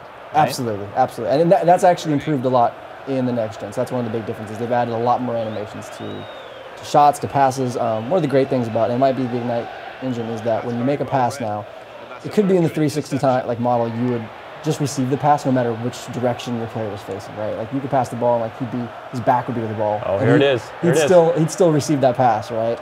And that makes no sense. Ooh. And in this one, they actually square up to the ball and receive it, face first. So that's kind of nice, a little realistic touch. They put their foot over the ball and roll it over the ball when they're trying to keep it away from defenders. They didn't do that in the 361. So there's little small animation details that don't really change the way you play. There you go. But yeah, it doesn't really change the way you play. It just looks great. I'm more excited. I said this last week also. I'm more excited to see next year's FIFA. Yeah. That's where I feel. Well, but again, the point that I made earlier before you got here was that next year's PS4 and Xbox One sports games are going to be developed on a shorter cycle than usual. Yep. So it's possible we might not. I mean, I hope I'm wrong here, but just sort of taking a step back and looking at it, these guys aren't going to have a full development cycle. This is for all these sports games until the 2015. Yeah, the games that come out in 2015, which will probably be all called 2016. Well, the one thing I was happy with, and maybe I might be wrong, I might see it next year, is that when the Xbox 360 came out, there was no FIFA game for a while. Right, there was also no NHL. There's no NHL now. Yeah, and they actually put out one of their FIFA Road to World Cup games, which was, actually the last iteration they did wasn't bad, but the 06 one was just horrendous. It was this dumbed down version of FIFA, and that was annoying, because it's like, if you're a soccer fan and you want to play FIFA, like you're stuck with that, on the next gen console for like almost the whole year. At least this time it's like, you get the full-fledged FIFA game. Oh, the Wii U came out with kind of a dumbed-down version of FIFA 14 last year. So it's nice that they did this, right? Like, I could see no other way, but... Now, Noah, or Soviet Jive Turkey, says, I heard that FIFA 14 from the start has been optimized for Xbox One. Is this clearly noticeable in terms of the new physics and mechanics? I haven't noticed it. I can't imagine. I mean, I think that's all just marketing stuff. The same way that... No, I mean, it is. It's like... You look at, so NBA 2K14, some folks online were squawking about our review saying, oh, you couldn't have played the Xbox One version of NBA 2K14. It's only ever been shown on PlayStation 4. Well, that's because it's just a marketing partnership where Sony partners up with 2K so that to sort of try to make people consciously or subconsciously associate their game with that console, and EA has been doing that with their sports games with Xbox. They look and run exactly the same on both consoles. Let me work it in there. Yeah, I see no difference. And like I said, I've actually spent a little bit more time with the PS3 one rather than this one, but... You mean PS4? Sorry, PS4. So I'm still trying to catch up on the next gen now. But yeah, there's no difference, really. You know, maybe graphically, I don't know. That's a technical eye. You know, yeah. Well, you're a video guy. You're a visual person. You would see it. You know what's funny is I'm too busy playing. Though. That's the thing. It's you kind of just get wrapped up in it. You go, yep, this looks better. Yeah. Or no, it doesn't, and then you forget about it. So people have asked me, like, should I upgrade? You know, if you want the prettier graphics, you want to see some new animations and stuff to kind of liven up the performance. You're a little tired, maybe of FIFA 14 already. Go for it. Otherwise, that doesn't sound like it's worth $60 to me. You know, well, no, I believe this is the one you can do the. You can do the upgrade. You can do the $10 upgrade. Oh, well, in that case, so $10 I mean, anytime it's $10, you might as well go for it, right? Yeah. So. Now, Gene says, "OMG, Darren looks like the brain surgeon killer from Dexter's last season." That is the thank you, I guess. I don't know. Is he a handsome killer? I don't know. Thank you, Damon. Man, so many compliments. No, that's the first time I heard that one. I sometimes get Rick from Walking Dead a couple times. Oh, yeah. I don't see that, I can see or that. whatever. I guess I could do that dazed. You rocked an awesome Wolverine look for Halloween this year. That's true. That's Thank true. you. The chops. The chops, the hair, the suit, and the whole thing. But as you can see, this is very realistic to real football. It's no. Yeah, I'm falling asleep. So I know it's funny that a lot of people. I'm just joking around with you, obviously, because a lot of people are always like, Ryan, how can you like baseball? It's so boring. I'm like, no, it's not. It's the same thing with soccer, right? It's the nuances to the game. Yeah, of course. Yeah, you kind of learn to fall in love with. And actually, I'll say this. I mean, I don't think FIFA has much competition. I don't think PES is a big competitor of theirs, in my eyes at least, right? Right. No one really goes back and forth like, oh, which one should I get? But it's a great ambassador to the game, honestly, to like bring people in and make them fans. I know a lot of people who play FIFA that could care less about any soccer league out there in the world. Sure. Like, they really don't care about the EPL, they don't care about La Liga, but they play this and they love it. They have a good time with it. So it's a great ambassador to the sport, which is good, at least in America. Who's that? Is that Dexter? Sean Finnegan, our producer, showing me a picture. I guess I can see that. Not bad, yeah. If I shaved, I can see that. He's got the. That's not him. That's not the right guy. There's another guy that he looks like. I'm just glad the control room's not pulling up a screenshot of this and taking it. I'm happy to know. How do you know they're not? I know, that's true. Now, Ryan, Noel here has a very important question. Does the HD DVD player work on the Xbox One? You're not the first person to ask that. I believe back during our Ask Microsoft Anything series, the answer is no. It does not work. If you've still got one, enjoy it. What am I going to do with my copy of Peter Jackson's King Kong on the DVD? Put it with the King Kong game that came out on the Xbox 360. What do you mean? The King Kong game was actually really good. There's a few games that I've bought, right, where I go, oh, I can't wait to buy it, and then I get my hands on it and I go, oh, I was duped. That was one of them. I disagree. I actually thought it was. I mean, it wasn't like an amazing game, but I thought it was a really good game. I finished it. I had a really good time with that. That was an almost launch game back in 2005. Came out in December, right after the 360 launch. So it wasn't actually, it was in the launch window, right? Correct. It was one of the first games to release after launch. I hit some more shots here. It's entirely my fault. Yeah, the two big December games I know of for anyone that's already, as video gamers are wont to do, already looking ahead past the launch lineup. You don't even have your console yet. We do that, yeah. In December, you've got Halo Spartan Assault, the port of the tablet, Windows Phone game. Yeah, that nobody played. But now you'll get to play it with a real controller. Yeah. And then also out in December is Peggle 2. That is true. Do we have that release date yet? There is no date, but they have told us December. We just don't know when in December. And we also know that it's $12. Yeah. Which most of these digital games that we've been showing are 20. And Peggle 2, we've played Peggle 2. And it's so $12 worth. It's awesome. It's really good. I love it. I think it was see me do this. See me do this. I'm raising my hand. So what is Kinect trying to do right now? He could snap it. Oh, that's snapping. Got you. See, I haven't played around with the snapping enough yet, which is... I was watching our walkthrough demo with Fran. Yeah. And I don't know if that... We're having some issues. I don't know if that sold me on the Xbox or not. Yeah, and I don't know if that's Fran or not. That's the thing. Well, you saw that it likes me better. He did. It liked you a lot better. Now, to be fair, this is my console, but it should recognize him and his profile. And, I had that with Destin actually too. Destin was playing around for a couple days ago, and I walked in and I was giving commands and it was working perfectly for him. Signed in as him, and then Destin, same commands, couldn't do it. So I'm curious if it learns. It's weird. Does it learn your voice over time? Maybe is it like a, like a tablet keyboard almost that it just gets better with the use? But now, Darren Too Fast asks, how do you like the Xbox controller when playing FIFA? I actually like it better than the PS4 one. I mean, if I'm going to compare it, yeah, I like it better than the PS4, mainly because it's the same reason why I prefer it in first-person shooters too. I just like the offset analog sticks. Yeah. I don't know why, I just do. It's a personal preference. It's totally personal preference, yeah. but some people like the side-by-side with it's the It's very much like a shooter in the fact that, like, you aim with the right analog stick, like when you're shooting and passing and stuff. So to me, it just feels right. I'm gonna put one in here for you. Come on, we need a touch goal.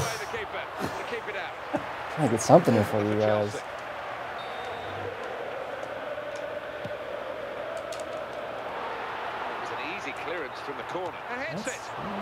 Keeping the tension up here.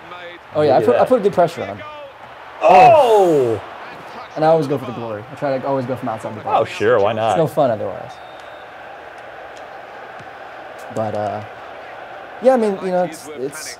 I'm excited to actually get on and play some like 11v11 and just kind of see, if the community kind of transfers over to the Xbox One also, because I know the Xbox 360 community is huge with FIFA, and it may take some time. Yeah, I mean, they're just that's actually a hesitation of mine, right? Is maybe not to make the upgrade yet, just because. Oh! This is embarrassing. And I chose Man U because my buddies are Man U fans, and I wanted to beat them and just win later, but this ain't gonna be good. Yeah, it just backfired on you big time. Any true football fan knows how agonizing it is to be a supporter of any team. Not as bad as Cleveland, though. We can't all be athletes, but we can all be athletic supporters.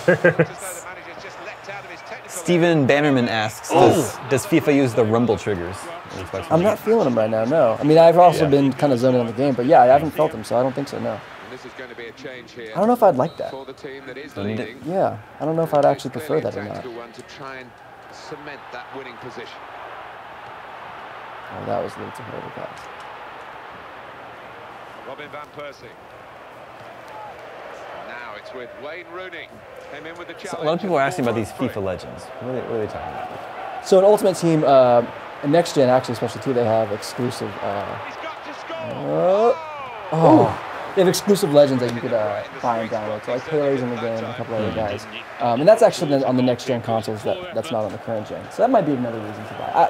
To me, it's not. I mean, like I said, this game isn't. They don't personalize the players enough to make it interesting to get a certain guy and play with a certain guy. Like it's all, their attributes and stuff like that, and that's pretty much it. Nice. Oh, great save. The defender dealt with it. So you guys are starting to appreciate the little things.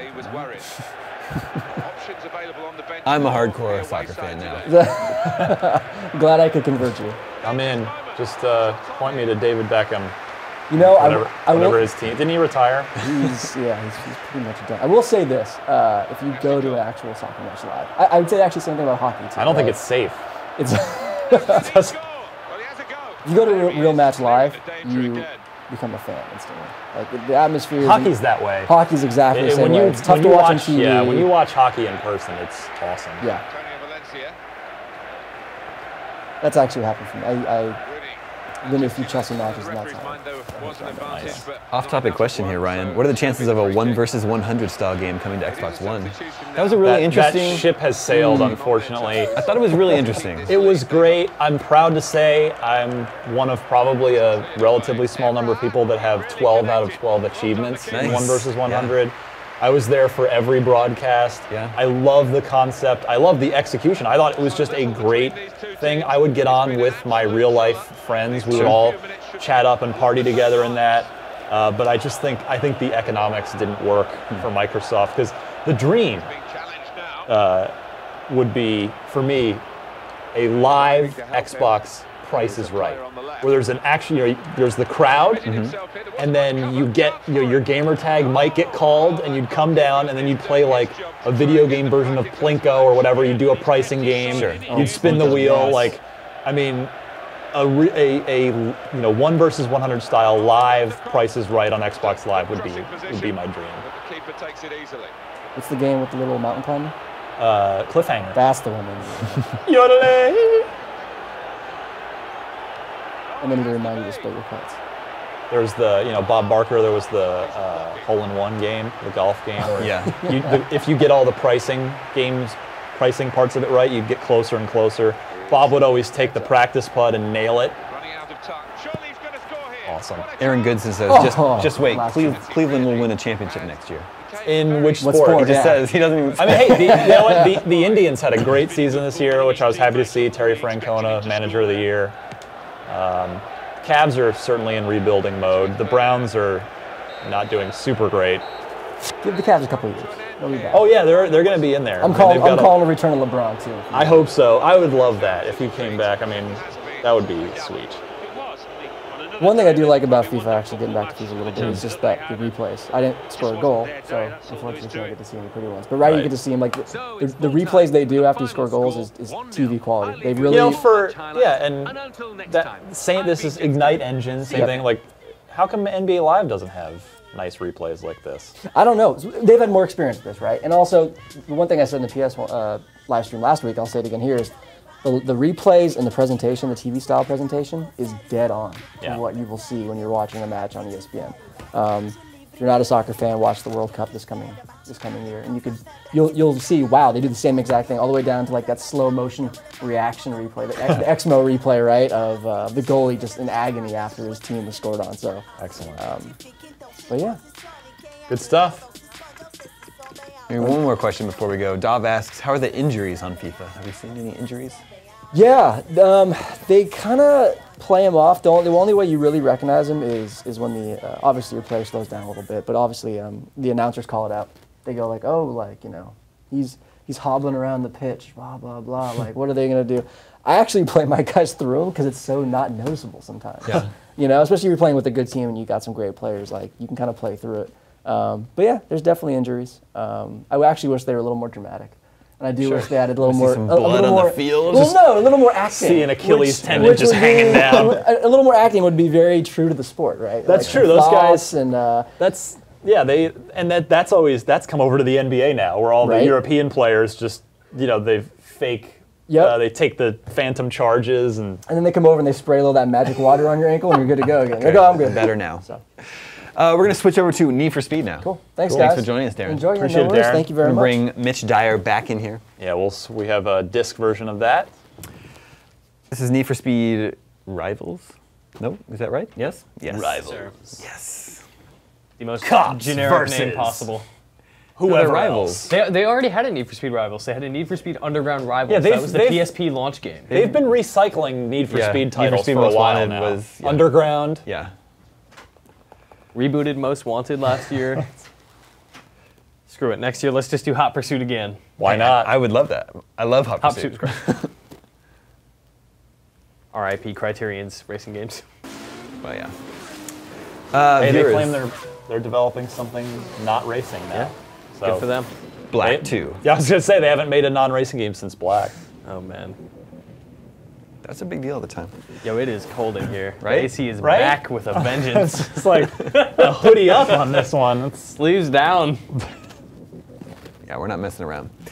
All right, Mitch, you showed off the PS4 version to us last week. I did, yeah. Any differences of note?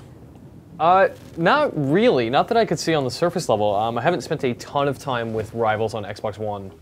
Certainly less than I did on PS4, but yeah, very comparable. I think they both look incredible. They both feel really great.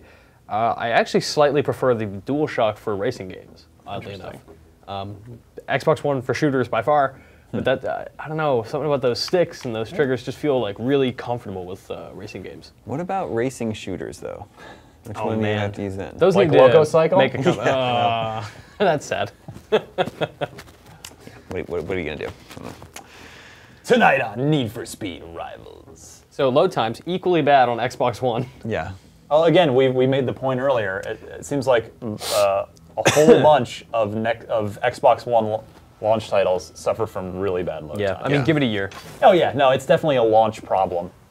Damon, this chapter's called Ignition. Should we call our license plate remix? Yes. While we get set up here, Thomas Capone asks, what is your favorite Need for Speed game? Ever? Me, it would be Hot Pursuit. Like the most recent one? Yeah, the 2010, whichever one. That one was really good. Yeah, it was awesome. I'm trying to think. I really, really liked Underground on PS2. I have such weird, vivid memories of like, we finally unlocked the Audi TT for the first time, and that car was so cool and new to me. We played a bunch of that at my buddy's house growing up. I loved it. Damon, what are you feeling for color? Feeling? It's like a black. Black? Well, don't ask me and then disparage it. Listen, I'm just judging you a little bit. Okay. Does it come in black? See how many Batman jokes we can cram into this section of this thing. All right, so we equipped the Shockwave. We equipped what was the other one I just equipped? Turbo, so we can go super fast. We'll check out the car personalization. We did not do this during the PS4 stream. We did get some questions about it, so we can show off some of this. Can we put in a kit that will talk to us? Oh man, I wish. Hello, Michael. Feeling that, Damon? Looks pretty. It's doing it for you? Pretty sexy. Right. You can also change it from like metallic to matte to different reflections. The kids love the matte finish on the car now. We're gonna go red rims. IGN red. Red and black. Myself. Now, Ryan, you're a big Forza fan. You like the sim racers. What do you like these games as well, or? I do. For me, I kind of like. I don't know. What was last year's the Criterion one? Most Wanted. Most Wanted, right? Yeah. It was sort of burnout-y, but to me, like not enough. Sure. I actually didn't care for the handling of the cars. I agree. In last year's game, I think they felt so heavy. Yeah. See, for me, I love Forza and I love Burnout. Like I love those opposite ends of the spectrum. The last time I really liked a middle of the road racing game, and as far as the sort of feel and handling, I'm a huge Project Gotham Racing fan. Rest in peace. Yeah, this definitely the handling in this game is definitely stronger than it was last year. Good. I'm glad to hear that because I haven't played this yet. Yeah, the cars, they have that weight. They definitely do have a heavier feel than you're expecting, especially with like Need for Speed has always had very light cars until Criterion got its hands on it and then just kind of added this weird weight to it. But it gives the cars a real sense of physicality that I think makes drifting feel particularly empowering. It feels real good to pull off a really great drift. I want to point out these tutorial videos are a living nightmare. This is the last one right before you jump into your career, and it's teaching about all drive, which is kind of the always connected system. In that, if you see skip this? No, so there are 30 minutes of tutorials. There's a point where it's like, okay, press R2 to drive. And you're like, cool, I'm gonna drive. And a video pops up and says, cool, you're now driving. Driving is what cars do when they accelerate. And it's like the most mundane explanation for like, police. Do you know what police are? Now let me tell you, well, police drive cars. You know what a car is? Now cars are these things. It's like, it just drills down on the specifics of really annoying things. But we're through the tutorial. Henry Ford popularized the automobile in the early 20th century with the advent of the assembly line. So on the right side, you can see my quest list. I have a bronze anti-interceptor, use a repair shop, and deplete the nitrous meter. We're gonna probably do all of those in this race here. It's all this trash flying in the air. Next gen trash. Jesus.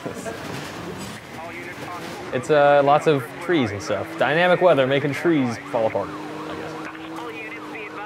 guess. Ryan, to follow up your earlier question during the Forza stream about first-person driving. I will never play first-person in a Need for Speed game. Well, no, it's not meant for it. It doesn't feel right. With my turbo. Do they even have first-person? It's like cockpit first-person. Jeez, Mitch. Did that last time too, Damon.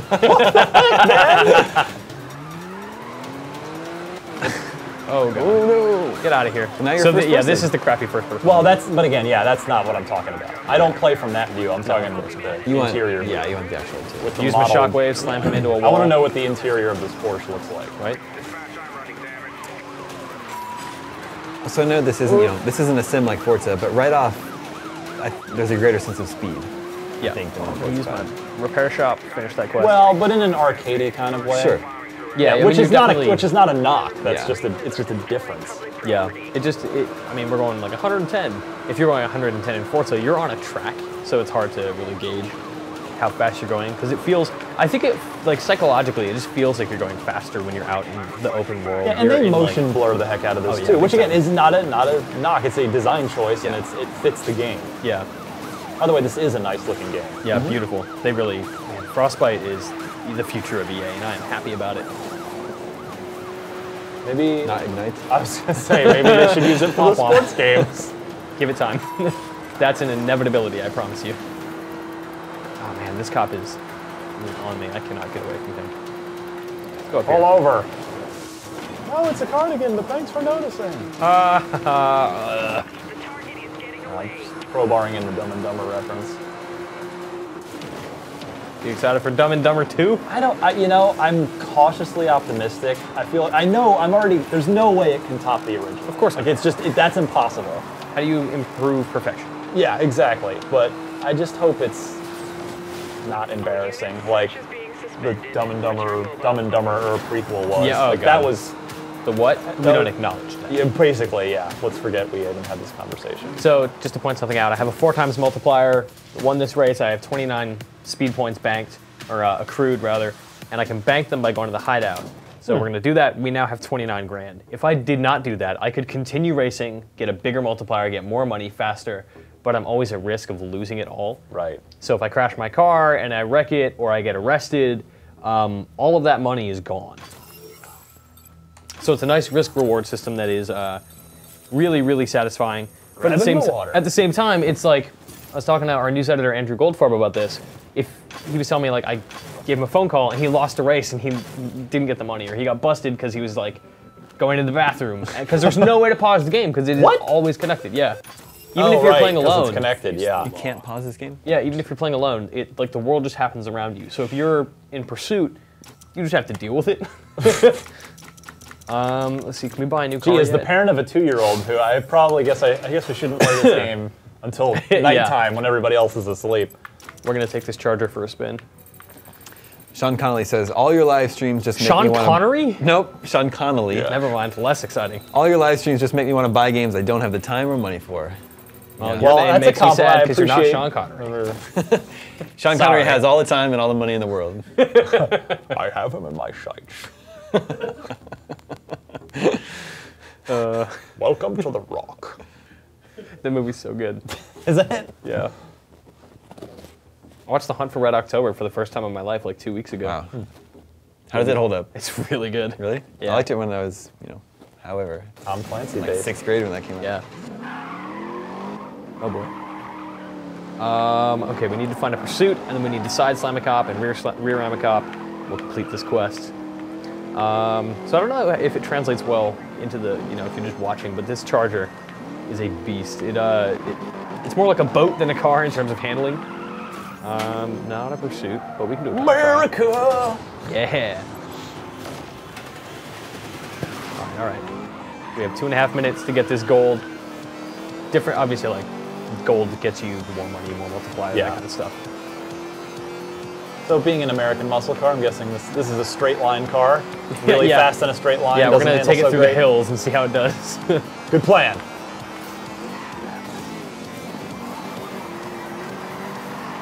Jeremy asks, does Need for Speed Rivals have full body damage models? It doesn't affect the playability.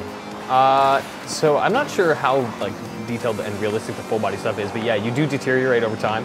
And instead of, so if I were to crash this car, I mean, we saw me wreck earlier. Yeah. That's not a proper wreck in the same way that like a takedown worked in Burnout.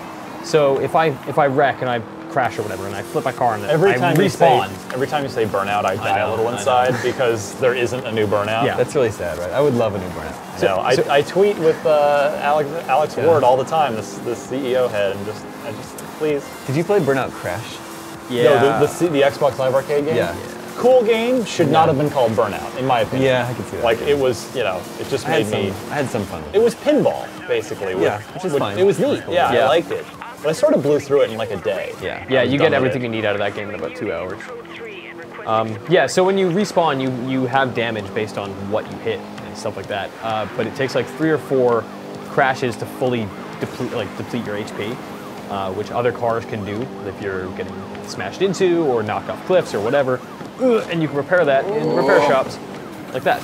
and now I'm repaired. So now I have full HP. Just like in real life. Yeah, and once, like I said, like once you hit that 0 health point, you lose everything. Thank you, drive through. It's turbo. Oh no! Oh, there's a wall there.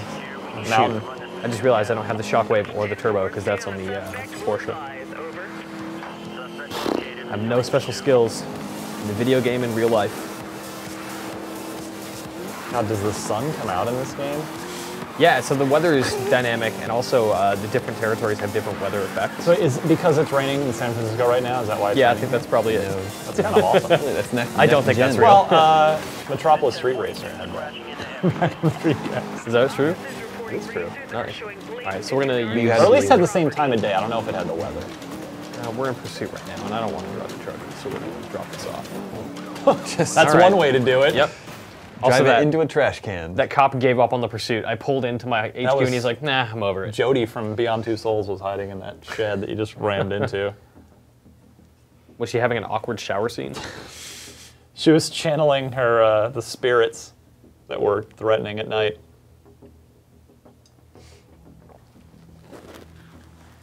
See if we have money for upgrades for the Porsche. Actually, no, we'll jump over to the cop career, which I find less interesting than the racer career. Do I look like a cop? Oh boy. You asked for it, I Mitch. know, I know. You brought this on yourself. I really did. It starts here. We'll go undercover, and we'll actually change the car. So instead of having like, you do unlock new models, but the big thing is you have different classes within one model. So this Benz has the Black Series, Enforcer, Undercover, and then this is just like the normal cop. So what do we have here? Charger. We'll go with the Undercover Charger, which is just this slick black street car. Yeah. I'm not sure. I mean, the stat differences don't appear to be that significant. Shock ram, yes. That's cool. Yeah. I don't know what the ballistic field is. We're gonna take it though. Sounds good. good. Protects you from missiles and mines. Good, good, good. Oh, I don't have the money. Womp. All right, that'll do. So as a cop, you know what? We'll go somewhere else. We'll go to a totally other place that looks way different. Sounds good. Yeah. As a cop, it's less interesting to me to pursue than it is to be pursued. I don't know. Like playing Most Wanted, did you guys prefer playing as police or racers? I guess I like both. Yeah, there's a time and a place for both. Yeah, I agree. I swing both ways, basically. Depends on the day. Now we get this question for every game. Yeah, of course. Jeffrey Height asks, does Need for Speed use the rumble triggers? I mean, I didn't notice it in the limited time I've had playing it today, so probably not. I mean, it's immediately noticeable. Like in Forza, you're like, yes, this feels perfect. We said it earlier on the show. I believe, I mean, of the games I've played, and I've played most of the launch games at this point, NBA 2K14 and of course Forza are the only two that I've found it in so far. So not like Call of Duty? Nope. No. I thought that was supposed to be the whole thing. Nope, they shoot. They don't know. No, that was know just that that was a the gun thing was a hypothetical example that Microsoft gave, which will happen at some point. Yeah, sure. Probably Halo, if nothing else. Yeah, for sure. I mean, for sure, first-party games will almost always use it. Yeah, there's definitely no trigger rumble. Try to find a racer. I mean, we're out in the middle of nowhere right now, in a place that I mean, you have the whole world open to you from the start. Get out of here, Copper. Even though you're my friend, you have the whole world open to you, but events aren't necessarily always available. Right. There's a guy. So we'll enter a pursuit with this game. And you can always see in this is. I mean, I don't know. Are we connected right now? Oh yeah. So this might be a human. This might be some dude playing this game. All right, I guess the Xbox isn't out yet. It's probably not. No, there might still be some dudes playing. EA people or other reviewers, perhaps. Oh man. We're gonna find out. I got that guy pretty good, so I just need to catch up and take him down.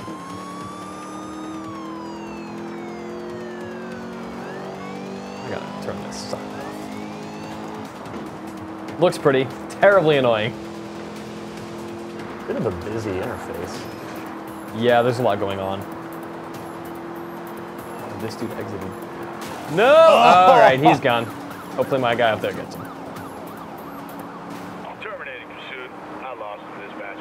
But anytime you see anybody on the map who's like an orange triangle, that's a criminal. You can chase any of them down at any time. So they might just be in the middle of their careers. I might see Ryan as a racer just going about his day doing time trials, and I'll start trolling him and griefing him as a cop. Oh, that's just what I'm looking for.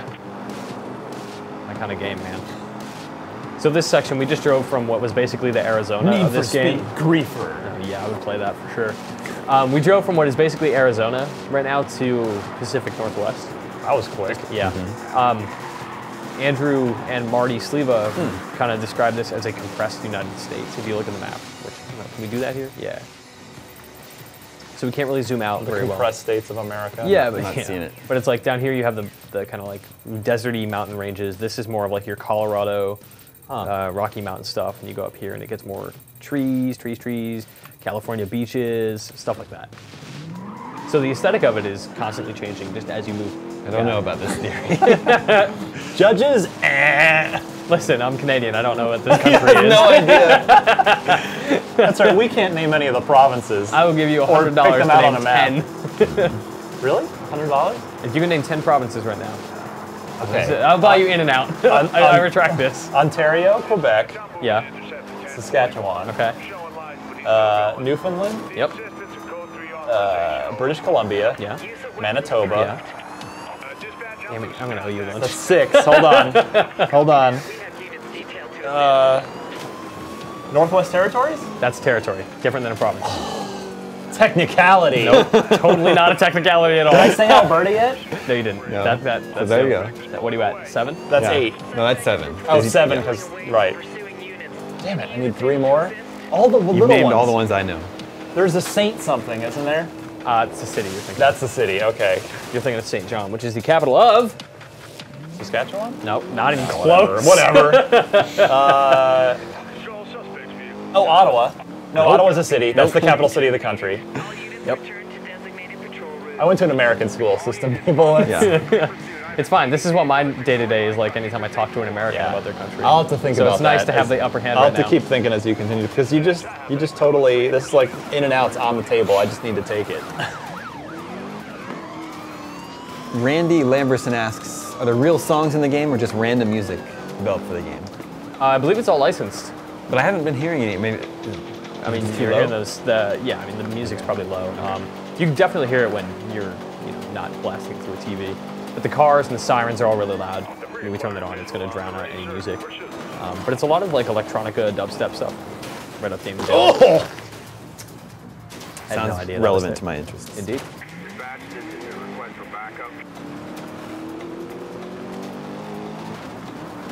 I already forgot the provinces you named. I can think of 2 that you haven't. It's the little ones on the East Coast, isn't it, that I'm missing? If you throw in the towel, I'll tell you what they are. I might in just a minute here. Just I can't give up on that free In-N-Out burger so soon.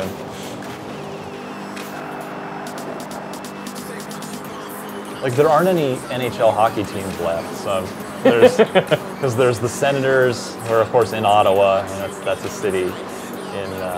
Wait, which province is Ottawa? You said Ontario. Oh, that's right. That's Yeah. in Ontario, along with, of course, Toronto. And I said Manitoba. Did I say Yep. Manitoba? I said that one. Okay. No doubling up here, McCaffrey. I'll just like name the first few I said again, and When In-N-Out is on the table, my memory suddenly becomes very strong. Matthew Elgindy asks, Newfoundland? You said that one. No, I didn't. You did. I don't think I said Newfoundland. You said Newfoundland, and you're thinking of another N one that you haven't said. Matthew Elgindy We haven't recorded. asks, are you going to play Dead Rising 3? Yes. That's what's up next. Already playing it? Yeah. Yeah, that's next on my list. Yeah, the 9 game's minutes. cool. I finished Rise. No, we're going to play it in 9 minutes. Oh, on the snap. show. I thought he just meant personally. In general. Yeah, we're going to But play it yes. next year up on the show. Definitely. So we had an Overwatch pop-up happen there, but we are actually disconnected from the network at the moment. There's a chase. No, we're not connected to like the All Drive network or whatever. But Overwatch is cool. It's a tablet app, surprising nobody. But it's actually a really useful one in that Ryan, using the tablet, can be the guardian angel or like another like subset of troll for people racing. And you can take powers away, you can deplete health, you can give health back, you can replenish turbo, that kind of stuff, just using the app. But once you're using the app, it's like you can only use that. Oh God, where is it? Ugh, we're good. So you couldn't like be using the app while racing to replenish just you and troll your enemies. You have to be logged into your Origin account. You'd have to make like 2 accounts to support yourself that way. That's too much work. Origin's kind of a mess. Don't do that. Ain't nobody got time for that. Prince? I think that's Jamaica. Yeah, I think I'm going to have to throw in the towel on this one. So the other N one you're thinking of is Nova Scotia? Of course. You forgot Prince Edward Island? I knew there was a Prince something. I would never have pulled that out of the deep recesses Did you see me demolish that dude? Good lord. Yeah, that was pretty sweet. And off the top of my head, I actually don't remember what the last one is. So I would have only had to get 9! Yeah. What are we missing? Oh well. British Columbia, Alberta, Manitoba, Saskatchewan, Ontario, Quebec, Nova Scotia, Newfoundland, Prince Edward Island. How many is that? Good. There's definitely like a maritime province I totally forgot. What is this? Why is my map doing this? I don't know what's going on. Where'd my UI go? We're good. Oh, I think I got EMP'd. Oh, that makes sense. I thought the game was free. Nope. I thought Xbox One racing games were cursed. You're being Eternal Darkness right now. Yeah. Insanity effects. This dude's going down. Check this out. Wow. That's going to be quite an insurance claim. So the extra satisfying thing about that, that was cool. Like I was blinking his lights at me because I was in his lane. Yeah. The other good thing is when you get that takedown, you know how upset that guy is. Because however much money he's earned, he's just not getting it. Because you took it away. You're a bad man, Mitch Dyer. We can go do an event over here. A bronze any event. Get out of my way. You're already dead. Get off the road. What is happening? What is going on with this camera? There's an event here, but I can't do it. Oh, that must be a racer event. Huh. Again, it's doing this weird thing with the map. I did not do that. Okay. Some bizarre stuff going on that I don't fully understand. Now the sun's coming back up. You'll get a good look at just how different this territory looks than where we were. Yeah. Speaking of territories, can you name the 3? Northwest? Mm-hmm. I got that one. Yep. Are they all in Canada or are they somewhere else? Like, I mean, they're Puerto Rico's not part of the mainland. They are US. all basically like if America could have afforded it, they would have bought them with Alaska because they're all right there. Like Great Huron or something like that. I think that's a lake.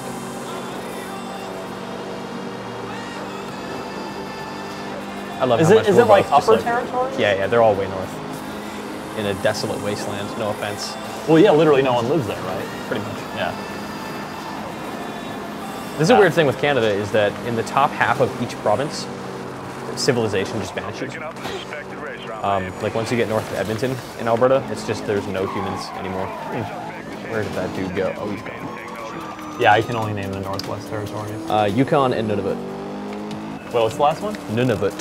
I've heard of Yukon. I don't even know if I've ever even heard of the other one. So fun fact, that's like legitimately like a new one. How did that work? I think Yukon was bigger, or maybe Northwest was bigger, and then it was divided because of, oh, that's unfortunate. So here's a fun thing. Okay. All the money that we did not bank is that police officer. This is the crappy thing. Gone. Like it's just gone forever. Next gen. Well, yeah. Is this just like a launch server issue? No, because this is just the way the game is. What? Again, Wait, what? So no. I was talking to Andrew about this. Andrew was in the middle of a game, had a huge amount earned, and the host, because there are no dedicated servers, the host of the match he was in disconnected. Everybody in that game gets kicked out, goes back to their own match, and loses everything. The Andrew was playing on PS4. Yes. So it's also happening on Yeah, Xbox One, that's the game. It's not like, oh, this Xbox servers are having problems. That's if we were playing with a host and something happened. That would have happened, we would have got kicked out. So imagine I'm bald and wearing a Starfleet uniform, and I do this.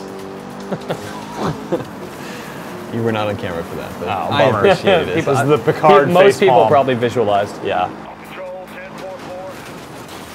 Yeah, I mean, that's just kind of indicative of, I think, developers probably aren't ready for always online, despite the fact that it's a really cool idea and it's appealing to them. But, you know, if that's the way it's going to be, that sucks. People don't want that. People don't want to be punished because they're playing online all the time.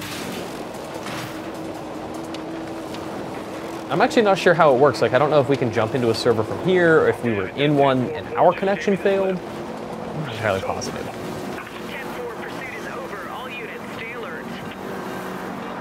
Also, have no idea where we are on the map right now. Again, with this map, that'll kill me. There we go. All right.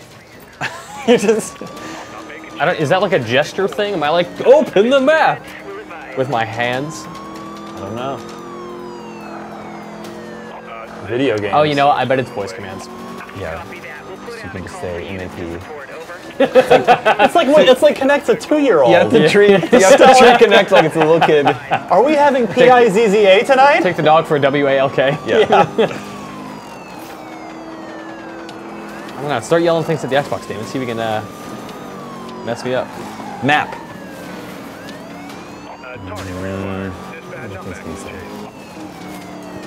Xbox. Play Forza Motorsport 5. It's gonna work, dude. Be careful. That's the ultimate way to troll someone in this game. Just say the XBOX. Xbox, play a game that's not online all the time and won't disconnect from the servers. Sweet jumps.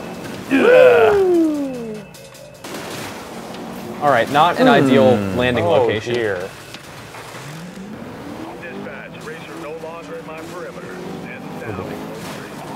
I had one bug playing this where I got knocked out of bounds. So I had a big bad wreck and ended up on the other side of a railing like this, like on the left side. And there's an invisible wall that means you can't go farther out into that field, and there's also no way to get back on the road. Lovely. It was only once, so I don't know if it was a weird anomalous thing or if that's a prevalent problem, but it happened. Just pointing it out. Is our review for this live? Did it go live today? No, again, not doing that. What is going on? Well, what is happening? It's about time to switch over to Dead Rising 3. Anyway. Hopefully that game works a little better. This game is really good though. I'm enjoying it a lot. I'm going to be playing a lot of it on Xbox In spite One. of these quirks. Yeah. Enjoying the game a lot. Do we have Dead Rising 3 ready to go? That is digital. We can instant switch to that. Xbox. Nope, doesn't want to listen to me. You've got you got like dad voice. I guess. I don't know. Xbox. Go to Dead Rising 3. Boom. Nailed it. And I'll leave you with that. Thanks, Mitch. Thanks, Mitch. Thank you, sirs. Good times. We're gonna bring Dan Stapleton in here. He reviewed Dead Rising 3. He's gonna play the game for us. Yes. Yes, he shall. We also, this is another game that we have a copy of to give away. Yep, you bet. So viewers, just tweet your questions at IGN. That automatically enters you to win. And here in a few minutes, we'll give away a copy of Dead Rising 3. See you and sign you in. Let's see. Hi, Dan. Hi, David. Hi, everybody. Hi, streamies. that's what they're called. All of our streamies out there. Like Lady Gaga has little monsters. Yep. Right. We have our little streamies. Streamies. Tuning in. Oh, hi, Dan. Yeah. Hello. It knows you. Hopefully it will recognize and download my cloud saves. I don't know if we have to go out back. Worst cases will sign me out, but all right, we'll see. So Dan, you like this game? I do. I like it a lot. It's. I mean, I have never seen so many zombies in one game, like at one time. It's impressive. Pretty crazy. Yeah. I mean, the fault that it has, or one of them, is that just looking at it, when you're standing out by yourself, it doesn't look great. It looks like maybe a little bit better than an Xbox 360 game rather. Jump in there, Dan. Let's try and get your cloud. Jump into the game. But but they do a lot more with quantity than they do with quality. Let's do. So let's see here. So if we continue, So chapter 1, that's you. Yeah. Oh, I didn't do that. All right. Well, let's go back out here and go into my profile. You can just sign me out. Yeah. I think if I just choose in, there we go. There we go. Yep, that should do it. And then pop back in. If it will let me, okay. But now it's still loading your game. Pick you again. There we go. Where's my? It's going. Okay. Yeah, it'll be fine. Yeah, it doesn't have all my blueprints yet. There are just a ton of different weapons you get, and you can combine them into different things. It's profile sign-in change has occurred. Okay, all right. We're being returned to the title screen. Oh, A lot bad loading times on this game too. yeah, I mean the real obnoxious part is when you die. And you can save anywhere now unless you're playing in nightmare mode, so you don't have to find a toilet to save. But if you die, you might not lose a lot of progress because you might have saved recently. But that's a 45-second loading screen, which is real long. Yeah, every time you die. So I mean it's a good incentive to stay alive. Yes. And once you're in there are no load screens like for moving around the map, but you do get load screens when going to a new part of the story. Now you mentioned there's an impressive amount of zombies. Huge number of zombies on the game in the screen. Hundreds on the screen at once. Michael asks, do the number of zombies ever become a problem? I don't know if he means technically, because the zombies are the conflict of the game, so they're always a problem, right? Zombies, kind of a problem, yes. But technically, do they yes strain and no. the Xbox One? I don't think so. I mean, there doesn't seem to be a correlation between how many zombies are on screen and the performance. There are performance problems. I think it's more to do with where you are than how many zombies there are on screen, and what the scenery is. It's pulling it's pulling your save from the cloud. Woo! Now. It's very exciting. But yeah, okay. Now we get the real loading. Actually, we do have to be careful. This is a game with a lot of voice commands, and it's always listening. It's actually not a lot Isn't of. it? Well, I mean, they've got a bunch that are like we can bring up menu screens and stuff like that. The whole menu is voice enabled, right? Right. Well, not the whole menu, but like all the survivor guide screens, which are all your character development and everything. Which I couldn't bring myself to use very often. It's like I can just push the button. I've already got this thing in my hand. Yeah. The things that you can do with Kinect that you cannot do with the gamepad are there's a command where you can taunt zombies and lure them to you. I'll show you that in a minute. And you can also like during boss fights, you can kind of taunt them. It'll give you a specific taunt to say to them. But I haven't really been able to figure out what that actually achieves. Looking good here. Yeah, that's right. So I had to think long and hard about my live stream outfit. What's in your hand? In my hand, oh, that's a bag of gems actually. And so I've picked out some things to show you with the combination system. Ah, cool. But yeah, I had to think long and hard between the sombrero, the afro, the football helmet, the Lego head, etc. So the part that I got to here to show you guys is a psycho fight. Okay, so but I have to go to that. It's the red thing on the map. But yeah, so we've got a fair amount of zombies here. This is not a big crowd, but like in any other game, this would be a lot of zombies, right? Yep. Okay, so here we go. Here we go. All right, and let's start the party. Yeah, it's nighttime, so they're kind of mad. So I'm just gonna get up here. These zombies, they have a vertical weakness. They cannot really do much when you get up here. They're lethargic zombies. Right. So you can stand on a car and they're kind of what do we do? So, which is kind of silly. They are hacking at you though. Yeah, but they're not actually getting me. But so I've got this weapon here, which is the dynamite. Which you can combine any explosive. Well, it starts out with just dynamite. You get dynamite and a chunk of meat that you find, which is a zombie hand. Yep. Actually, I think it's a regular human hand that the zombie was gnawing on. Got it. And so some of these zombies will have chunks of meat on them. You combine that with dynamite and you make dynamite, and the dynamite actually attracts the zombies to it before it explodes. So great. Wait for it. Wait for it. Boom. Nice.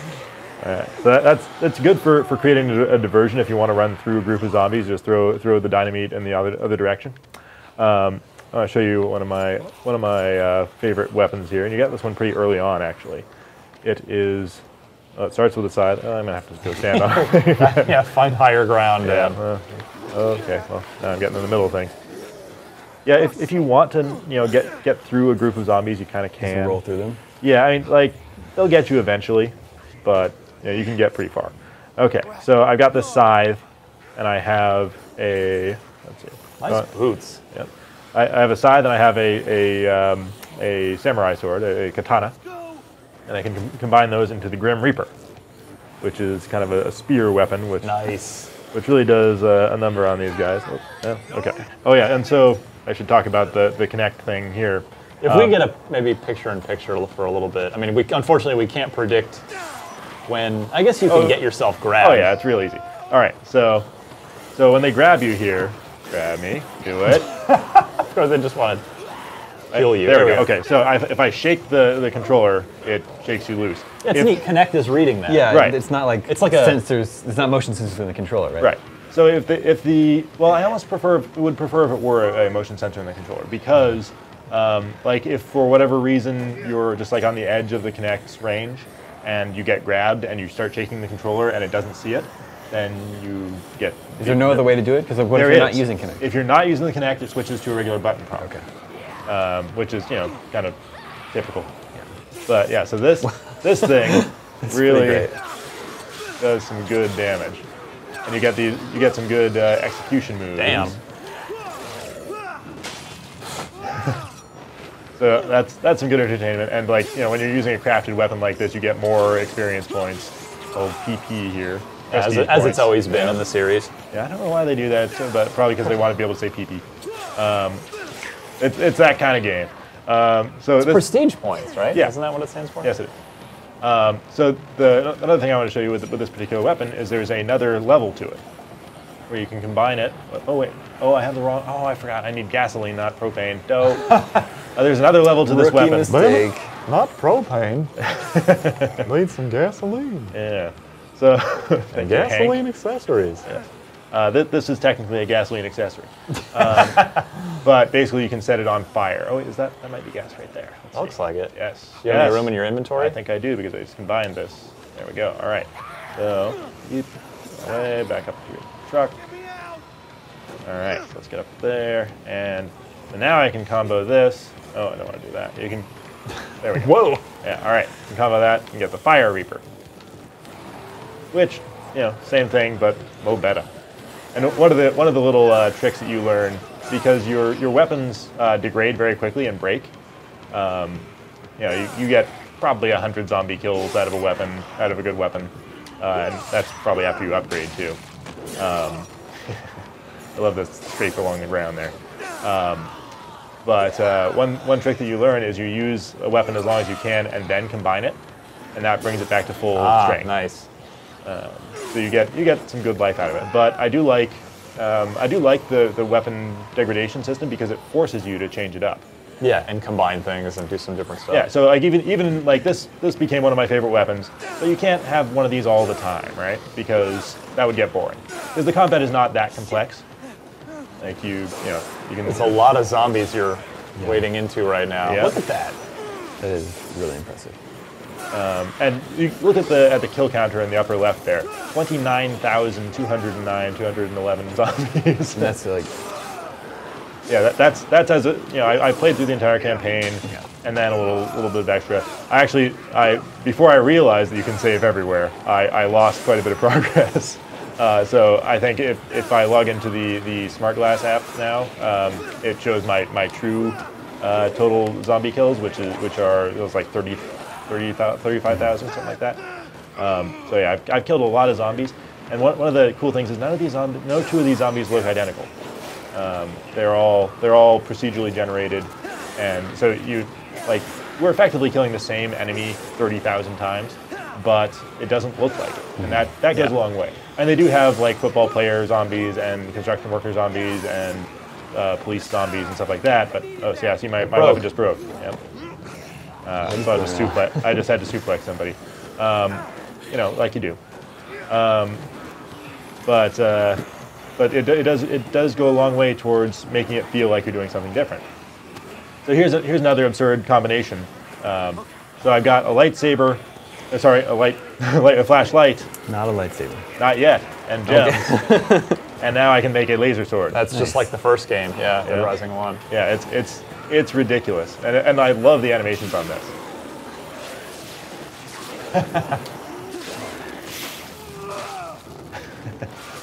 It's a really good time. All right, so I'm gonna go do this Psycho mission. And Psycho missions, like the most powerful enemies in Dead Rising games, are not zombies; they're humans. So I'm going to go fight one such human. I had such a good time playing co-op with you. Oh yeah. For your review. it really is the best way to play this because there's not one but two zombie killing idiots. Yeah, and to head off the questions at the pass, there is no local co-op. It's online only. Yeah, but well worth it. Yeah, like I jumped in the roller hog, which is when you get enough blueprints and you can combine a motorcycle with a steamroller. Yeah, I'll see if I can find a steamroller. Yeah, and so like you were in the middle of like I was literally like clearing the way for you as you were behind me. Yeah, we were both driving along, and you were clearing a path for me because like a normal car driving through a big group of zombies will get slowed down and damaged as well. On a little bit. Gone entirely the wrong way looking for this steamroller. Okay, I'll go the other way. This is another problem that I had with this game is that it's very difficult to navigate this map because so you notice I've got this objective here. I can even set a waypoint. But it looks like you're blocked there. You can't go straight. Well, a motorcycle is going to be a little bit better at that than a car would. Right. But so in order to make this map feel bigger, I mean it's not a tiny map, but it's not a really big map. I mean all this space in the middle is inaccessible. Like these are basically islands, 4 islands. But in order to make it feel bigger, they made it they blocked off a bunch of stuff, and in order to and like ramp. Yep, gotta hit that. Better get out of here. Watch it blow. But yeah, so you lost your hat. Where is my hat? That's never happened before. Oh, you lost your whole outfit. Whole outfit. Oh, so what it is there's a voice command for change clothes. Brings you back to your mechanic outfit. So now we have to find a new outfit. Well, later. Anyway, but yeah, in order to get where you're going is a pain in the butt because you can't. There's no line that leads you there, like in GTA or Saints Row or any other open world game, really, that has this kind of trickiness from getting one point to the other. Well, and I guess some people might say, well, I don't want my hand held. Yeah. But at the same time, because of all these weird obstructions and things, it's not obvious how to get there. Right, and I have to spend way too much time like flipping into the map and looking at, okay, this is how I'm going to get there. And sometimes those barriers that you see on the map are not actual barriers, like you could have gone through there. And sometimes there are barriers that aren't on the map. So it's pretty frustrating. And like, yes, it's true that like in a zombie apocalypse, maps wouldn't be reliable and everything. But does this look like a realistic game to you? I am killing these zombies with a lightsaber right now. I'm not really in this for a realistic zombie simulation. Yeah. I would like to. I like realistic zombie simulation. Well, it's DayZ has that covered. I think. This is not that genre. So it's a bit frustrating. And like right now, even I'm still just wandering aimlessly around. here. And part of that is because I'm talking and playing, which is always a recipe for disaster when you're trying to actually do anything. But yeah, how the heck do I get there? So yeah, I guess I've got to go around this block to get to this. Looks like it. Yeah.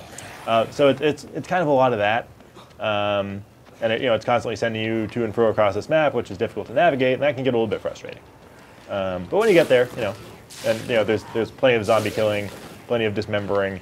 Like I really love the that was awesome. That one in particular is they're down the middle. Yep. It's really good fun. Knocking off limbs everywhere. I can't get through here. Can I get over that? No. Yeah, it's these barriers are really annoying. One of our viewers, Bizarro Pete, says, I really love the ability to combine items on the fly. One big improvement over Dead Rising 2. The number of zombies. I mean, that's the number one thing. Well, yeah, I think he was just saying. Yeah, you don't need the workbench. Yeah, in Dead Rising 2, you needed the workbench. Well, we do have a copy of this to give away. We do,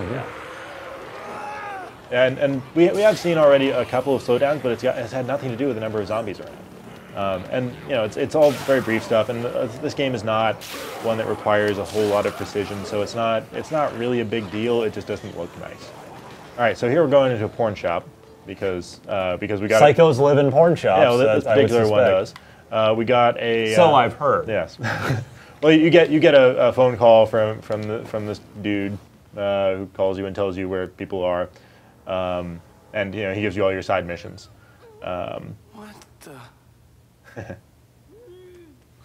What are you doing in here? You all right? Do you need some help? Is this Saw? Yeah, there are a lot of references. It's okay. I'm not gonna hurt you. What? How did he fall? He just tripped on a broom or something. Just walked in the door and already presented. Oh dear. Yeah. No reason to get too excited. Why don't you go over there? This game does have one of those kind of porno fixations going on. This guy's teeth. It goes for that kind of humor a little often, maybe even more often than Saints Row 3 does, and Saints Row 4. Yeah. Sorry, dude. Really not. Like there is a dildo gun. Mm-hmm. You know. The other day I shot the Mona Lisa with the dildo. Video games. Are we allowed to say that? If somebody has to bleep me. I don't. It's the I don't internet. blame We them. can say whatever we want. But yeah, so we have to fight. Yeah. Whoa. And there's that. Whoa. I can the hear guys them in our cracking up at the control cracking up. Why don't you try taking some of my suggestions? Maybe you'll Shouldn't you see a doctor if you have a burning sensation down there? Yeah, and if it lasts for more than 4 hours. I think we should just calm down, man. So I think I'm just going to skip to killing this guy. So you do have to. Yeah, the fights themselves are a lot of bludgeoning and then dodging. Yeah, you're slicing this guy with a lightsaber. Yeah. He doesn't seem quiet. It's a little bit irritable. So you can say "Whoa, kinky." What try does it. that do? I haven't really been able to figure out what it's supposed to do. You want me to? Yeah, give it a try. Try it, Ryan. Say it, Ryan. Whoa, kinky. Oh, I think I missed my chance. It'll come up again. Because the boss fight that you and I did in co-op, it was. Say it. Whoa, kinky. It says no. Whoa, kinky. There it goes. Okay. I I guess it does. I think it might open them up to a grapple attack, which you don't really need to do. I think the boss fight that you and I did in co-op, it was like, hey, you're crazy, or something like that. Yeah, that one they use several times. Well, let's see if I can make a good. I wanted to make jazz hands. I can't make jazz. Let's see. So when this shotgun gets low on ammo, I'm just going to combine it. That reminds me of the cock rocket from Orgasmo? Yeah.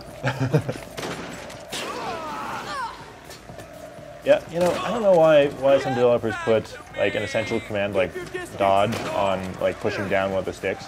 Yeah. It's like that, especially in a game where you have to use it a lot. Oh, kinky. Yeah. Whoa, kinky. Yeah. But let's see. I'm just going to.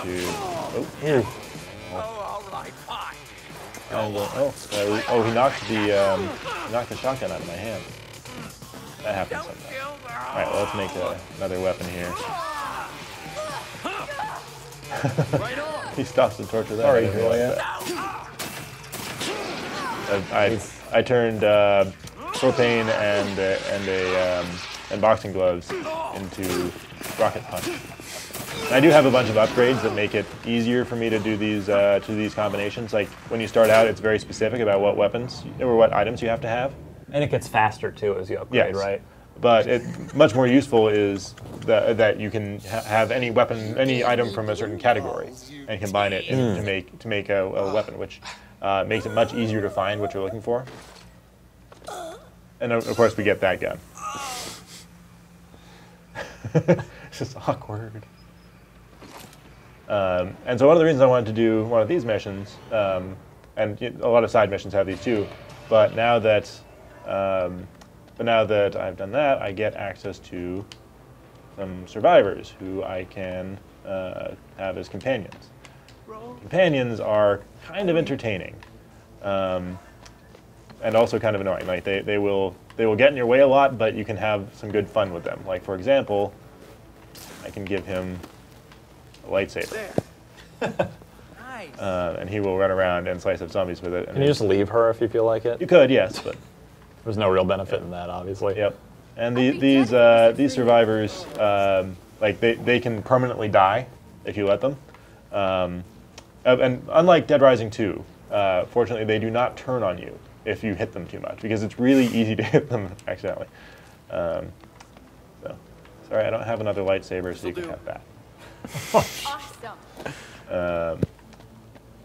But yeah, so they did at least do us the favor of making them not a huge burden, even though that they're not super useful. That they serve as a good diversion when a lot of zombies are around. Like they will draw some zombies away from you. Come on, do your thing. Yeah, you can kind of order them around a little bit. Come with me. I'll be right there. That's to attack. Go kill stuff. So. They throw themselves into it. And they get very upset when you hit them, but they don't really do anything about it. Yeah, I mean, that's the general spiel there, right, without giving away too much. Yeah. But it's a long game, right? It is. It took me roughly 30 hours to get through, and to be fair, a good chunk of that was navigating around, and also just like I would build up a good stash of weapons, and I want to burn through them basically, because your inventory, especially in the beginning, starts off very limited. Like I've got all the inventory upgrades here now. Oops, sorry. It looks like a zombie. So you will get a full inventory of things, and it's like, well, now I just want to get more stuff. Punch her again. Yeah, you have to kind of scavenge for food. You can keep your survivors alive by giving them snacks. Okay. Thanks. All right. And you can also kind of order them to scavenge. one time I had 5 survivors following me around, and I gave them all lightsabers. It looked kind of like that scene from episode 2 in the arena. Oh, cool blood splatter on the wall right there. Yeah. Well, the blood effects, I don't know. I kind of expected them to look better in a game like this, but they get the job done. But, like I'm absolutely covered in blood right now. Yeah. And then at one point, a few seconds from now, it'll probably just pop. Gone. Yep. So it's not something that you look at and think, wow, this is a really beautiful game, but it is very impressive when it's just crawling with zombies, and rewarding to run into the middle of them. Yeah, I don't know if we want to. Can you want to like maybe jump in a car and just find a giant horde of zombies? Yeah, I think to drive through. Yeah, let's see if I can find a drivable car. Some of these cars are drivable. It's a pretty substantial horde here. Yeah. But this is actually nothing compared to some of the things that you and I saw in co-op. Yeah, I mean, like there are a couple of spots where they really congregate, and like as the game goes on, as the campaign goes on, you get more and more big clusters of zombies, to kind of test your endurance. It's interesting because like when you get a really powerful weapon, you're feeling unstoppable, and you run into the middle of these zombie hordes and start hacking away, and you're doing great. And then your weapons break, and you're like, starts to become a problem, and you really have to know when to quit if you don't want to get killed. Oh, that was a ramp. Couldn't see it. Now, Christopher Layton says, I saw attribute points. Are you able to allocate your points as you please? You are. So let's take a look at that. I actually saved a few here. So I'm level 40. The 50 is the cap. But oops. There we go. But yeah, so you've got all these categories. I've got 4 to allocate now. I like how the skill system works, because like pretty much all of these, once you start using them, or once you upgrade to them, you get an upgrade that is immediately noticeable. Excellent. It's not just like this one is like plus melee armor, which is less noticeable, but you also get a new skill move, and a skill move is just an extra hand-to-hand combat move. Is that how we would spell noogies? N-U. It's not how I see it in my I think that's head. pronounced nuggies. Yeah, that's a nuggie, not a noogie. Mm-hmm. Okay, so that I'm not sure what the technical difference learn is. that. It might be like local colloquialisms. Yeah, like some of them are just like extra vehicle armor. Yeah. Although vehicle armor is a big thing. Yeah. Like your vehicles kind of blow up real fast. But you get like inventory is huge. Those upgrades, life makes a big difference. These up here are the ones that make it so that I can now use like any axe to make any of these axe-based weapons. or I can use any gloves to make any glove-based weapon, which is very useful. I got a lot of those, as you can see. And then extra experience gain, but also plus a kill streak timer. So when you get a kill streak going, it gives you longer to kill the next zombie in the chain. And yeah, so here's like the skill moves, and they're just very basic combos. There are a bunch of trials that you can do. I haven't done a whole lot of the trials, but there really is a lot to this game. Yeah. Oh yeah. I don't know why one of my books isn't selected, but these are just you can have one of these enabled at any time. Let's do that. Yeah, you don't have to keep them in your inventory like you did in Dead Rising 1. Right. It doesn't take up an inventory slot, which is nice because your inventory slots are, as I said, very limited. Like I said, we do have a copy of Dead Rising 3 to give away. Let's give it to Justin Ryan, who says, I wish I could get Dead Rising 3 at launch. It looks awesome. You're like Santa today. Well, here you go, Justin. We've got a copy of Dead Rising 3 just for you. Congrats. Yeah, I do love how the zombies cling on there. That's great.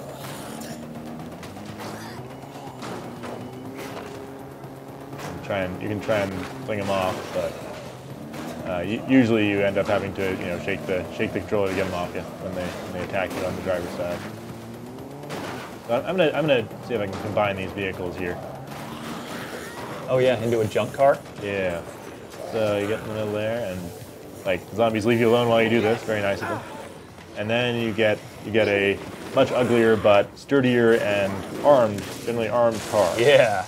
This is like a chemical weapons car. I don't know where he got the chemical weapons when he combined a driver's ed car with a taxi, but I'll take it. One thing that was kind of disappointing about the co-op is that when you're just driving around and I'm in your passenger seat, yeah, I couldn't fire my gun out the window. Yeah, you can't do anything when you're the passenger. Yeah. Well, except on some of these custom cars, there is a turret, and then you get to. Well, that's cool. Yeah. So there is that. But yeah, you mow down a lot of zombies real fast. This, to me, just never gets old. Yeah, I mean, it's really impressive how many zombies they managed to work in on screen. Let's see, this one, I think if I do this combination over here, I can show you a turret vehicle.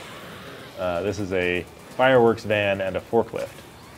Oh yeah, fork work. Sweet.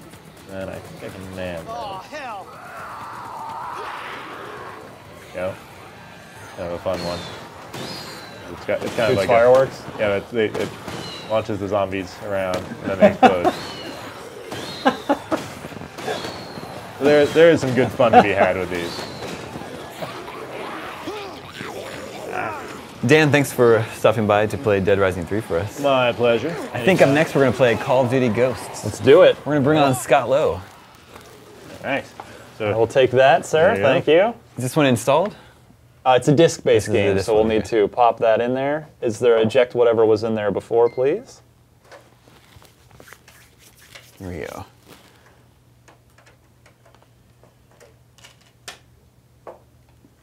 Are you an inverted guy, Scott? No. All right, you'll need to switch it back then from mine. One of those. This is about an hour into the campaign. Okay. How's everybody doing? I'm good. Yeah. How are you? Trying to keep warm in here. It's a little I know, chilly. we're already bundled up. It's tough. It's tough. All right, so you reviewed Call of Duty Ghosts for IGN. I did. You liked the game a lot. I did. Have you spent much time with the Xbox One version? Yes, at the review event I played a lot. I haven't played much of it since. I think it's still Dan signed in here. Okay. So you should, let me see if we can. Yeah, oh no, it's me.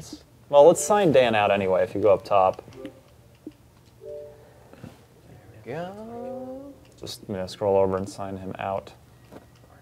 There we go. All right. Bye, Dan. Oh, that's so sad. Even his avatar was sad.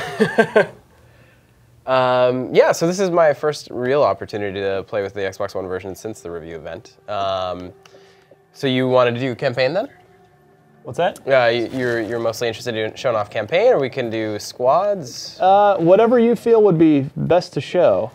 I know you were pretty excited about squads mode, right? Yeah, so I mean squads I'd like to take a look at that. Yeah, so squads is basically an offline variant of multiplayer, but it also adds some cool asynchronous and even real-time multiplayer elements to it. So As part of the new create a class system, you can create 10 unique soldiers and create the a unique look for each of them, give them names, and even 5 or I think maybe 6 unique classes for each. And with that, you can either challenge other people's squads or have or they can challenge yours. And it's part of this kind of like offline asynchronous experience where you can kind of compete with friends even though they're not online necessarily. So I guess we could do local play. All right. But you can also do traditional like deathmatch style things with just like you and by yourself. And then of course there's like a wave defense mode where you can just fight off hordes and hordes of AI players. So once we get going here.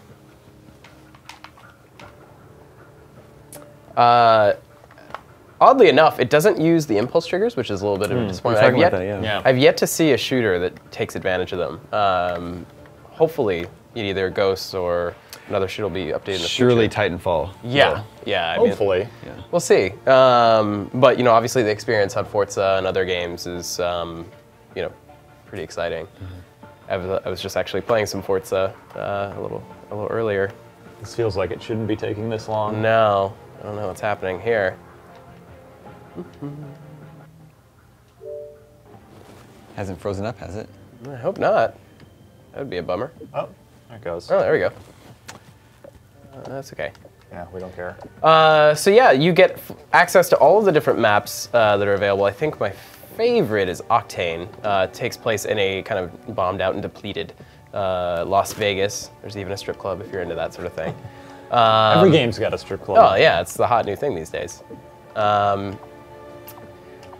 So we can choose here. Safeguard is basically the kind of wave defense version. So I'm gonna keep all that stuff normal.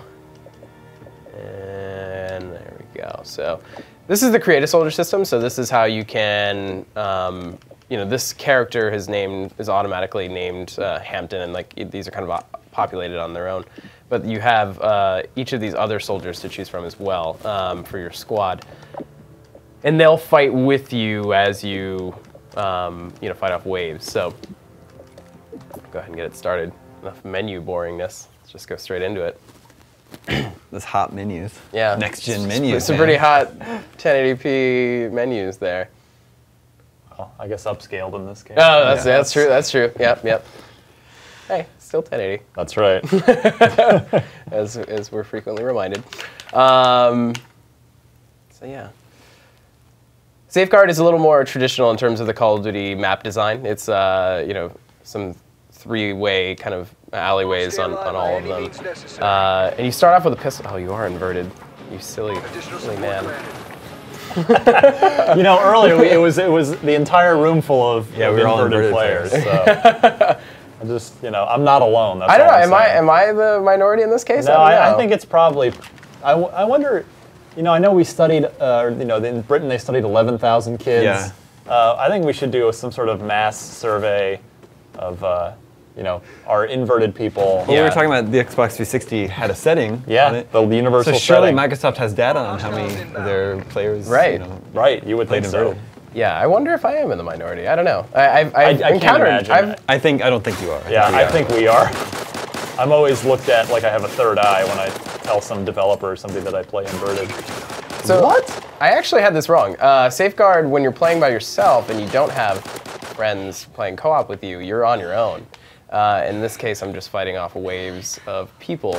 And in the beginning, as you saw, there's like perks or score streaks rather scattered around the map that I had to pick up. Oh, no, I'm down. Oh, this might be the shortest map round ever. I believe in you, Scott. Yeah, I'm just gonna bleed out slowly and surely. Come here.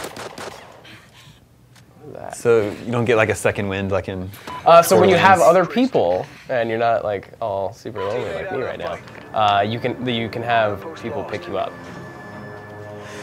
Luke Chapman asks, is squads a good way to become better at multiplayer, or are the two experiences too different?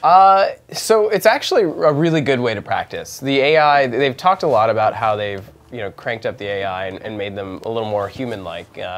In this case, they'll strafe a lot. They'll drop shot you. They'll like get down on the ground and move in a lot of ways like a human player and very aggressively. So it's not so. You could definitely tell after a while that it's not a human player, because human players are completely unpredictable, and in any given match, it's like everyone's got a different play style, whereas the bots are a little more like they follow a more predictable route. But at the same time, it still could be pretty challenging. They're very quick. They're very good shots, and you can ramp up the difficulty. So it's definitely a great way to familiarize, and more importantly, like all of the achievements or stats that you rake up here will be carried over to the multiplayer experience. It's a kind of shared system.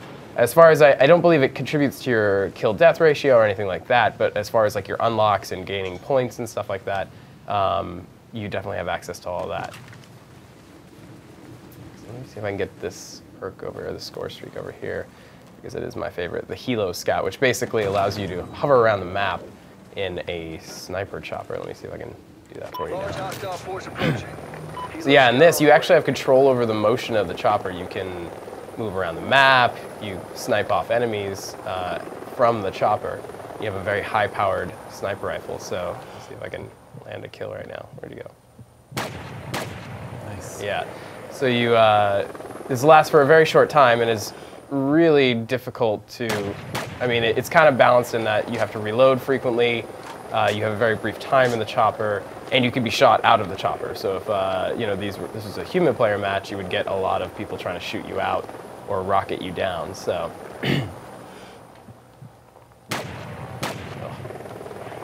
awful. Jordan Simro asks if playing a first-person shooter on the new controller feels significantly different.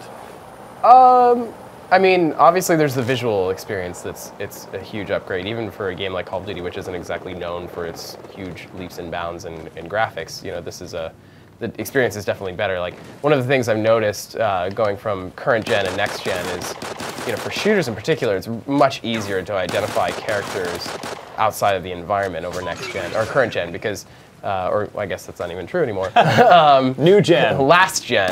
So on Xbox 360 and PS3, you have, the textures kind of blend together and it's hard to identify players, whereas, on next gen, they really stand out. And you can, yeah. I think Jordan was specifically curious about the controller. Oh, sorry. How the controller feels. So the controller itself, shooters. I mean, if you were a big fan of the Xbox 360 controller, like, this is very, very familiar.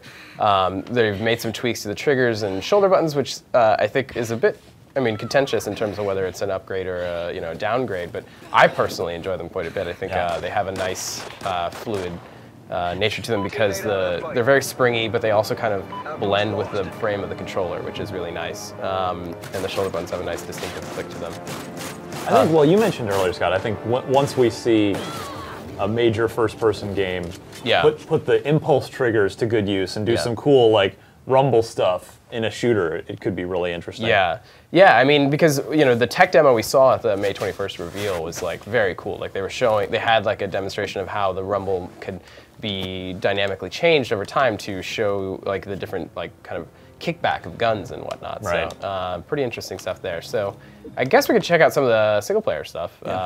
You said you were a few hours into it? Yeah, just first hour, because it's about what, 5 or 6 hours or so. You can go through it pretty fast. I ended up going a lot longer because I was, I was playing at the normal or high difficulty, and I was also like exploring a lot of the maps. The level design of the campaign is very interesting. It's not nearly as kind of linear as some of the earlier games. It certainly guides you, but there's a lot of different pathways you can take, which is a little different. So should I just jump into where you were? I would just resume it, let's just pick up. Yeah, I don't think there's anything too super spoilery in the first couple of hours, so. But I really love what they've done here with these loading graphics. I don't know who they used for the animations, but they're very macabre and like kind of cool. And then the voice that they used for the primary narrator is Brandon Routh, who is, of course, from Smallville. Yeah, Superman. Superman? Yeah, Ralph was Superman Returns Superman. Yeah. Tom Welling was Smallville. Oh, sorry. Greg Miller somewhere is his Freaking brain out. is rolling in his grave. Yeah, melting down. Yeah, my bad. I'm not the biggest Superman fan. I'll fight Greg Miller about that. I would pay to see that, actually. He's a little taller than me. He's bigger than you are. Yeah, he's a little. You're And a he little more fights- cut than he is, though. Fights dirty though. I don't know if I would be. He's gonna like bite and pull your hair. Yeah. So this is the baseball stadium in San Diego. Yeah. That's where I left off. What happened here? Oh man. Yeah, missile strike, right? Missiles have basically been used against us, orbital missiles, and we've been invaded. So America is very much on the defensive here. Yeah, so this is kind of a base camp for the enemy faction known as the Federation. It's a federation of South American nations who are oil rich and resource heavy, and the United States at this point is still well equipped, but at the time, like, there's, we're still kind of on the outs a little bit. We don't have a ton at our disposal in this scenario. So did we get any audio? So I'm not exactly sure when they're telling us to shoot people, but I might as well give it a shot. It says we're not loaded on our 50 cal there. Yeah. So yeah, I tried to turn on subtitles to see if that would offer some cues. Oh, they're on. Bullpen. Okay. Got something on the There we second go. floor, right above home plate. Supposed to be searching around because we're right above home plate, huh? Yeah. That's the dugout. So we should... Like the other way, because that's the outfield. This is my sports knowledge at play. Somewhere over here, yeah. Yeah. Above home plate. Oh, okay. He's in the box. I remember now. There we go. There we go. So our friendly ghost is getting pummeled in the face. Oh. But yeah, this is kind of a cool use of like military tech here. What we're using right now is a remote sniper rifle, which will come into play later in the level, where you can remotely pick off enemies as you're making your daring escape. So yeah, like here you can see like even though it's not, it's by no means the most advanced graphics, there's definitely been some major improvements to the Call of Duty engine, which if you compare them side by side is, it's obviously much better on Xbox One over Xbox 360. No, I disagree. I don't think this game's that good looking. Over Xbox 360? Just at all. Just in general. Yeah. Yeah. I mean, it's my thing is like they lack a lot of maybe some of the kind of cinematic effects. Oh, I'm not hitting any of these guys. Well. All right. A lot of the detail, I think, goes into the models of the weapons and whatnot, as opposed to some of the more kind of cinematic effects, like the lighting is, not so great. This is one of the better examples, but it doesn't have a lot of that kind of Frostbite feel. Yeah, I mean, for me, I think Black Ops 1 was the last really, really pretty Call of Duty game, and for me, they've been kind of taking visual. The engine has aged pretty badly in my eyes the last 2 or 3 years. I've asked this, a few people because, one of the interesting things to see will be how Titanfall compares, because obviously they're using a very similar kind of, maybe not the exact same engine, obviously. Right, it's off source, but an older tech, older fundamental tech. I mean, they've definitely done some cool stuff with it, but I'm wondering, what kind of perception that will be with the community, because it is a very cool, very pretty game, but I think it does have a kind of a similar vibe in terms of running on an older tech. Yeah, I would agree with that.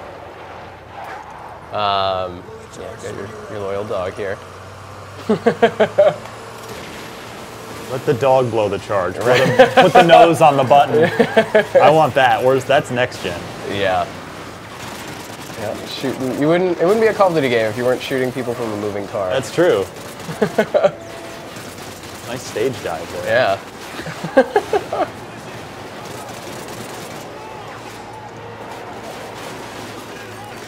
This is the most intense action San Diego baseball fans have seen on a baseball field in many years. Zing! My sports deficient brain tells me that's funny. I just got to visit Petco Park in San Diego for the first time, right at the last week of the season. It was a beautiful ballpark. I had a great time. And actually, the concourse kind of, like the field itself didn't really look like Petco, but this concourse kind of does. It's open air. Yeah, they did a lot of interesting stuff with their with the modeling of the environments. Like they've taken environments out of Los Angeles and South America. There's a lot of pretty like lush environments, especially when you get into some of the jungle maps. I know, Scott, you'd because obviously Call of Duty's been in the fanboy wars of 2013. Yeah, it's been a huge point of contention. Yeah. Obviously, both versions are great, but it seems like in your review, from your experience, so PS4 gets 1080p. Yep.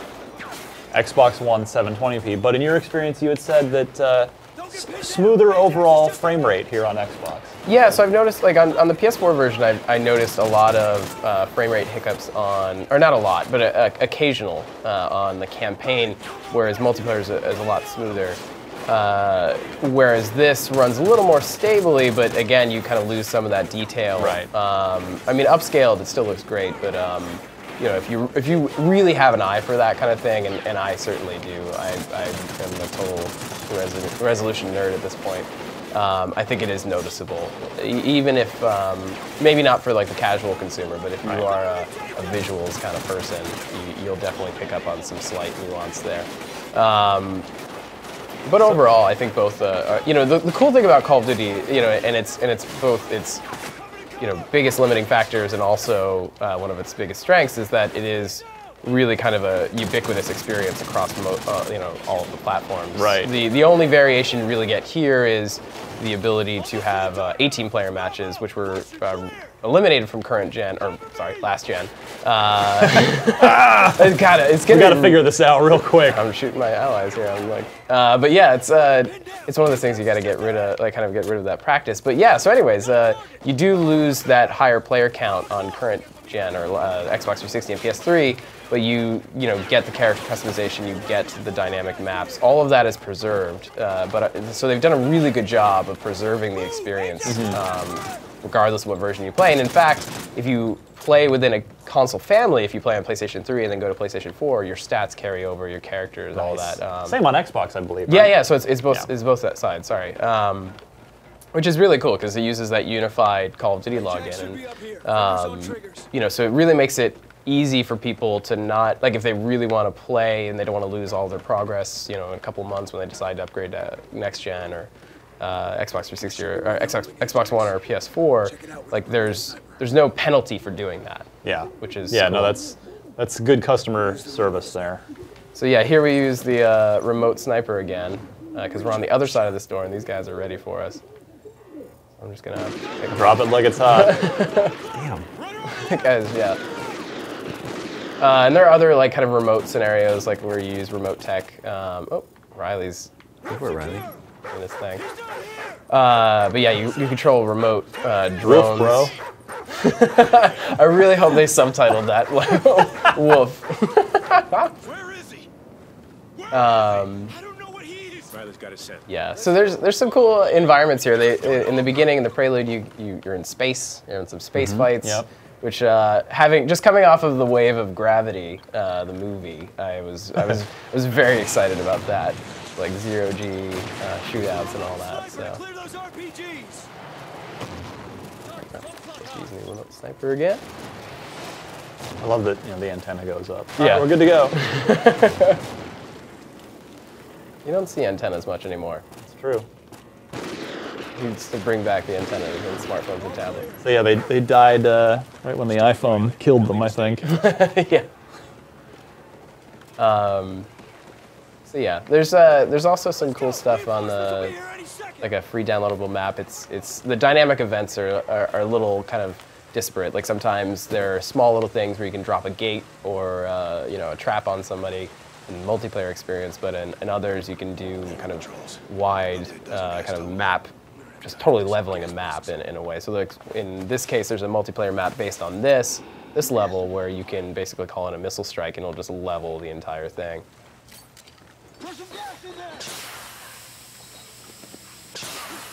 Making the streams with it, yeah.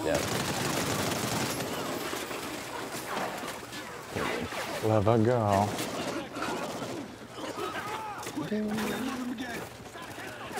Man, stabbing things. How is Riley not affected by the gas? Riley's wearing a gas mask. Oh, good. We got a muzzle mask. That would be gas amazing muzzle. if they strapped a gas mask to the dog. Riley is not in multiplayer, but like a model based on it is, and you can call him this guard dog that follows you around and will bark when enemies are nearby. That's awesome. And seek them out. Bobby is not a big fan. No. He gets real mad. He says, in his own words, Riley doesn't do anything for me. So, but I personally think it's a useful little tool. Really contributing to my team's effort here. You're getting it done. I'm shooting at them, not the enemies. Oh, a grenade launcher, I didn't know that. Yes, put it to work. Yeah. Oh!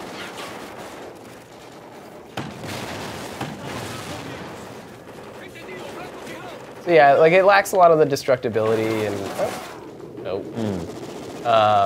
lot of that environmental experience is lacking. But I do think there is some benefit here in like the detail of the weapons. Like the weapon modeling in this game is just incredible. Like just the little finite details you can see on them.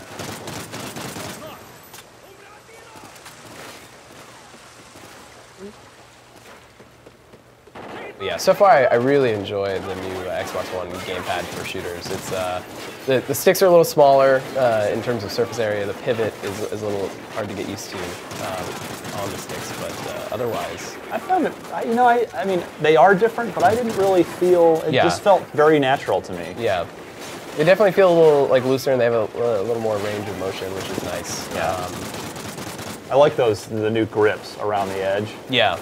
Yeah, the fact that there's no, like, it's just the small details, but like the absence of the screws on the bottom, like there's no holes for any of the screws. It just feels like one solid piece. There is like one dividing line, but that's it. It doesn't really, you can't really feel it. They did a really good job on this controller. I see why you can't use that pitching machine to bean guys. Right? Although, let's be honest, I would have no ability to use it. I'm gonna get through this eventually. I believe in you, Scott. Yeah. I need to stop running around and paying attention to Riley.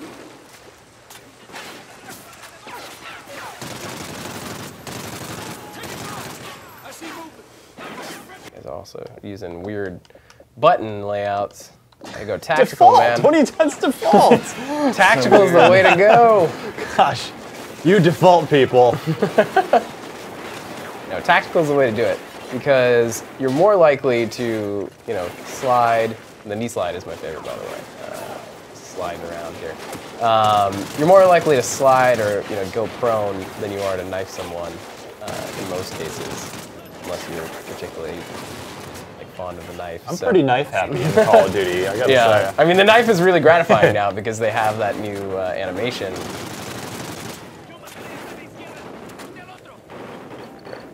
San Diego Tsunami is their fictional baseball team. Yeah. Is that a plural? Is tsunami the plural for tsunami? I think so. Or if you're a Howard Stern We've had fan, a record listen to number of tsunami this year. George Takei at Tsunami. Oh my. Tsunami. Have to pronounce that T. Tsunami. Oh my.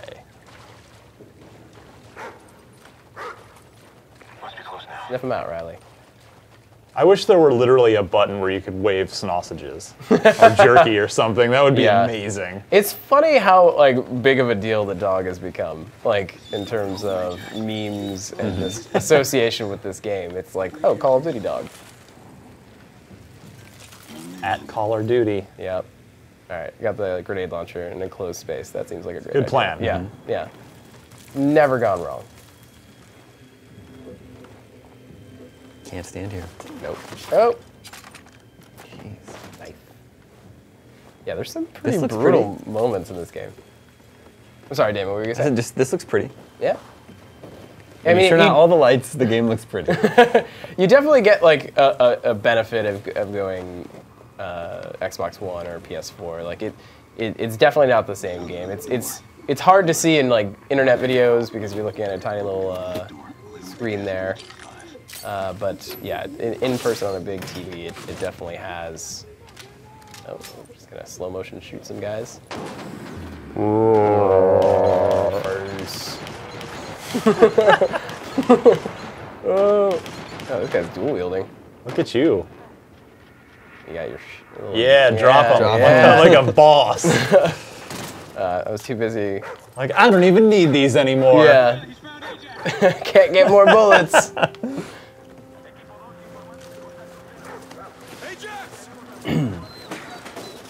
How is he? Character's name's Ajax. Like the cleaning squad. It's bad. Son of a bitch. Hang in there, Ajax. Hang in. It was Rourke. Stop shining that in my face. We'll get our friend Mr. Clean to come help you. Come on, hang in there, Ajax. Grenade launcher. He's gone. Riley. Damn it. Riley's upset. No. Merrick, you gotta look at this. Get him ready to move. Flares. It's a kill list. Rourke's targeting ghosts. Who the hell is Rourke? No time to explain, kid. They're coming in. We need to move. Keegan, bring it. Talk too much. Shoot things. Nice locker room. Yeah, it's pretty sweet. Oh, whoa. What did I do to you guys? Just jumping around. There's your so locker many room. like 80s action movie puns just waiting to be game time. There's a disturbing lack of that in this game. You could say that shot was a home run. You need to write Call of Duty games. I would love to write a Call of Duty game. They know where to find me. Treyarch or Infinity Ward or Yeah, who needs Sledgehammer. Stephen Gagan? Call me up. We'd have a good time. I guarantee you would not forget my Call of Duty game. For better or for worse. I would very much like to play your Call of Duty game. We're good. Now get yourselves home. All right, leave it. Yeah, helicopter time. Go, Riley, go. Whoa, what? What? Looks like you won't be making the playoffs. Can we just do like an entire stream of you writing dialogue for any... As long as the levels are all, like, it's just all baseball jokes, baseball cliches. Oh god. Let me in. Riley, you pilot. Kill two guys at once so I can be like, nice double play. I already did earlier. You missed it, man. That was your golden opportunity. Oh. Strike one. I am not good at shooting things.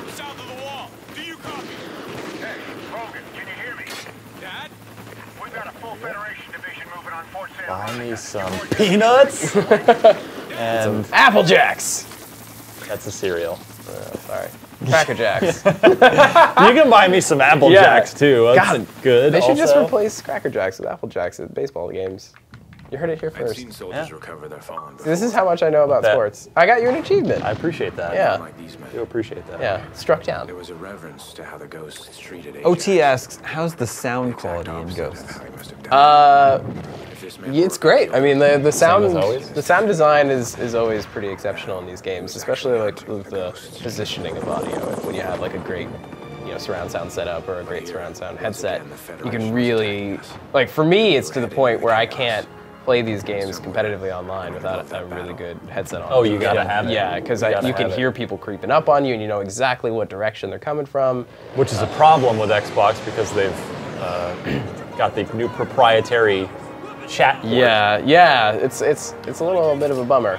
But the adapter is apparently coming in 2014. Apparently. Yeah. Yeah, like I want to rock my surround sound headphones. Yeah. Although there are some solutions at launch. I think Polk Audio has some this is actually their first set of gaming headsets. Usually they do like high-end consumer stuff for just music and audiophile whatnot. So this is kind of interesting for them. I should just steal it. Wasn't paying attention. Not sure where I'm supposed to be going. There we go. Yeah. Right through the infirmary. Yeah. Excuse me, guys. Sorry, guys. Sorry you're wounded and everything. Yeah. But Just stepped on your IV bag. No big deal. You'll be all right. Alex Young says, ask Ryan if he agrees with McCutcheon winning the National League MVP in baseball. yeah, it's hard to argue. I mean, you know, my guy Paul Goldschmidt, love him. You know, he was the runner-up. Yeah, Goldschmidt for sure. But you don't know. I don't even know who that is. But no, I can't. It's Goldschmidt was not robbed. McCutcheon was extremely deserving. Had a great season. Took his team to the playoffs. Played a great center field. Viewers, we are nearing the end of our time together today. If you have any last-minute Call of Duty Ghost questions, tweet them at IGN. And you already own this game, so we don't need to give it away. Let's be real. Yeah. We don't have a copy of it. But yeah, they already. Everyone watching this already.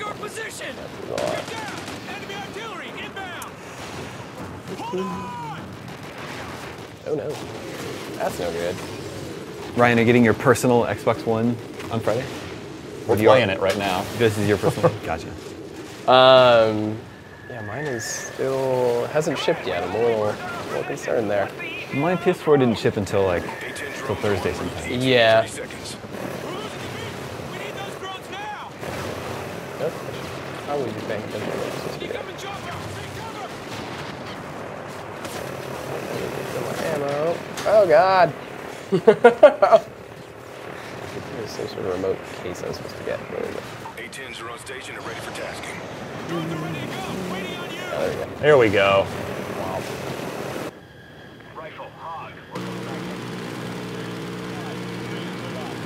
Yeah. Light him up.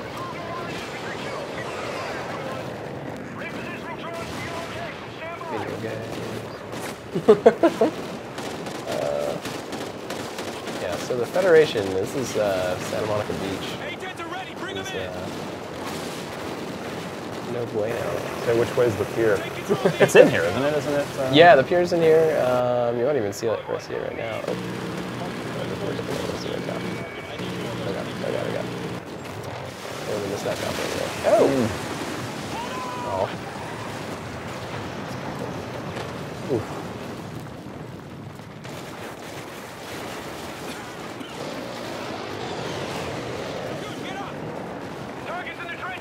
There's the pier.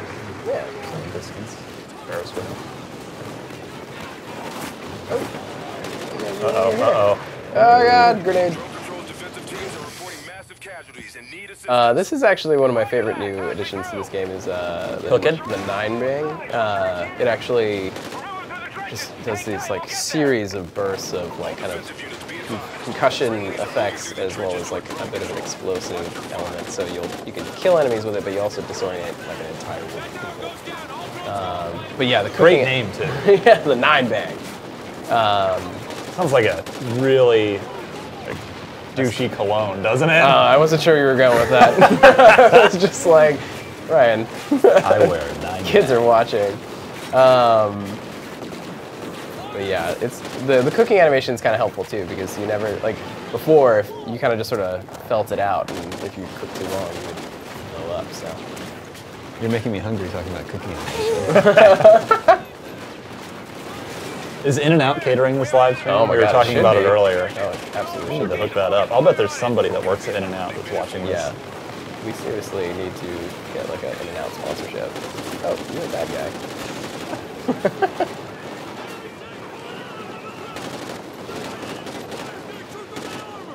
Oh god. Oh, there we go. Alright.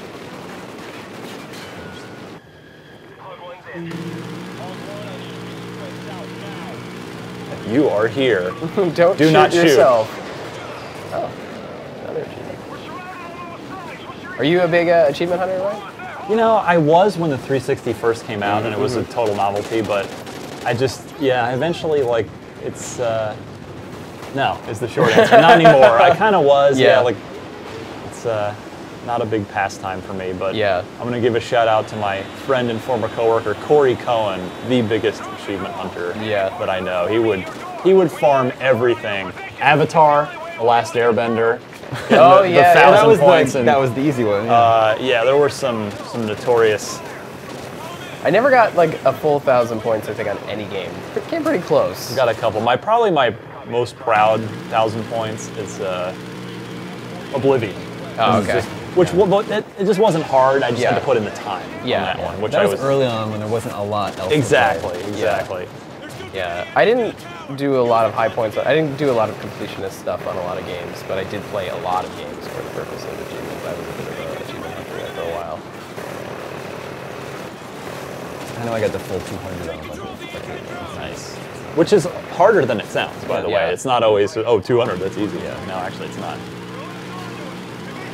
Some of our viewers are asking why we didn't make it to Assassin's Creed 4. We wanted to, but it's because of the patch that's coming still, isn't that right? Yeah, it's just not, ready to show yet. I think we'll have review impressions up for that once, I believe on Friday? On or before, Friday at the latest. Yeah. I think there's a similar situation with Battlefield 4, why we couldn't play that today. Correct. We're just still waiting on patches. The game's not ready yet. Yeah. I mean, you want it to be reflective of the day one experience. Exactly. Right? But this does bring us to the end of our Xbox One pre-launch party today. Thank you everyone who joined us today. Thank you all the IGN editors that came on and played with us. Scott, we're glad you could play some more Call of Duty Ghosts with us today. The Xbox One is out in 32 hours. You got the countdown going? From now. Maybe 33 hours.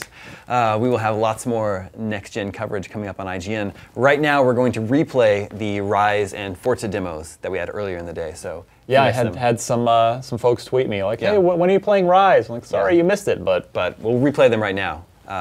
Everybody, have a really great night. Stay tuned for lots more Xbox One stuff here on IGN. Have fun at launch.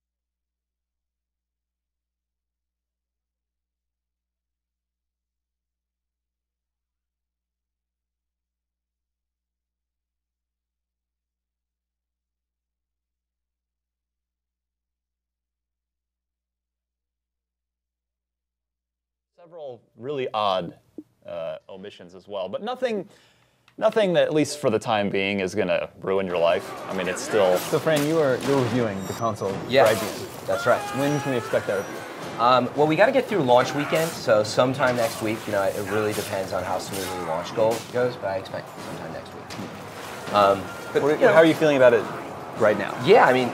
2 days before launch. Ryan and I have played quite a bit of it. Can you drive? Yeah, I know it's hard. And I also play inverted, so that's probably throwing you off. So look, I've spent over a week with it now. I've brought it home. I've brought multiple versions home, and we just got the day one update. It's a little early to say. We're just getting our hands on the final day one. But that being said, I really want to stress that everyone's seeing, oh my goodness, you're using voice commands, and like, it's so difficult. It doesn't work. First of all, I would define work as this does everything they said it's going to do. It does. However, in the commercials, it works the first time you try it. And that is going to be a high barrier to entry. But what I will say is, as I adapted to the system, I find myself, so now when I'm done with my game, I actually just start to like throw the controller down and walk away, and I'm saying like, I'm not going to say it, but Xbox turn off. Yeah. And then I walk away and say yes, and it goes off. Like, I don't hold the button, go to off. It's actually really nice. When I walk in my room and just get home having TV running through it, I do say Xbox on. Xbox on. And, I get, the TV's instantly running, You still have to turn your TV on though, right? Nope. So we can't show the setup right now, but what's really cool about the Kinect is it is technically a universal remote. They need to do a lot more with it, but what it is it's firing all these infrared beams out behind us, and it's actually a perfect remote. I have not had any trouble with it detecting the television, my box. It's really quite robust. There's going to be some models the TV spec can't find. Sure. But for example, we can mute the TV right now. I've set it up. I can shut off the box and the TV at the same time. So yeah, when you walk in, it fires on the TV, and when you walk out, it turns it off. It's a really cool setting. That is very cool. Yeah. How, if you don't want to use voice commands at all, Is it still really easy to use? Is it easy to navigate the interface without voice commands? Ryan? Well, with a controller, yeah. I'm not a fan of the hand, connect hand gesture stuff. Yeah, I should say franzing. I mean, it works, but it's cumbersome. The thing I don't like about it is they've changed the select icon for this from just holding your hand and then the little, just for a minute, for a few seconds, and the circle would fill in and it would select what you want to. It's a push gesture now, and you often you hit the wrong thing. It's not a precise. I've done that too. Yeah, it's I'll a really trying to go to that. Yeah, it's a gesture I really, really don't like at all, and I don't understand it. So yeah, now I'm going to try to do the. You can grab the screen and pinch it.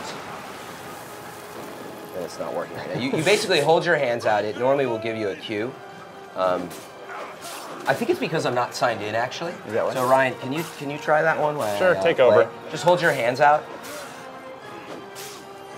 There it is. Yeah. Do it a little more slowly. Oh gosh, sorry, I'm really not doing a great job here. Did it work? Just hold it out for a second. Yeah, so gestures are not quite where you want them to be, and that's just kind of a fact.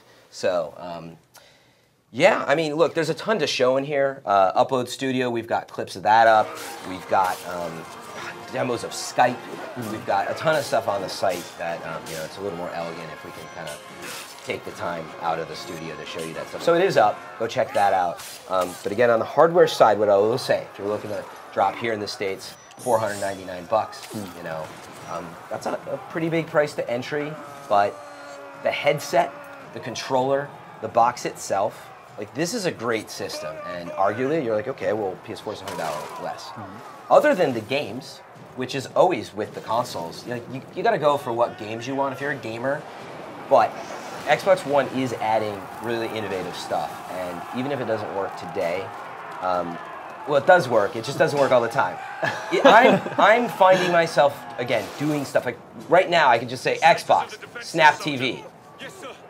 Well, it does work at home. You can't. Well, I can't. Ryan can. But look, the point is, games are loading sometimes. I've found myself snapping to TV. Eventually, I guarantee there will be some Twitter app that you can easily watch your Twitter feed. It's got some really neat ideas. I think Snap is really going to be very interesting. So is it worth the additional price? Well, that remains to be seen, and it really depends on you. Well, should we jump into some Rise? Jump into some gameplay? Get back into it? Absolutely. It's time to play some Rise. I think we're going to bring Brian Albert in here. Bring in the expert? Yeah. Are we playing off this console, or are we ready to just go into we're right now? we're going to keep Why don't you get us rolling started, from, and we'll switch out Fran with Brian. Fran, thank you for joining us. Thank you. Okay, viewers, if you want a chance to win a copy of Rise for yourself, tweet us at IGN. If you have comments, you have questions, we'll answer them live. That also automatically enters you to win. All right, Ryan, tell us about... Oh, and Brian, also welcome to the show. Thank you so much. Are you mic'd up? Can people hear you? I think so. Hope so. Are you reviewing Rise for us? I am, yep. It's going to go up at 3 a.m. tomorrow. That's really early. Are you going to be up in the comments? I've been told that I don't have to, but I think I want to. Yeah. It's a really big game. This is one of the big, launch I will hand over to you, sir. All right. I've also finished Rise, so I'm happy to speak to it. Now, yeah, our review doesn't go up, so we can't give you our score or tell you exactly what we're thinking, but we're going to show you the game, and we can talk through these first couple levels of the game. So you're signed in, so it only listens to you, connected? Is Oh, that what yeah, you're saying, Fire Volley right now? Fire Volley.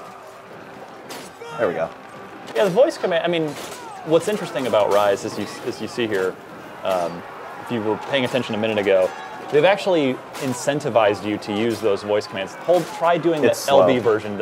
If you hold down the button, it's a lot slower than just saying it. So they want you to just say it.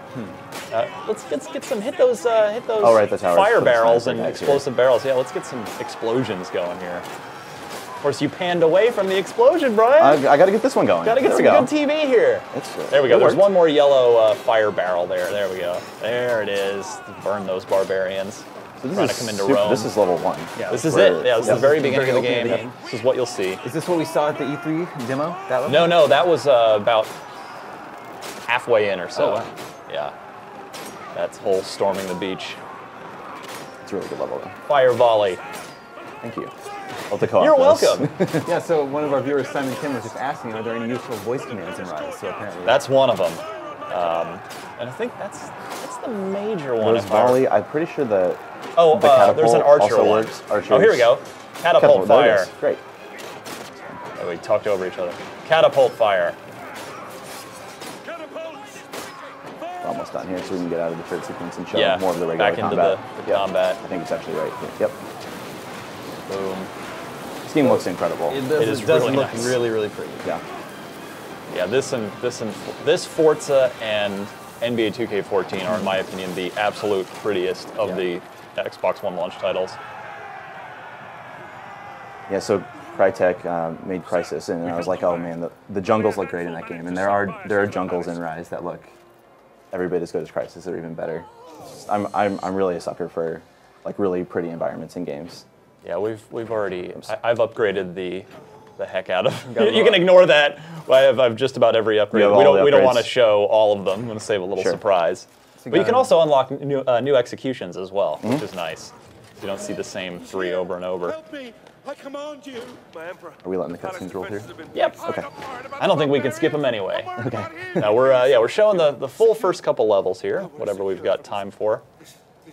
We need to get you to a safe place. Your chambers? Can we get Twitter up on the monitor here? Starting to get some questions in from our viewers. So here we go. Question from Stone C11. Can you turn off the color QuickTime events on the characters in Rise? Oh no, they are part of the game. They're there for the whole game. Yep. Although you don't actually have to hit the button to complete them, you just get a lower score on your combo if you don't match that prompt. And you'll die a lot quicker because you won't regenerate your health if you've chosen health regen as your, which I prefer the health regen option myself. I'm almost always doing health. If I'm doing really well, I'll switch to XP. Yeah. But yes, we know. Yes, thank you, Rise. We've played this game already. Get them? It's always the Y button when you're stomping their face. Yep. Eventually you'll learn it, and then you can get your what's it called, legendary hits. Yeah. Or legendary executions, rather. Right.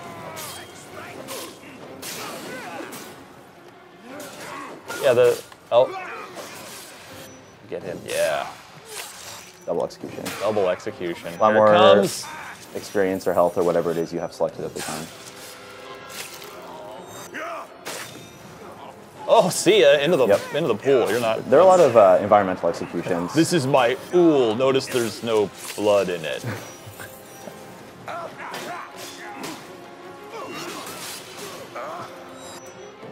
Yeah, I know. We'll have a lot more to say. I know a lot of people are really going to be curious to see our Rise review. There's just limbs lying around on the ground. Yeah, well, it's ancient Rome. That's, we'll get somebody in there to clean that up later.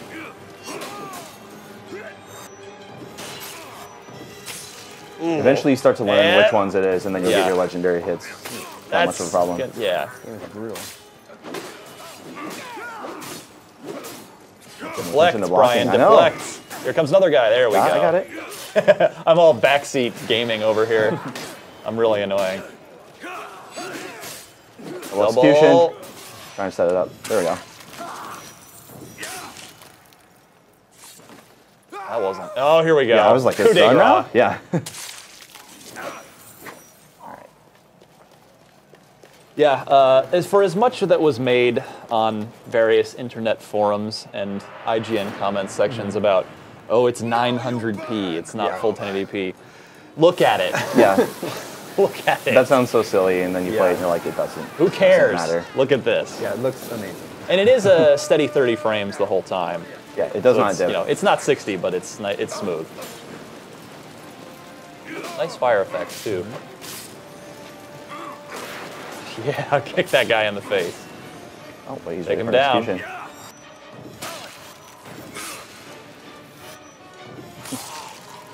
I really like when you're like on edges of like tall buildings, whatever, you kick them off. Yeah, there's some contextual kills throw as them in a well. fire. So do we have a good Rise question? Are we going to hold out a few more minutes? We've got lots of good questions here.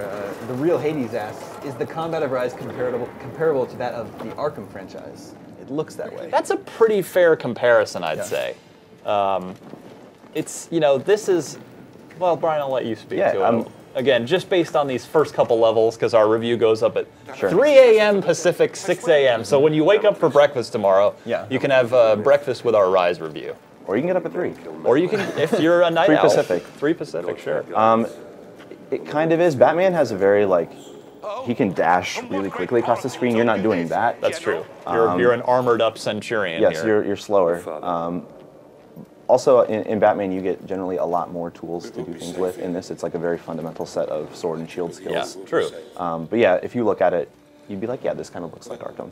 A lot of countering, lots and lots of countering. Yeah, it's much fairer to compare the combat to Batman than to, say, God of War or something like that. Some racy statues in this room. It's, again, ancient Rome. You gotta go with the flow here, Damon. Yes, safe. You know what's up. But you, what family, what's your name, soldier? Marius. This is louder on the But screen, my name right? is of no import. Yeah. Okay. Yeah. No, Just it's making not. sure. It's really, really quiet. It's in here. not whisper Yeah, quiet. no, we've got our television turned down. This is Emperor Nero here that we're protecting now, saving him from the barbarian horde that's invading Rome. I really love these cutscenes as well. Gods, but that we alone It looks really good. It does. You were fated to When the be game was first revealed, wasn't it just like a rock with a carving in it? Something sort of like this, right? I was you trying to remember think- that? it was- Oh, the what was initial code name? Project Kingdoms. Project Kingdoms. That's right. Yeah, way back in the day. 2010? So we just saw like a 2010. sandal like come down. Yeah, and then, of course, for those of you who may be new to the Xbox world or have just forgotten at this point, Rise was originally a Kinect game, a purely Kinect-only game. Yeah, that was revealed, I think that was 2011, if I remember correctly, that trailer was revealed. You were gonna slash and kick at the screen, and but it has made quite the transformation. Yes, most of that is gone. Father. Marius? Yeah, so faces look really cool. They too. do. Yeah, I was really just noticing nice. like his teeth look. How do I look? Yeah, like really. Every inch of the Roman soldier. So we jumped back. This is young Marius now. He just got in the Roman army, correct? Yes. Coming back to meet his father. Yeah. Yeah, their facial animations and voice acting in this game is incredible. I love. Yeah, the voice acting is really, really good. I was really convinced by it. Quiet, province. Your mother will be pleased. I didn't join the army to bask in the sun, Father. I want to fight like you did for the. If you want to, like, I'm such a tech geek sometimes that, like, the bristles on the red bristles on his helmet just look so good. It reminded me a little bit of like fur shading, a little bit like we like back in Conker's Bad Fur Day on Xbox, the remake. Let me look at you. Games like this, they make me think, if you remember back to the whole like David Cage, oh, we need polygons for motion sort of thing. I mean, you don't need them, but they certainly don't help. hurt. Yeah. Like if you want to tell a story with, you know, sometimes they don't say things, their face just shows something. That's very true. Yeah. Yeah, there's some cool stuff with just in the eyes in this game. Is there something troubling you, Father? We will talk in good time. For now, let's see what you've learned. Yes. Question here from Sam Corbett. Does Rise, Son of Rome have Roman mythology in it? Yes. That's all we'll say. Okay. And some of the characters are actual Roman, like historical Roman characters. That is true. We're going to train with Dad a little bit here, brush up on our skills. Whoa, easy, Damon. Wooden swords. Practice, practice. Do you want to spill any blood on these nice marble floors? Nice yeah. That's gorgeous. It. Good work, my son. Now do it again, but this time strike 3 times. Yeah, I like this. It's, you know, it feels like a more realistic tutorial than you're just like, oh, now I'm hitting things. You know, Yeah. It's your dad. He was an old soldier. He's training you. That's what they did back in ancient Rome. It's like carry on in the ways of your father. Now, unfortunately, and you can give me some insight to this, this is the one I've had a lot of trouble on. Because he blocks that last hit like that. Oh, yeah. And you have to land 3 hits on him. So I try this, and I'll try and break one more. Is that what you do? Yeah, I mean, did you, I think I mix just did in it the shield bash as well? Okay, that seems to be working. Excellent sword play. Ready yourself. Yeah, deflects. Deflects are super important. Very. You'll be doing that. You'll get crushed if you don't deflect attacks. Focus, Marius. Timing is everything. Enemies don't only glow green at the time when they're about to do that. That's just for this tutorial bit here. Look for the opportunity. But that opens them up for a lot of counterattacks. Some enemies just can't be blocked if they have big, like, great hammers or whatever. Sorry, Right. Shouldn't have been looking at you there. And yeah. Not like that. You must time your strike. Good job, son. Again. Oh, he wants the perfectly timed ones. He's picky. Perfect. Well, you know, he holds Nothing's you to a high ever good standard. enough Yeah, for Dad. Dad, come on. Now put your moves together. Combined attack. I love that you get home, your mom comes up and hugs you, and it's like, and mom's like, your sister really wants to see you, and dad's like, hold on, we gotta go train right away before you hug anyone, before you, like, you've been gone a while, but we need to hit the gym immediately here. That's the way. Masterful. Okay. It's a sad but proud day. The day a son first beats his father. You may have mastered the sword, but Yeah, this is definitely one game you could never mistake for an Xbox 360 game. always come Yeah, open-handed first. There are a lot of cutscenes in these first few levels. I've heard rumors there is great. Yeah. We can skip cutscenes. Can we? I don't think we can. Unless maybe because I've already played the game we can. Oh, I don't. That sounds right. Because I don't think I could either when I first played it. Oh wait, the barbarians got in. They're like, God, they're so annoying, these barbarians.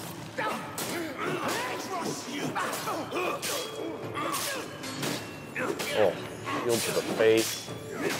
Oh! Don't you hate when you go too early? Like, no, yeah, I was there! yeah. I was just too early! Now you're penalizing me for it. It's like the Brad Pitt move in Troy. In Troy. That's right. I thought the exact same thing. I try to do that as often as possible because it looks cool. Oh, that was a heavy attack there. You held down the button and really came jumping down. If you hold X, it's just like an attack. But if you hold Y and do that, it breaks their block like that. Yeah. Very effective. They're enemies with really big shields that are just a lot bigger than you. You'll have to, Oh! That's gonna leave a scar. I didn't. By the end of the Rise, I wasn't like, oh, just another execution. Every time you're just like, oh man, this is. Oh no. Spoilers. Yeah. Why didn't you let me hug her before we trained? Exactly. Last one of you. Butterfly effect. If we'd hugged it out to start with, maybe we would have Might not been be in there. this position. Exactly. Are you all right? Kill him. That is real mad. Everybody's upset. Everyone's real at mad in this point. game. Now we're just bloodying up those nice floors as well. So if you land an attack and then you hit attack again right when that attack lands, Yeah, you get that perfect, you get perfect hit. Get that arm off there. Don't need that. Oh, or your neck, I guess. You can get legs too. Can you do heads? No, they don't do heads. You don't. You slit a lot of throats. Lots. If that Oh counts. yeah, or right through the neck, but we don't actually we don't take the heads off. Oh, here we go. I missed them both. Pressures of being on live television right here, live broadcast. I was on PlayStation live stream and like I'm not playing as well as I should be. You are being judged right now by commenters. That's fine. I gotta get used to it. One of our viewers, Miguel Nunez, asks, "Is there any online for Rise?" You can talk about what it has. Yeah. Yeah. So it has co-op modes. So it's two people in the Roman Colosseum. And the Which is a great idea, by the way, Right. just in principle. It's really neat because the Colosseum, unlike in real life, it like shifts and molds and changes into like different death traps and pits. Right. And I mean, things. they did that in ancient Rome, just not Yeah, but it's like instantaneously. mechanically, they would right. set up sets in actual ancient Rome, so they've played upon that here for the two-player co-op mode. And it's sort of like, go defend this objective. Oh no! Yeah, there's somewhere he stabs them and then like throws them over him with the sword. I don't know if I've used any of those yet. We'll have to get one. But yeah, it's 2-player. There are several different kinds of maps within the Coliseum. Yeah, it's sort of a Gears of War horde mode. It's in that vein. You know, it's 2 players against, you know, trying to kill a whole bunch of AI opponents. There is no versus. There's no competitive multiplayer in this game. I think this guy's man boobs are jiggling. It's next gen, Dave. Next gen is here. What do you think all those processors and RAM are doing? All those RAMs. So this guy is the first guy we fought where we have to break his guard because he has a big shield. Oh. Yeah. But I like to see the look on his face there as he actually looked like he was not feeling good. I mean, probably not. Did we vote? We're skipping these? I mean, I guess we probably should if we can. Were you able to skip it? Oh, not this one. Yeah, no. Never mind. This one's not a long one though. And we can say there's a lot more story in this game, even if we are spoiling a little bit here at the beginning. First, let's admire the view, because this is, I did this the whole game. Like, I was taking my time and I was stopping to smell the roses, because I was like, that's the first time you go through a game, you only get one first time to see. You know, it's the old saying, you know, you never get a second chance to make a first impression. There were many times where I just stopped and was like, yeah, and just stop and look around, like, place. Wow. You got there's cool like graffiti on the city walls. Right there. Well, Ryan, Mal Campbell has a question for you. For me? Yeah. Rise or Dead Rising 3? Again, Which our one should I buy? Our Rise review goes up at 3 a.m. You can at least get a decent impression for yourself of Rise here. Our Dead Rising review is already up. We gave it an 8.3. Our own Dan Stapleton, which I did some co-op with him and played a little bit of single player myself. I'm very excited to get back to playing more Dead Rising. I just want to point out that execution had 4 stabs in it. 4 stabs. That is a 4-stab execution, everyone. But yeah, I quite like Dead Rising.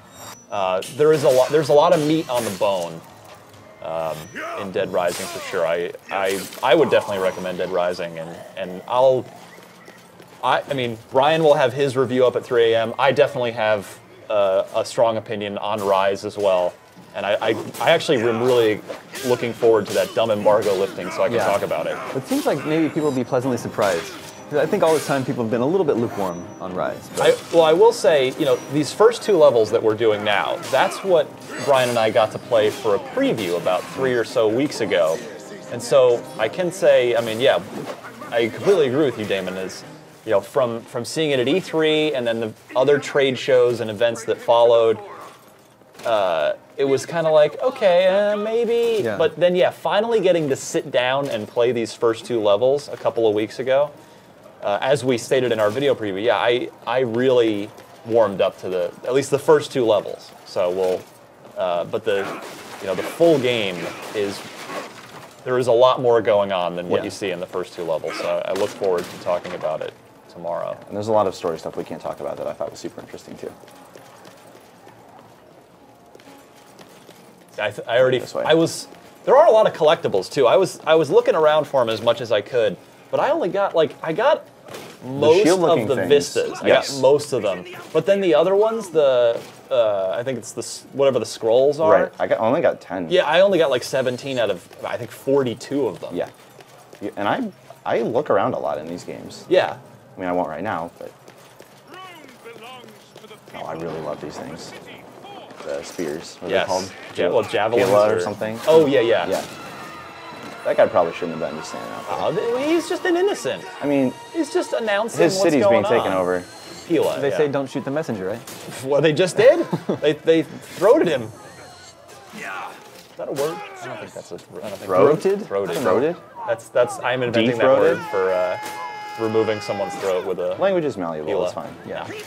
Selfie is the word of the year. So. That's true. It's in the dictionary now, right? Or is that true? Yeah. That is true. It's a fact. I don't want to do anything. Our viewer Randy Lamberson asks, does Rise utilize the rumble feedback and the triggers on the Xbox One controller? It does not. In the impulse grips, triggers. But not in the triggers. The impulse triggers.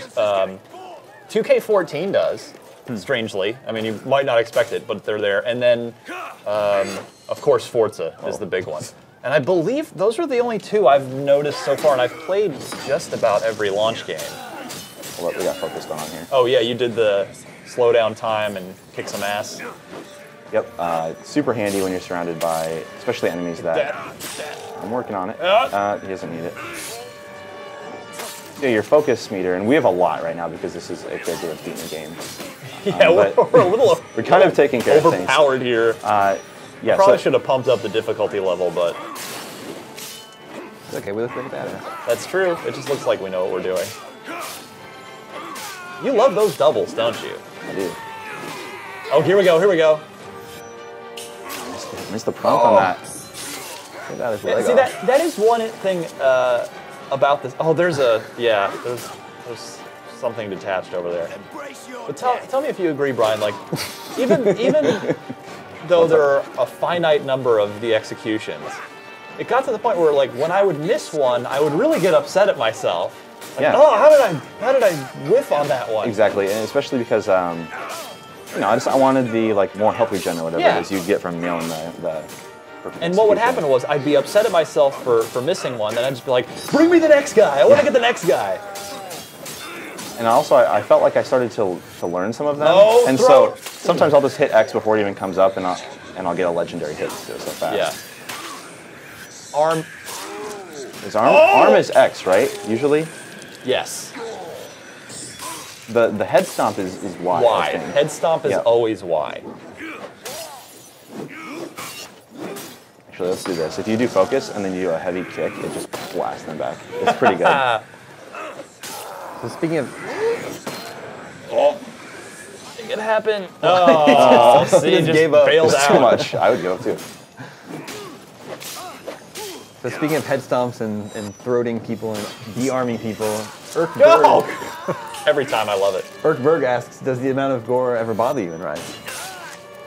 I mean, I can see how it would bother some people, but no, it doesn't bother me. Yeah. You're a family man. I've played a lot of... You're a family man. I wouldn't play this in front of my kid. Yeah, it doesn't really bother me. I mean, I played a lot of Gears of War. That might have been Gears, or maybe Mortal Kombat would be the first game where I was like, oh wow, that's so much gore. But now I'm just kind of used to seeing it in games. Maybe that's not great. There was that study this week, Damon. Yeah. 11,000 kids studied over a decade. Yeah.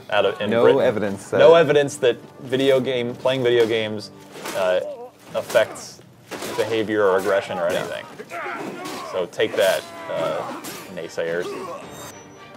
He's already got one. Well, you are. It's not enough, Brian. You got to teach that barbarian a lesson. Like, do not come into Rome. This will happen. Get out of here. I want you to tell all your friends about me. Is that your best Batman? That was bad Keaton Batman. That was a line from the '89 version. Of course, he says, "I'm not going to kill you. I want you to tell your friends about you're just killing these guys." Yeah, I mean, for the no second chances. Yeah, like the blood spray is a nice touch too.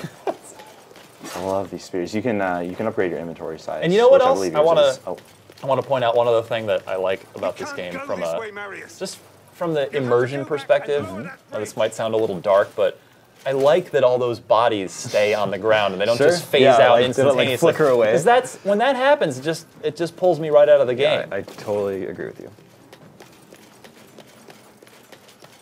There are a few like very minor platforming and puzzle solving sort of things. That's what we're doing right now. Got to lower this bridge for Dad. I'm gonna throw a spear at it. Yeah. That's it, son. Keep going. To the Forum, Marius. Don't stop for anything. Oh, I know we'll get to this later, Damon, but the other... So Rise is the last of the first-party game reviews that'll be going up at 3 a.m. Pacific tonight, 6 a.m. Eastern. But just this morning, if you missed it, if you're tuning into the live stream right now, our Forza Motorsport 5 review is up right now. So maybe pop another browser window open and check that out. We'll be playing Forza in about 13 minutes. Excellent. I'm glad that's our That game next looks great too. Oh, so good. Get him. I'm working on it. Just, you know when that arm is hanging out, it's gonna go. One I'm actually really fond of is he stabs them and then backs up and gives them a chance to swing and just kind of dodges a few hits. Yeah, that's one you unlock later, Yeah. and I have it unlocked. I think we've here. done it a few times already, and I'm a fan of that one. Another Albert, not Brian Albert, but another Albert asks, are there multiple difficulties? Oh, that's unfortunate. Sorry, what? Multiple difficulties. Oh yes, it goes up Halo style. It goes up to legendary. Yep. There's 4 difficulty settings. We're on the default normal one, and then yeah, it goes up. I'm actually strongly. There's so many launch games to get through, but I do. So I don't know if I'll get there, but I in my heart I do want to replay this on legendary. It's a matter of if I end up having the time. This is a game. It's sort of tempting to go for all 1,000 achievement points. Yeah. Time for what? Further! I assume some of them are tied to the multiplayer? There are some multiplayer ones, yes. I thought it was a plant, yeah, I thought the same thing too. Because they glow green, right? That's what the sequels The are. collectibles, yeah, are either on shields or dead bodies. Thought I might have helped you there, but nope. This is a good battle scene. It is good. I like this guy. Yeah, he's cool. Your commander.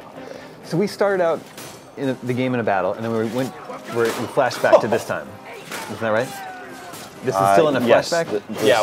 Yeah, when we were with Nero in the beginning, that was the present, as it were, and now we are back earlier in Marius's life. And I assume we'll eventually flash back. Not very far, by the way.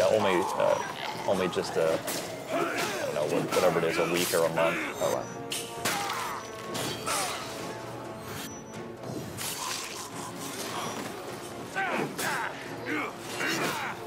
You really get to test out your skills here. And I will say that this area shows off. One thing I like about the AI in this game is they're not polite. You know, it's not like Kung Fu rules where we wait our turn to fight you. Like, you will get swarmed by 3, 4, sometimes 5 guys. Yeah. It's all about countering when they do that. Yeah, you have to deflect. They'll crowd you.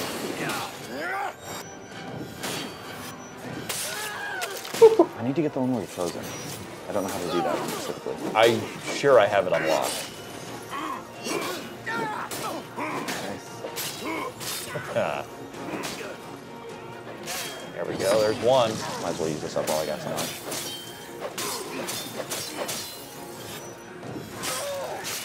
Oh. I regret nothing. There we go. That was a good Nice. This guy, wouldn't this guy run at this point? Yeah. Like, gee, my friend just got not only killed, but humiliated. Oh man. But these guys, they are dedicated to the barbarian cause. True.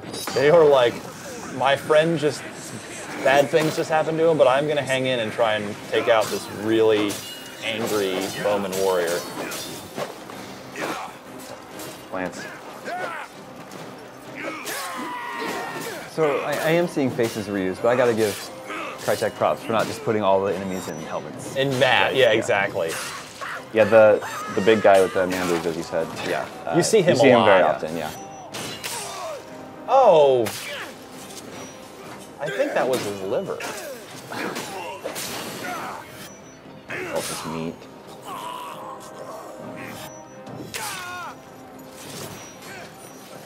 One or two more here. The other guys are just hanging out, like, well, we'll let Marius handle this. Ryan, Xenokai has an Xbox One question. Hit me. He says, I've been hearing there is no universal inversion setting for the Y-axis on Xbox One like there was on 360. It's funny he mentions that This is because true. it didn't dawn on me until like a couple days ago, and because I've been having to change it in every game because I'm an inverted guy. So it's true? And I have not, if it's there, I have not found it. I'm pretty sure it's not there, and it's incredibly aggravating. That's another, because I play inverted as well. Yeah, All inverted, so it's like, we're yeah. all, yeah. All right. Hashtag team inverted. But I thought that was so cool about the 360. Well, what's hilarious is when they laid that out on 360, which was from day one, but that was in there from November 22nd, 2005.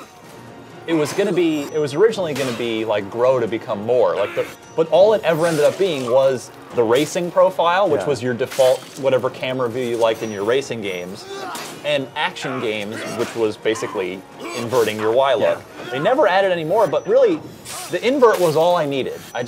the fact that every game would automatically invert for me was so great, and I'm really missing that feature on Xbox One. I really miss being able to set my game type to underground. Remember that? Oh yeah. Recreational user, because that underground user. At all. Yeah. Someone, help Leontius.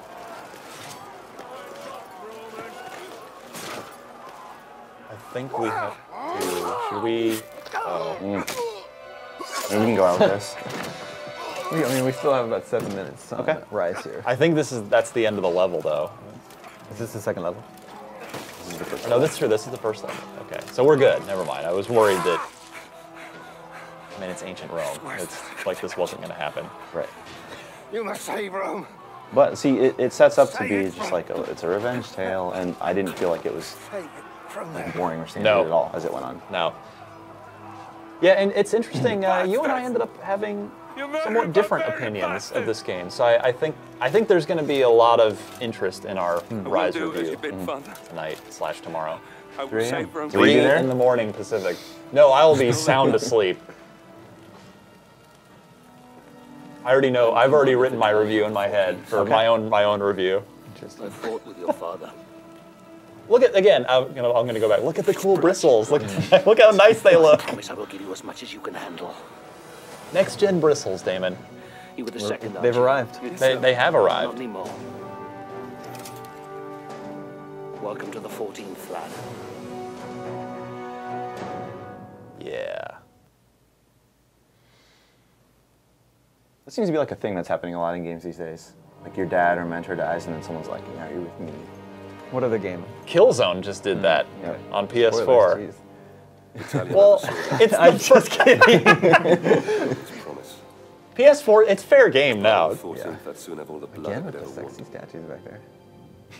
The island of Britannia, clutching the fetid beams lair at the edge in of the our background. was home to the bastards that had Somebody had slaughtered to my carve family and led the very rebellion which had someone spewed had on to the streets of a Rome. computer animator had to. Well, yeah. Bursting with the 14th would take us to these isles. You want to break where I the would wreak fourth my wall, revenge, Damon. Tell crushing everyone this is a video game. Matt asks, how do you guys like the new Xbox controller? Oh, I actually put up a video I would love for people to watch. Is a 360 versus Xbox One controller comparison, because I've been lucky enough. I've been playing extensively with the Xbox One controller for many hours at this point. Yeah, go watch the video. But the short version is, in my opinion, I think the DualShock 4 is great. The 360 controller was great.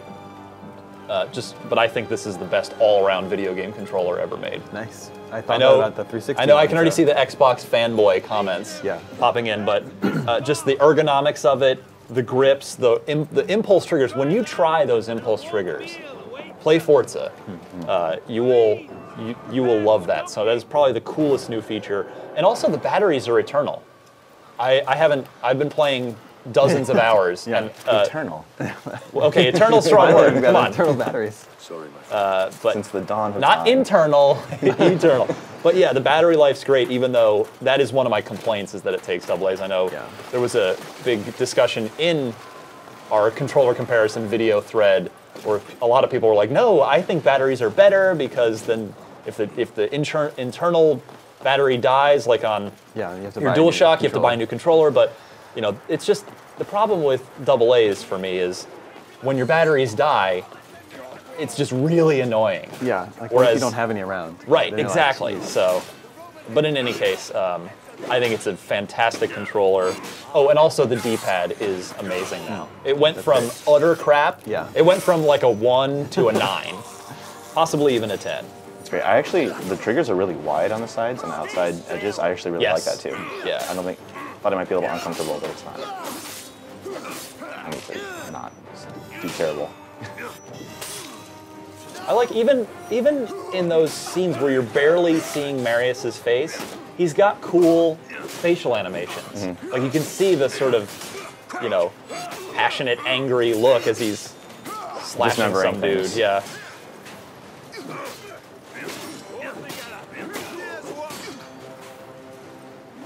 It's that time in the show, Damon, where the air conditioning has turned on in the studio. I know. It's really cold. I hid It's frigid in here. I hid my Halo Reach hoodie back here in case I need it. There's a few minutes left of Rise gameplay here. I'm going to pick a winner. to receive a free copy. So of Rise. you, and by the way, all of our winners, Damon, will get, these are digital download codes. So it's codes, perfect. And so they will get them on Friday. That's awesome. You will have this on launch day. Hey, I got a thing for you. Scroll. Thank you. There you go. So see, I've still got 10 more to find. Left at the 14th and take down that chain tower. Yeah, with our studio lighting, it's a little difficult for us to see. The screen is a little strange. Fortunately, it looks fine at home. Here you go, archers. Actually, I like fighting archers. I didn't think they were very annoying. You can deflect their arrows. Sometimes you form up. Maybe we'll get there. We'll run out of time. I think we can just get there. Yes. To the phalanx? Yeah. So Okay. We're heading for that tower. Okay. So speaking of archers, let's give away a copy of Rise, Son of Rome to... Wait, speaking of archers, where are you going with this? Let me finish. To Callum Newlands. Callum Newlands is our first winner of the day. He says Rise looks a lot like how the Lord of the Rings movie games played, and they were fun. Would you agree? Yeah. You're talking about the Xbox Like 2 towers One, like the PS2 PS2 games, yeah. 2 towers. Yeah. It's funny, we were just talking about that game on Podcast Unlocked last week. But yes, I mean, I guess that's a pretty fair comparison as well. It's almost a next-gen version of that. That's actually a really astute comparison. There you go. A little more gore in this He one. deserves him. He deserves a copy of Rise for that. so. That was a great question. Great point. Headstand there at the end.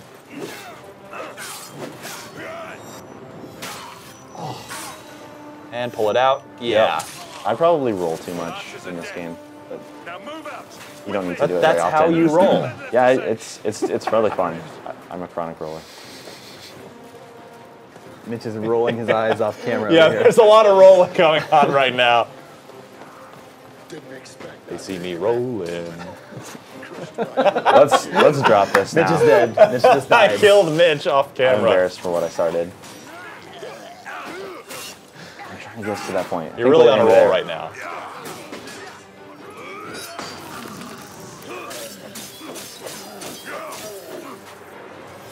No, throat. he's scared. Yeah. He's scared. Throat. He's scared. He didn't want to die. He realized it at the last second, like, I think I've made bad decisions. Oh no! Oh! He looks down as it No. falls off. Yeah, it's pretty. Here we go. Just cauterize it. It'll be fine. That Off the That guy rock. must have weighed 350 pounds. Off the rock. Yes. Well, You are taking us out with a bang here, Brian. I appreciate it. That's actually probably a good point to switch over to Forza. All right. So actually, I'm going to do that right now. Okay. If With the voice commands, or? if it will work properly. Let's do it. Because we've been having trouble with voice commands all day. Let's attempt. All right. Xbox, go to Forza Motorsport 5. Keep searching for survivors. Nope. All right, let me do this one more time. If not, we'll just do it the traditional way. Xbox, go to Forza Motorsport 5. There we go. There we go. Perfect. Look at that. Hand it off. Not quite instant switching. But very cool. When it works, it's very cool. Brian, thanks for Yeah, joining thank you us this for having me morning. We're going to bring on Mitch Dyer. My friend and yours, Mitch Dyer, as soon as he gets mic'd up. So you were just saying that your review for Forza just went up.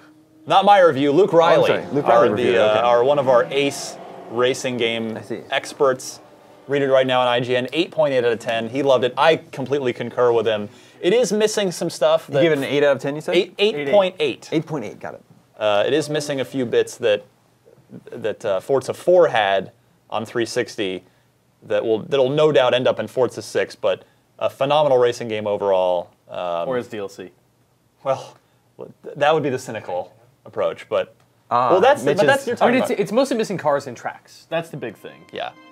There's only, in big quotes, 200 cars in Forza 4, Right. which is a step down from like significantly more hundreds in Forza 4. So yeah, I would fully expect to see that in DLC form. So Mitch, I've got a few cars unlocked. I'll turn it over to you. Yeah. I've got this was my first car, the Mazda RX-8. I almost bought one of fine these. Details. Yeah. And then what else have I got in my garage? I've got the Lexus ISF. Okay. For a sports sedan, and then we might want to actually jump right into the Lotus 211. Okay. Should we go back? Yes. Now we're gonna go from pornographic violence to pornographic cars. Yes. Car porn. My cars. How do menus work? Yeah. Take the 211. Look at that paint job, Ryan. Do I make you horny? Don't. Oh boy, it's gonna be a long day. It's a long show, Mitch. I might go mental by the end of it. Guaranteed. Yeah, speaking of all day, we're going to be playing Forza for about the next half hour, and we're going to be giving away a copy of Forza. Again, digital copy. Digital copy, you can play it on day one. In order to automatically enter yourself to win, tweet your questions at IGN, tweet your comments, be a part of the conversation with us here today. Indeed. How do I race in this Lotus? I want to race in Lexus. You should, continue career. That's where I am. We have to pick an event now. Well, no, yeah, you're choosing a different. This is the intro. Each car class has an intro. Oh, okay, cool. Which is actually pretty cool. This is neat to watch. With our Top Gear guys narrating everything. United States of America, putting ridiculously large engines in otherwise ordinary saloon The detail in this game has is become kind of a alarming. white-collar pursuit in Particularly Europe, the and cars nobody does it themselves. better than Now, Mitch, are you a BMW's cockpit motorsports racing division guy, and or are you a four-wheel third-person view guy? Typically third person, except in Forza. I shake it up. Like I really still far and wide do prefer a third person, but yeah, Forza does so well with first person that it's hard not to. I agree. I mean, I find that it's actually easier to race in third person because you can just physically see more. But I love the immersion factor. I mean, I'm a sucker for a good first person anything. Like back in the EverQuest days, I played EverQuest in first person because it made me feel like I was in North. Yeah, totally agree. Like you and I are both big Mirror's Edge guys. Yeah, Mirror's Edge. Skyrim. I always keep it in first person. I don't go to third person. So yeah, I love those interior cockpit views in this game. Can we just jump into any of these, or do we have to buy them? Well, yeah, we have to buy them.